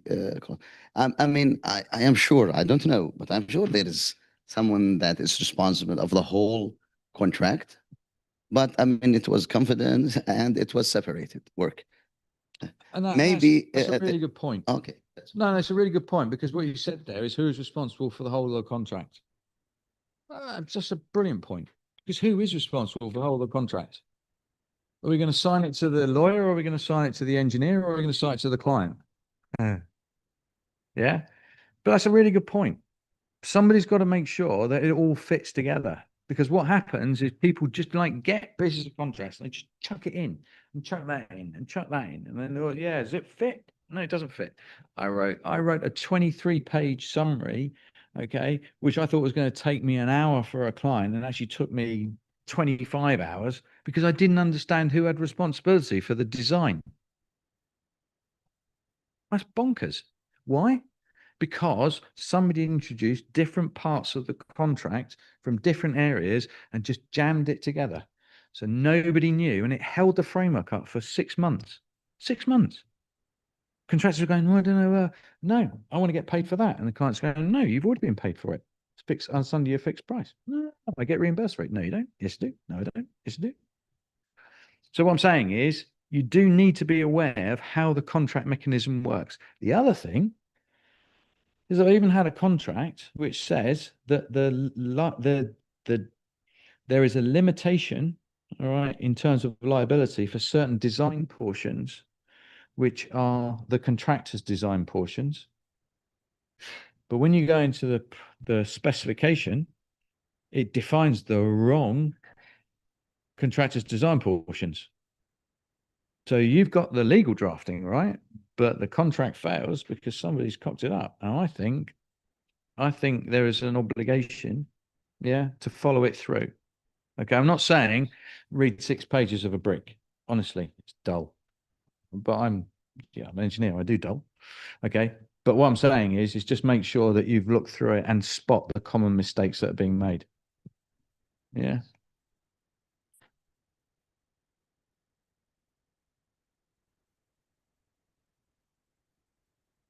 Been through a lot of that.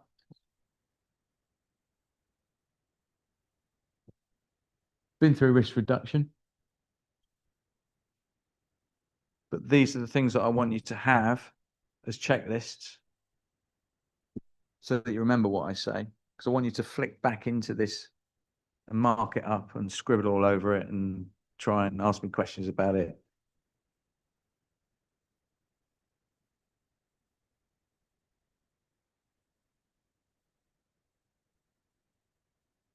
And then we get to dispute resolution,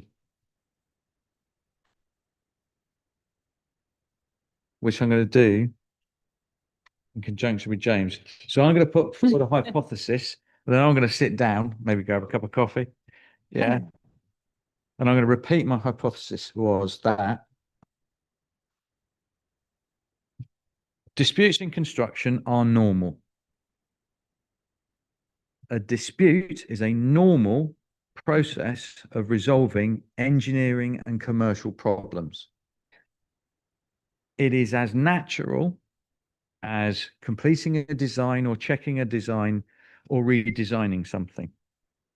I should be able to call up either a senior representative or a mediator that's been dedicated to the project and say, I've been having a chat with the contractor about this, and we've been discussing it to and fro, and I don't really get what he says, and he doesn't get what I say. It's getting a bit fractious. Can you come in on Thursday morning, just have a chat with all of us, and just see what happens? And James go, yeah, no problem. Thursday morning, I think I'm on the same continent as you. No problem. I'll come in on Thursday morning and we'll have a chat. And it should be as simple as that. Should be as simple as that at the first stage, okay, of when there's an issue. And that might resolve it. It might narrow, okay.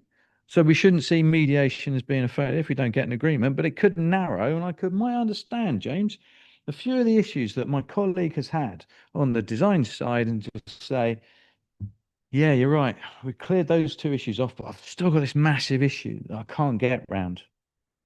Okay. But we've narrowed it. So we've automatically reduced the amount of burden that we've got. And then we say, okay, I'm a big fan of adjudication. Okay. I'm biased. I freely admit that.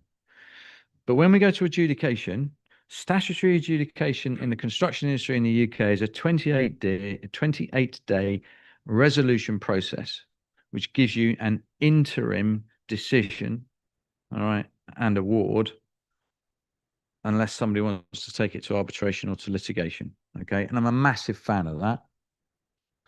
But the reason I'm a massive fan of it is I think it needs to be something that's natural and that nobody then says, God, you know, that contractor and that client, they've gone to adjudication and goes, oh, no, have they? Yeah. Oh, my God, things must be really, really bad there. Oh, they must be arguing all the time, blah, blah, blah, blah, blah, blah. No. Gone to adjudication because we've got a dispute. Gone to adjudication because I don't agree with the interpretation. All right. I've gone to adjudication because I want an answer. I've gone to adjudication because I want some cash. And I'm prepared, all right, to submit myself to the process. All right, unless I feel that I've been really hard done by and I want to take it to litigation or arbitration later. But what it shouldn't be, I'll tell you what it shouldn't be. It should not be a really costly review, all right, of what the dispute is.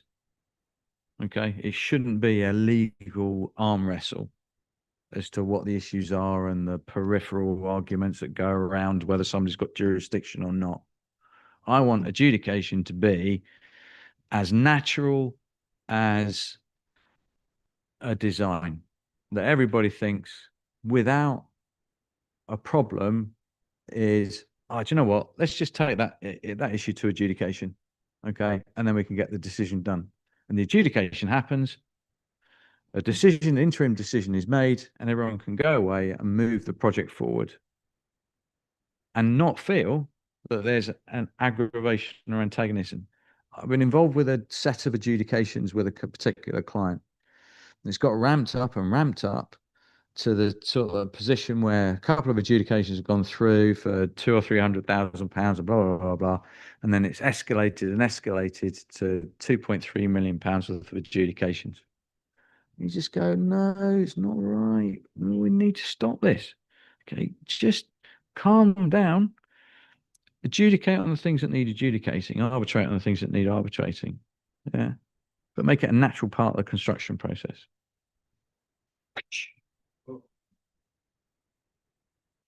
That case I told you about earlier, when the management team, the governance folks, the operations people, and the scientists were broken up, they were specifically focused on these issues because what emerged from these three, or there were others, but there were three primary briefs.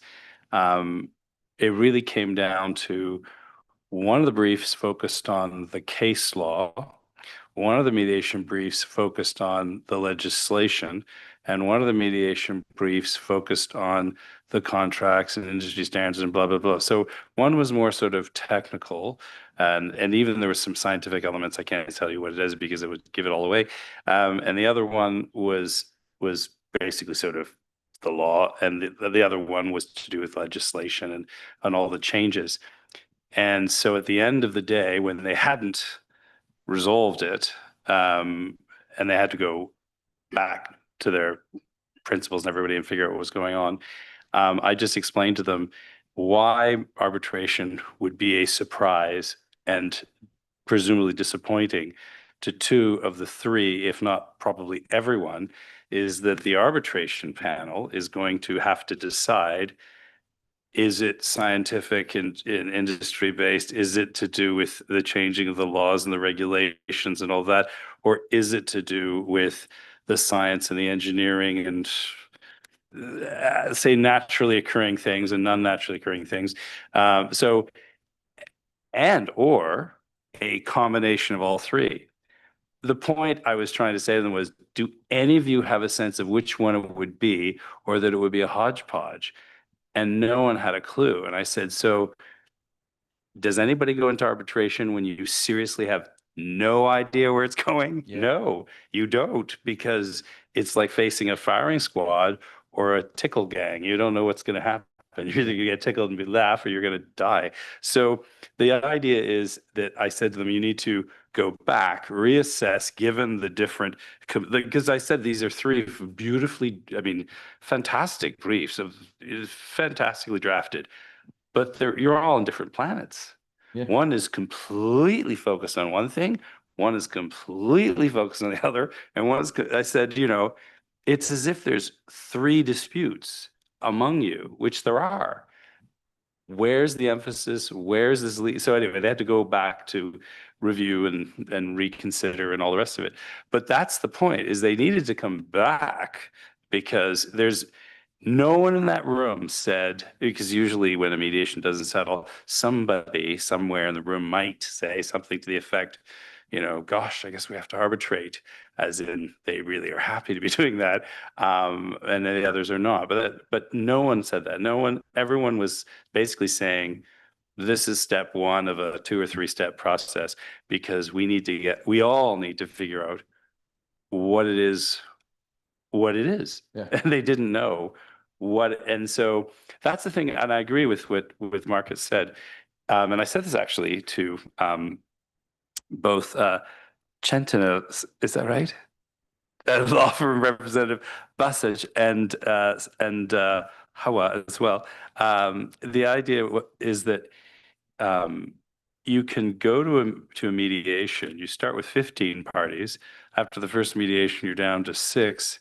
So you let parties out. You have a much better handle on what's going on. And if you haven't resolved it, you might give another shot where exactly as you said, I use the exact words, you narrow the issues themselves, so that you can then decide from a series of services whether you'll have an independent finding or an early neutral eval situation, or you might simply arbitrate, or you might have a conditional resolution where you say, right, the 5 of us agree that the best person to do this is our learned friend, Mr. Marcus.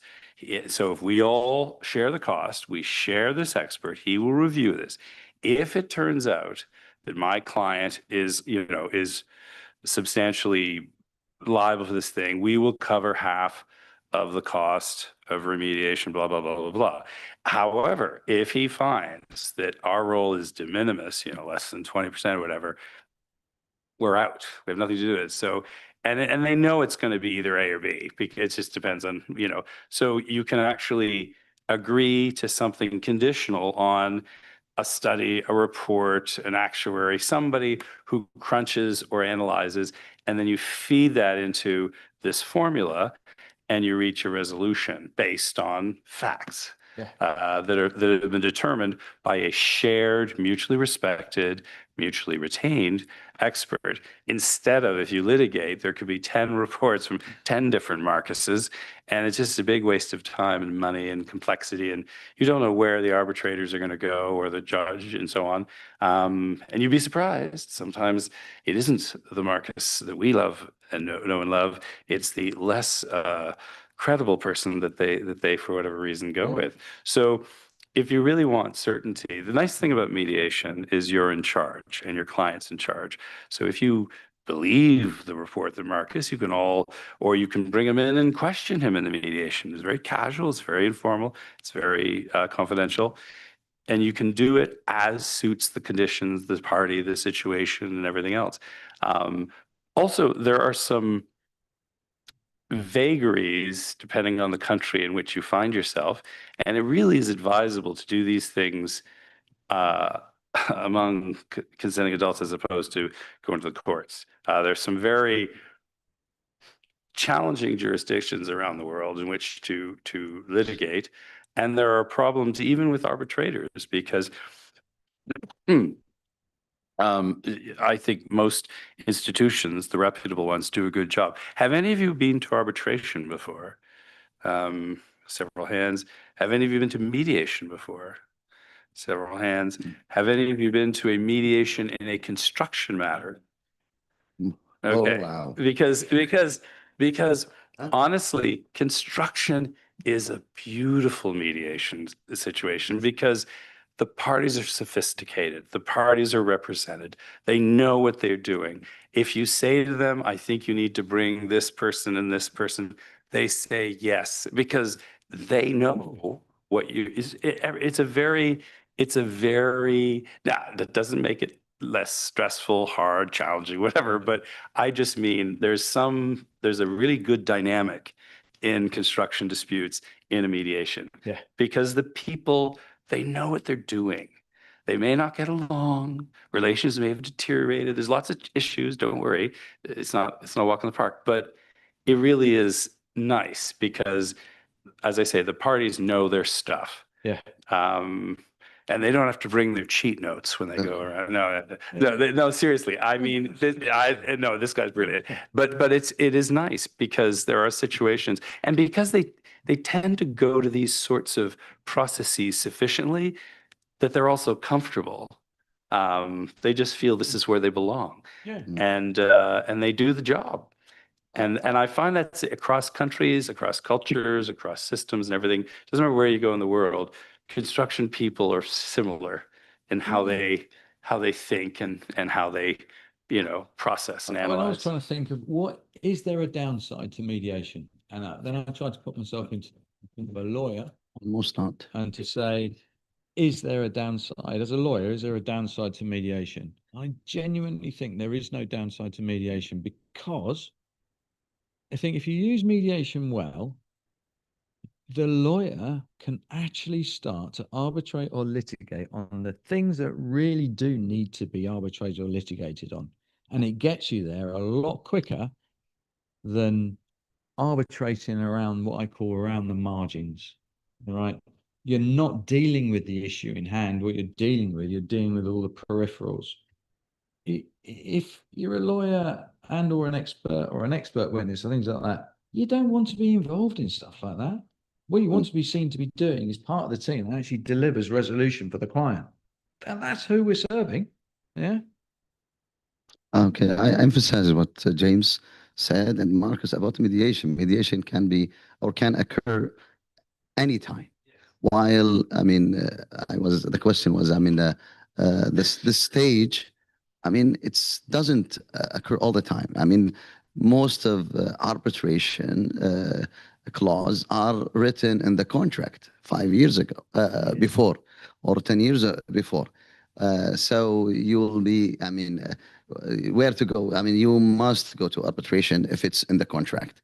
So this Yes. stage isn't as broad as it is. While mediation, even if you have an arbitration clause, you can go to mediation or mediate. Yes. So I mean, mediation should be, and it is very general that you can pick it in any time and any stage. And it should be a step clause. The only reason I say that is because, as you all know, when you're in the thick of a fight, it is hard to get people to agree that on the color black if their relationships have deteriorated at all. So if it's a step clause, there's no, and that sort of reinforces what Marcus was saying about, you know, there's no shame. It's there in writing, and it's not going all the way to the more adversarial approaches. This is, as you say, it's a naturally occurring thing, and it's fruitful. And I think that, I mean, and you should remember that honestly, almost every country I can think of has a history of some form of mediation. Yes. And so they get it. And they don't, there is some variation. For example, I found that in Afghanistan, a few other places. But that is not because of anything except that they have an older version that predates. So when people said, we will get rid of this, I always said the same, no, keep that, but also offer this. And it's like a menu in a restaurant. Do you want the traditional Afghan, or do you want the international commercial model? And then the parties can pick as to what they like. But I think I just wrote down a couple of things. So I was thinking variation claims, delay, force majeure, acceleration, payment, termination, global costs, like anything can be mediated, as Anas was just saying, and at any stage. So you can do it, as Marcus is suggesting, and I really do suggest this, do it early. Don't wait until the gloves are off or you're no one's returning your calls. Do it while you're still amicus and friends. And you can do it just before the arbitration or during the arbitration and even after, because there are sometimes, there might be an award that says, you know, the professor must pay, you know, 190 million pounds. Now, I don't know about her financial situation, but I would guess that she might say, I need a week. So, you know, to sell some assets that she has close at hand. But the point is that the structuring these things can be complicated, and it can be embarrassing and everything else. So if you offer, after having won the award, you say, listen, you know, why don't we bring a mediator, we'll spend the day, we'll just have a chat about how we're going to make this happen. And that is a good thing to do, because they don't always want to be the one to say it. And then you get in the room and you find out that they are having a very hard time. They will be able to pay, but they need some time, and they need to structure this a bit, and maybe, you know, they can do something differently with a discount or whatever. But all these things are possible only in the context of a mediation. You won't get that in an arbitration, and you certainly won't get that in a court, because that's not the sort of process it is, nor should it be. So again, obviously, as Marcus is pro DABs and mediation, and pretty much everything, he's very pro choice. But I really do think I would urge you all to consider arbitration is obviously great, proven, done, dusted, but mediation increasingly is important. And it's important too because of the risks that were mentioned. You may get wind that there's some bad thing coming your way, whether it's inflation or regulation or whatever, or their annual reports don't, you know, the preliminary noises don't sound good. And you may simply say, we need to get in there next week and wrap this up, because some things are coming that we just can't predict where the cards will fall. So sooner still. And don't worry about who the mediator is, unlike an arbitrator, because it's not determinative. And I think that's a big thing too, because most mediators through most reputable centers or rosters are going to be competent and able to do the job.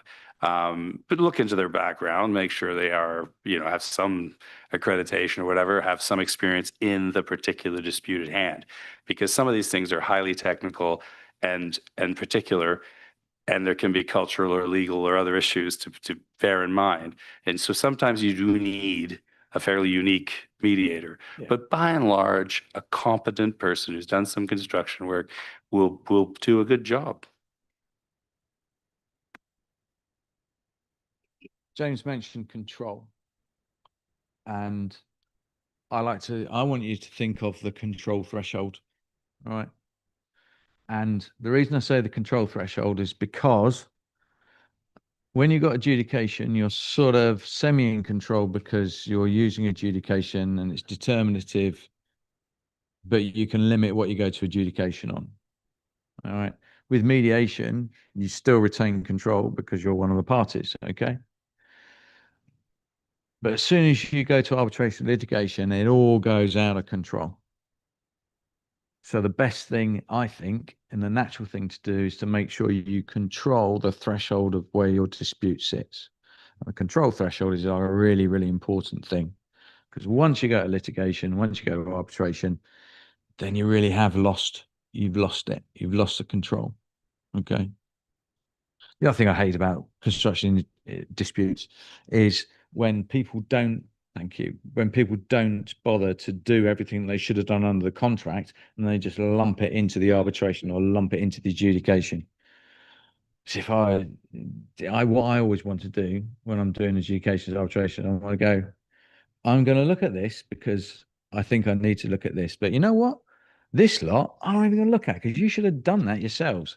Go away and sort it out and tell me what the answer is, because I'm not going to look at it.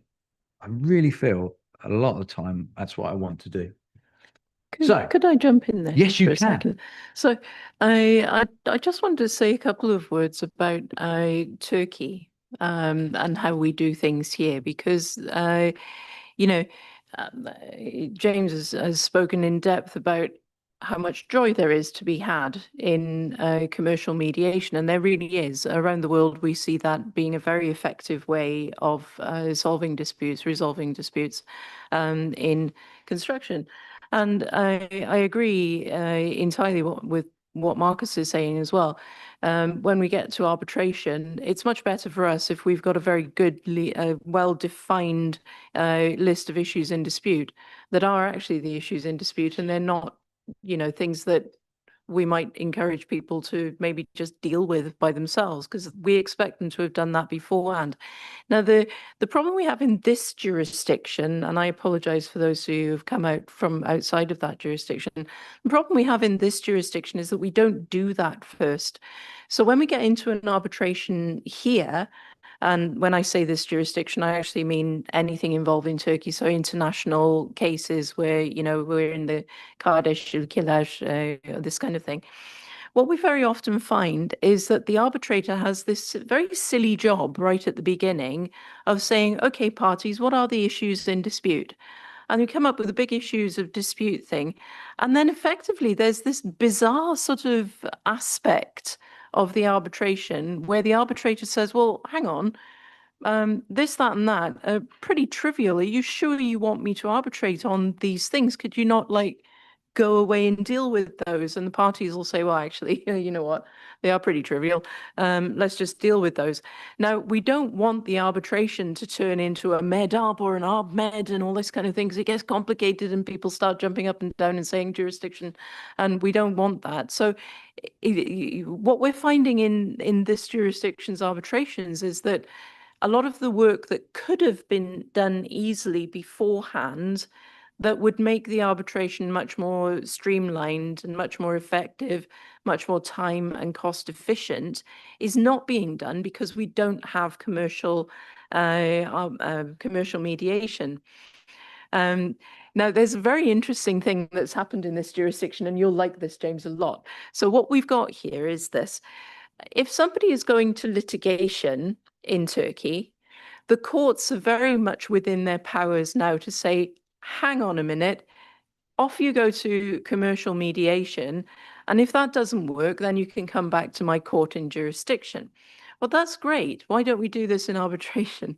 But what effectively actually ends up happening in some very important sort of quirk of reality that we have in Turkey is they start off in the court. The court says, no, off you go, do some commercial mediation. They've never done that before.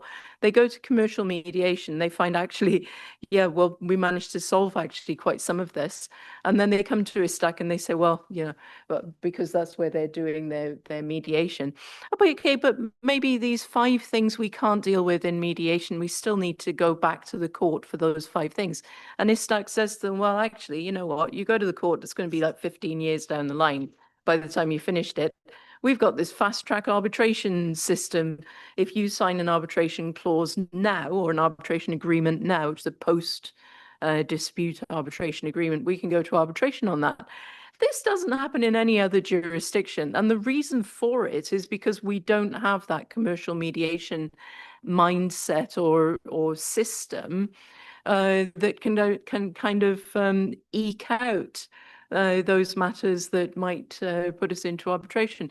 So what I'm finding is the people who are going into commercial mediation are those people who actually don't have an arbitration clause in the first place, because if they do, they've got no mindset of going into commercial mediation beforehand, which is actually quite bizarre because you know, most of your FIDIC cases, FIDIC contract environments have got that mediation adjudication boards, rather, not statutory, but in as a contractual matter, and then arbitration. But people who aren't dealing with the construction industry, who don't have the benefit of that sort of FIDIC contract, maybe they're in GSM or they're in pharmaceuticals or whatever it is, and they're not using those type of contracts, they're not doing it because they're going straight into arbitration. And then they miss out on this whole world of loveliness that could have got rid of at least half of their arbitration matters without all of that pain that they're about to go into.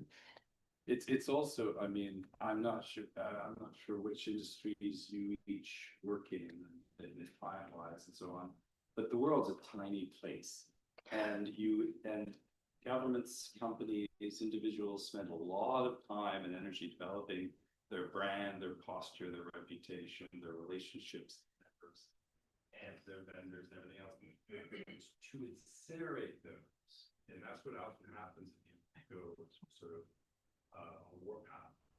It really does. You are undermining other people's relationships, and they will undermine yours in due course. So I know this has said a lot about mediation, but really preservation of those relationships is critical. I mean, imagine your best client and you're going to lose them over a dispute.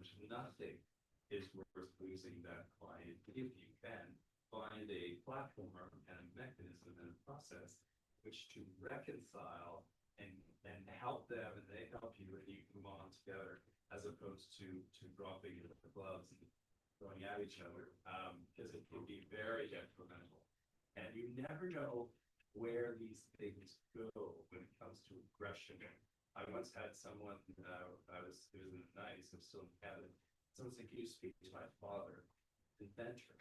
And he seems to be having a real problem. So this man was a huge deal in the paint sector, and very genius, very successful, everything else. Well, he refused to negotiate over and over again, despite everyone's best efforts.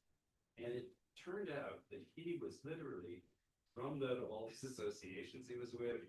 He had lost partners and relationships. Companies stopped doing his work. And I mean, he literally, and this can happen, he literally, everything came apart. Whereas if he had just sat down and with a series, 2 or 3 mediations, he probably could have got everything sorted out and gone on his merry way. But once you go down the path of war, it's extremely hard to undo with the genie back at all. So I highly recommend that if you have clients and they're resisting, you just tell them you have nothing to lose. One day, you meet them in the room with the mediator and see if they're there. If there isn't, fine. put on the armor, go to battle, do your state. But so often, and I'm sure you have both had this experience, I'm sure most of you have, where once you get the thing resolved, the parties really cannot believe that they didn't get this done sooner. And they feel considerable relief. And to underscore what Marcus said, they will thank you if you're the person who resolved this problem. And they will see you as a resource, and they will bring you more work. And this goes all the way to the GPs of the world and corporations. They all take the view that if you help us, we will be working with you. They value you.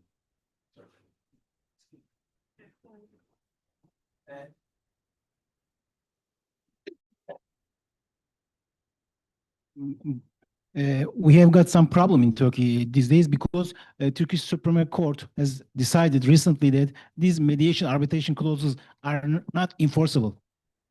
Yeah, it's a very recent decision. According to Turkish law, we are not able to do this. At least for a time being, we cannot. I cannot recommend my client to have such a clause, because otherwise he can have an enforceable clause, which I will not feel happy for my client, you know.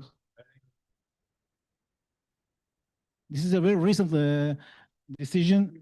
Yes. It says that mediation arbitration clauses are not enforceable. It's like 2 or 3 months. So I don't feel confident about having such a clause in my contract. Can you share the name of this decision with us, just so that we can look into it? Because this is very important, this sort of thing. Sorry. Yes.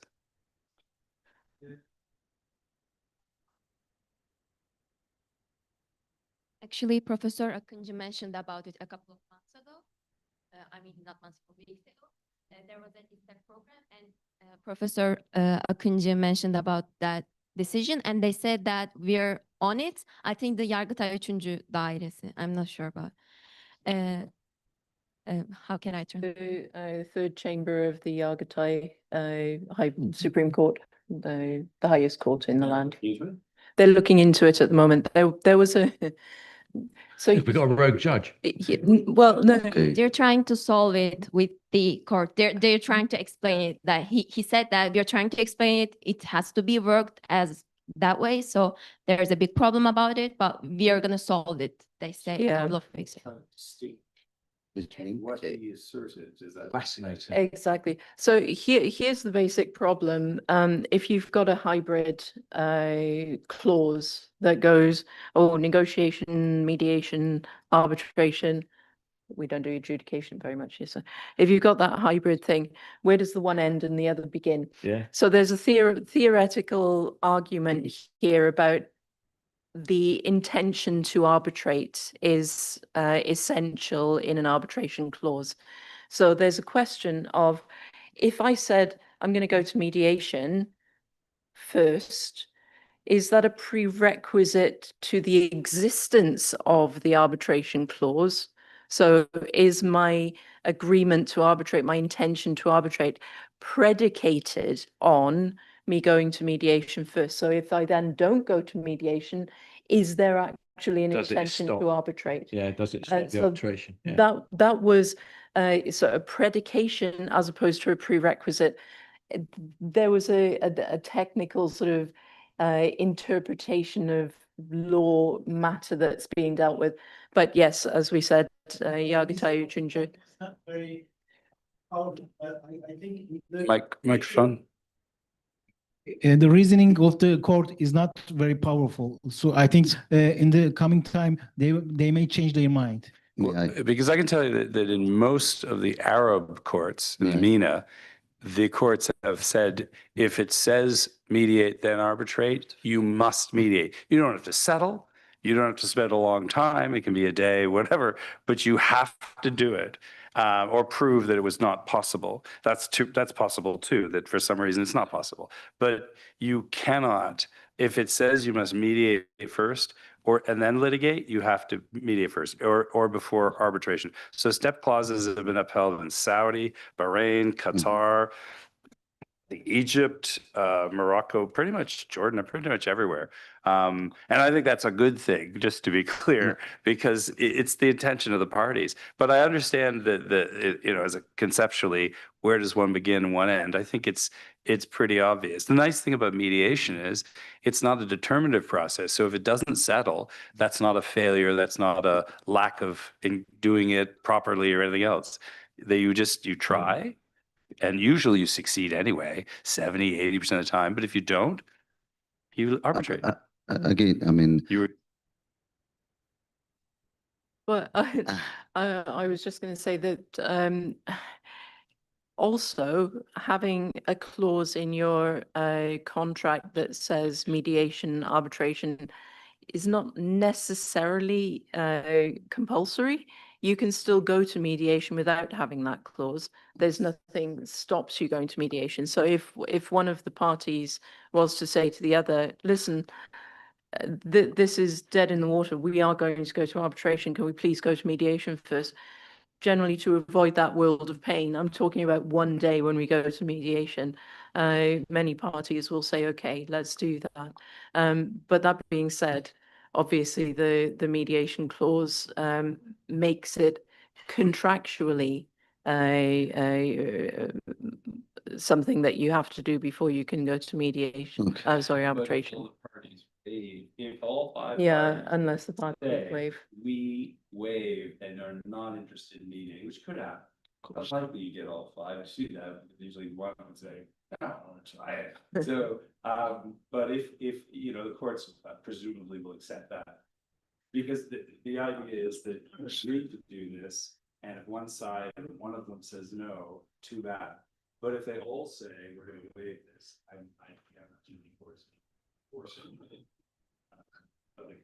okay, just a minute. I mean, I just want to understand, is it, and what is not binding? Is it the clause of mediation is not binding? And even if it is in the contract, you cannot force people to go to mediation. Is this what you mean? Or is the mediation settlement not enforceable?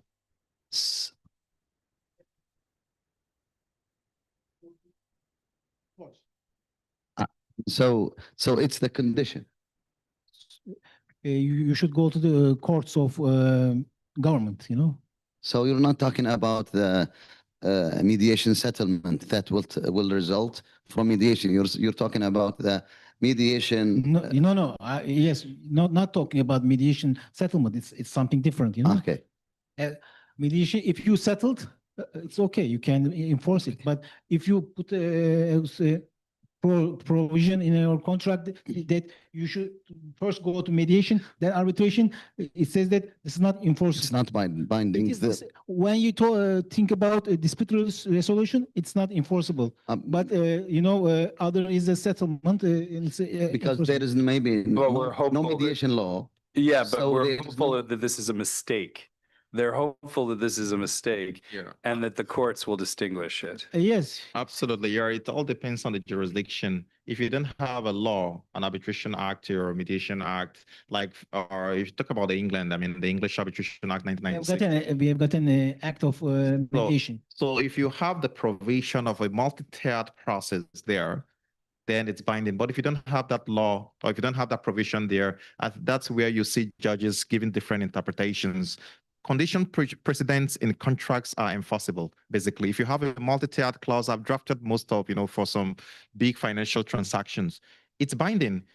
You have to try negotiation, mediation, then, but again, we always tell people, ensure you have the time frame. You can't just leave it open. We're going to negotiate. We're going to mediate. So we kind of put, okay, these 30 days, 60 days, ultimately you still have arbitration.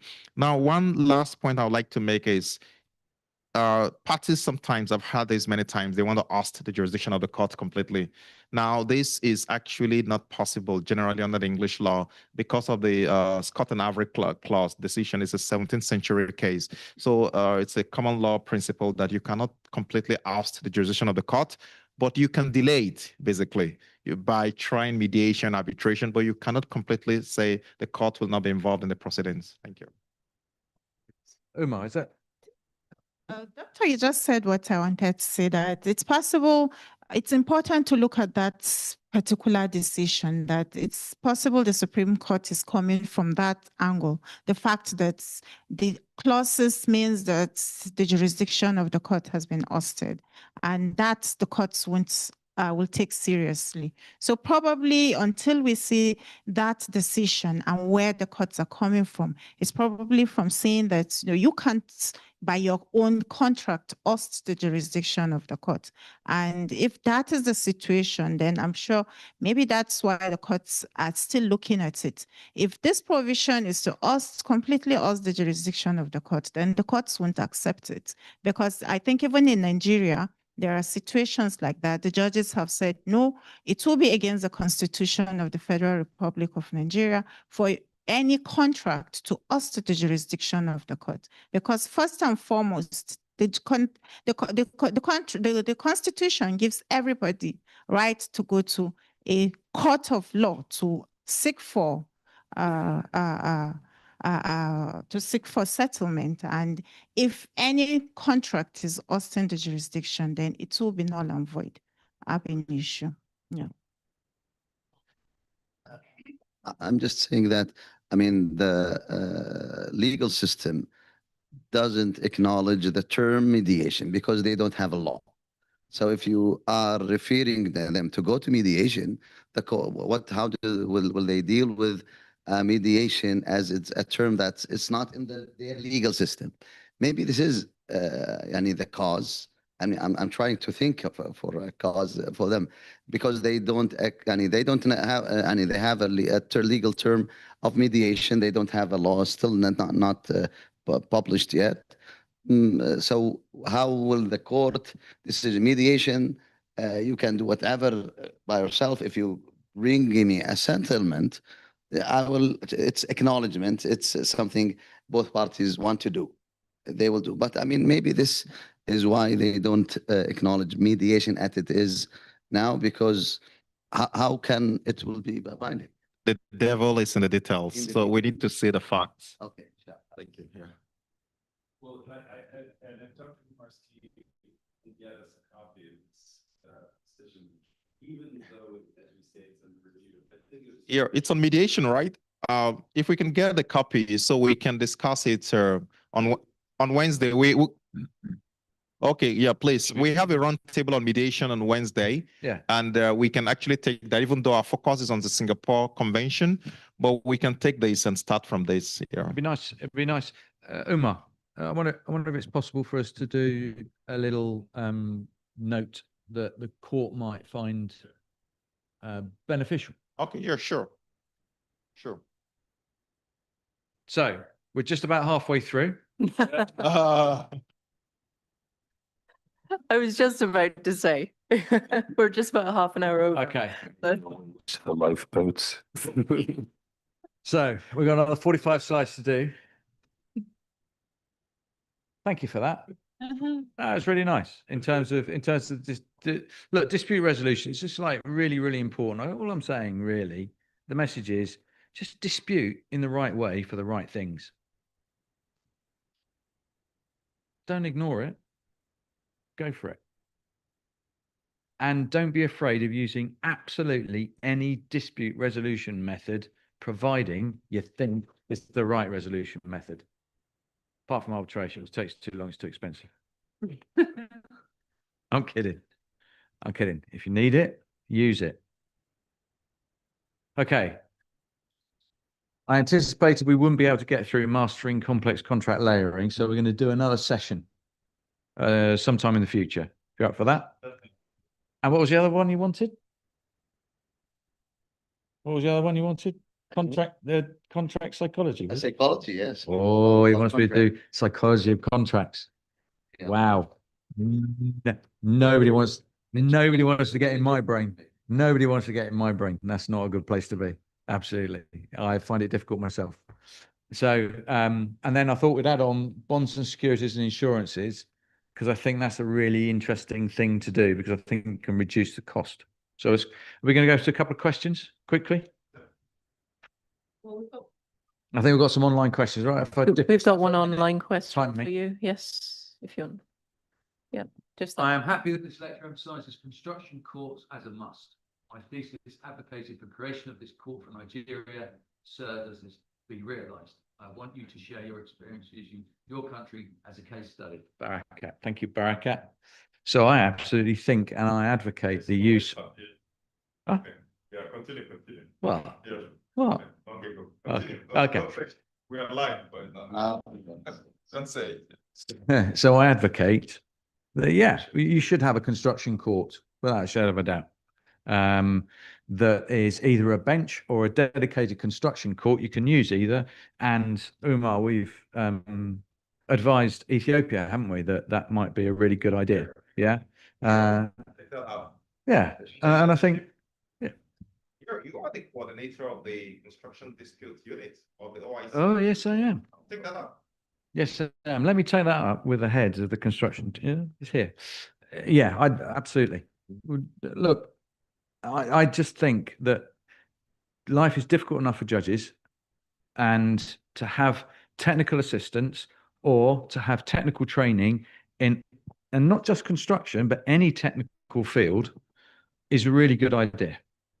All right. So whether it be fintech, whether it be accountancy, whether it be construction, whether it be manufacturing, all right, whether it be export or whatever, whether it be true finance or lending, let there be expertise within the court system to reduce the amount of time that it takes.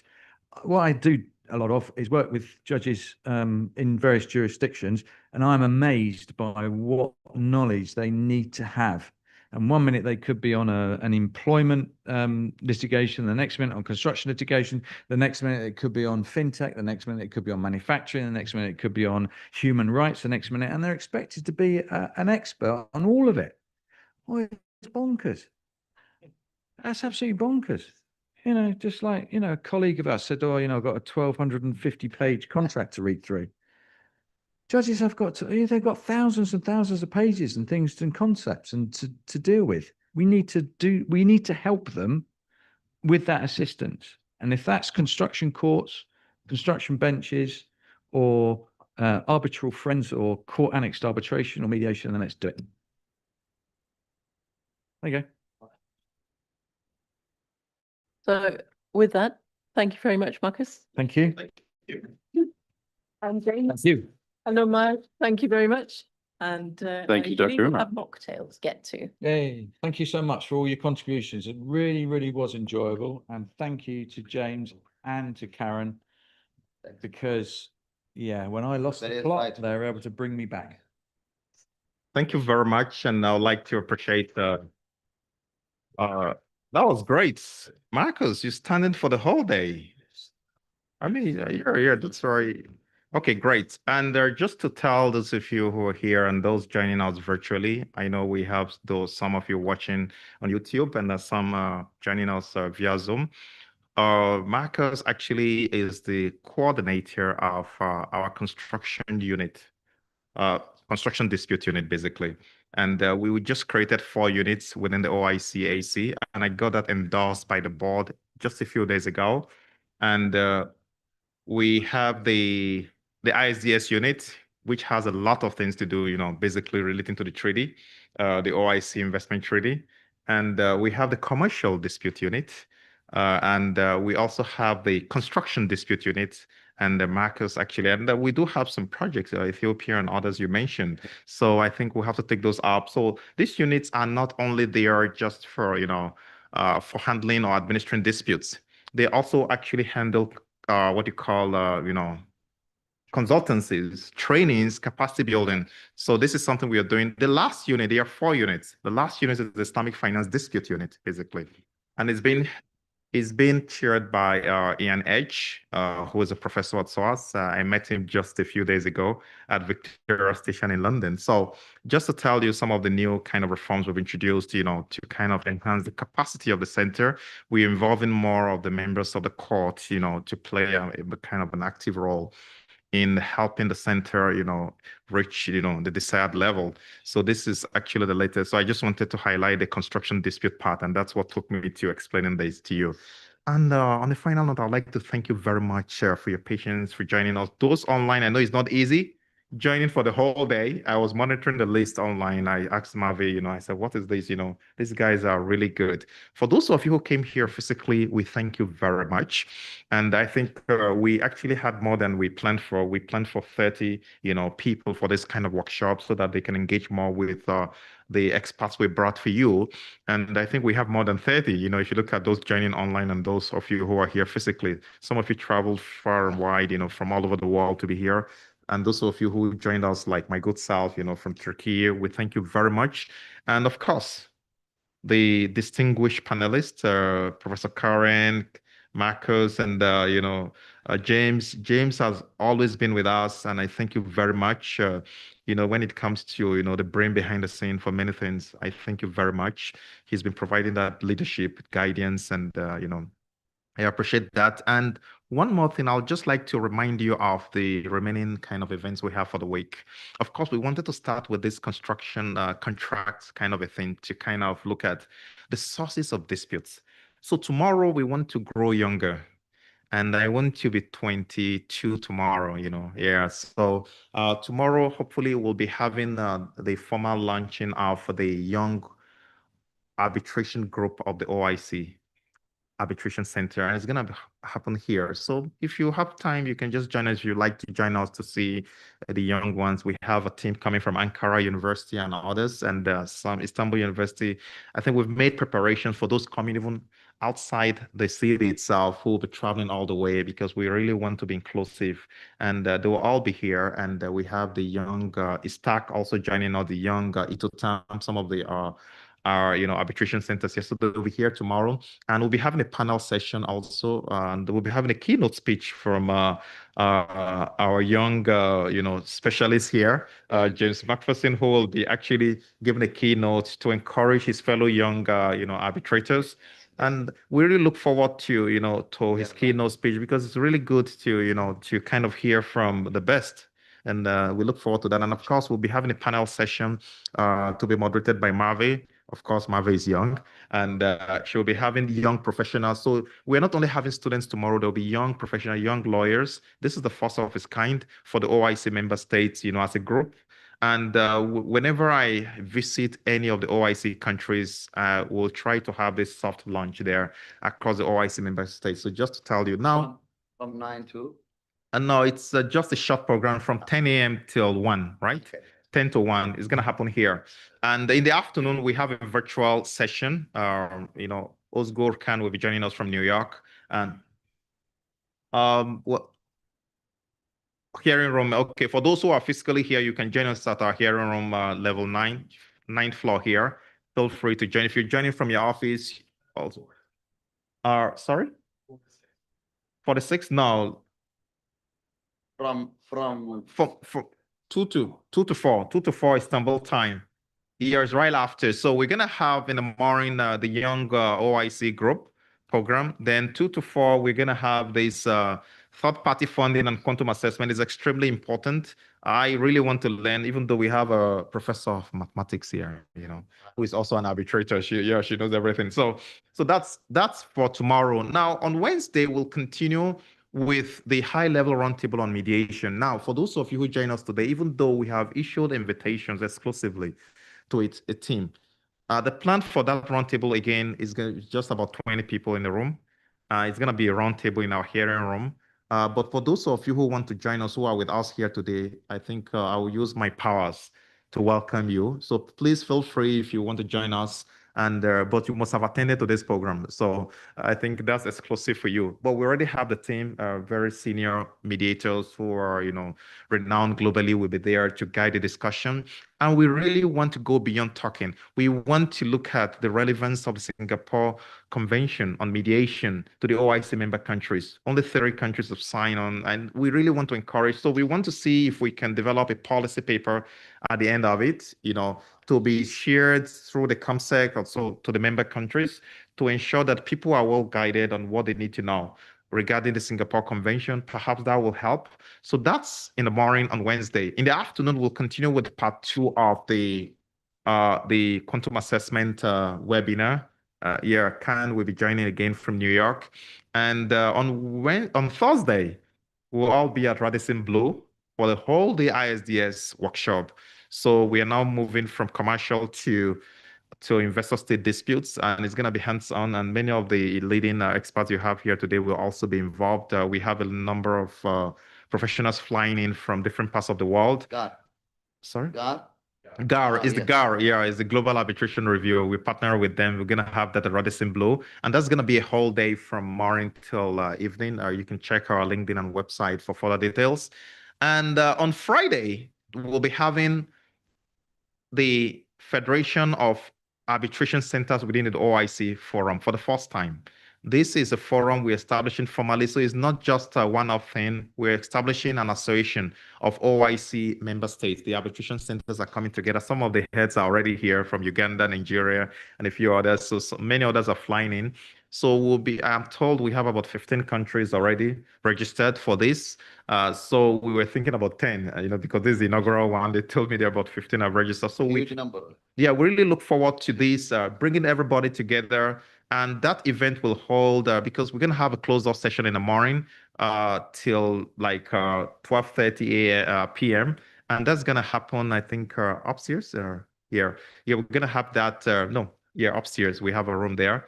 Then in the afternoon, we are going to have the public version of it, where we're going to have a keynote speech as well as a panel session. The keynote speech will be delivered by Professor Mohamed Abdul Wahab, who is the global president for the Chartered Institute of Arbitrators. He's also flying in, I think, in the next 48 hours or so. So please do join us physically here. We're going to have the keynote speech here in this room. And please feel free to join us. We look forward to having you all. After the keynote speech, we're going to have a panel session, and you'll be having heads of different arbitration centers across the world. I think about 3 or 5 of them have been identified to serve as panelists here, and that will be moderated by, I think, Dr. Imad. Basically, is also flying in soon. So please, we look forward to having you all. For those of you joining us online, if you're in Turkey here, please join us physically. And thank you again, and enjoy the rest of your day. Thank you.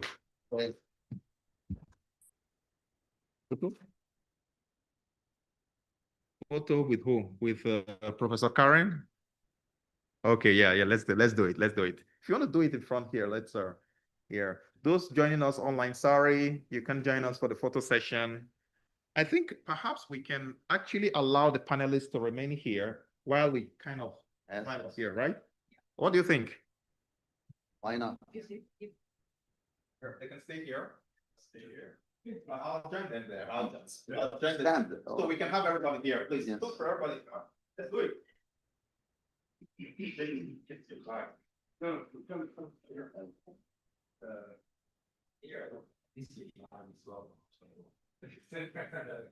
As long as it's not don't take.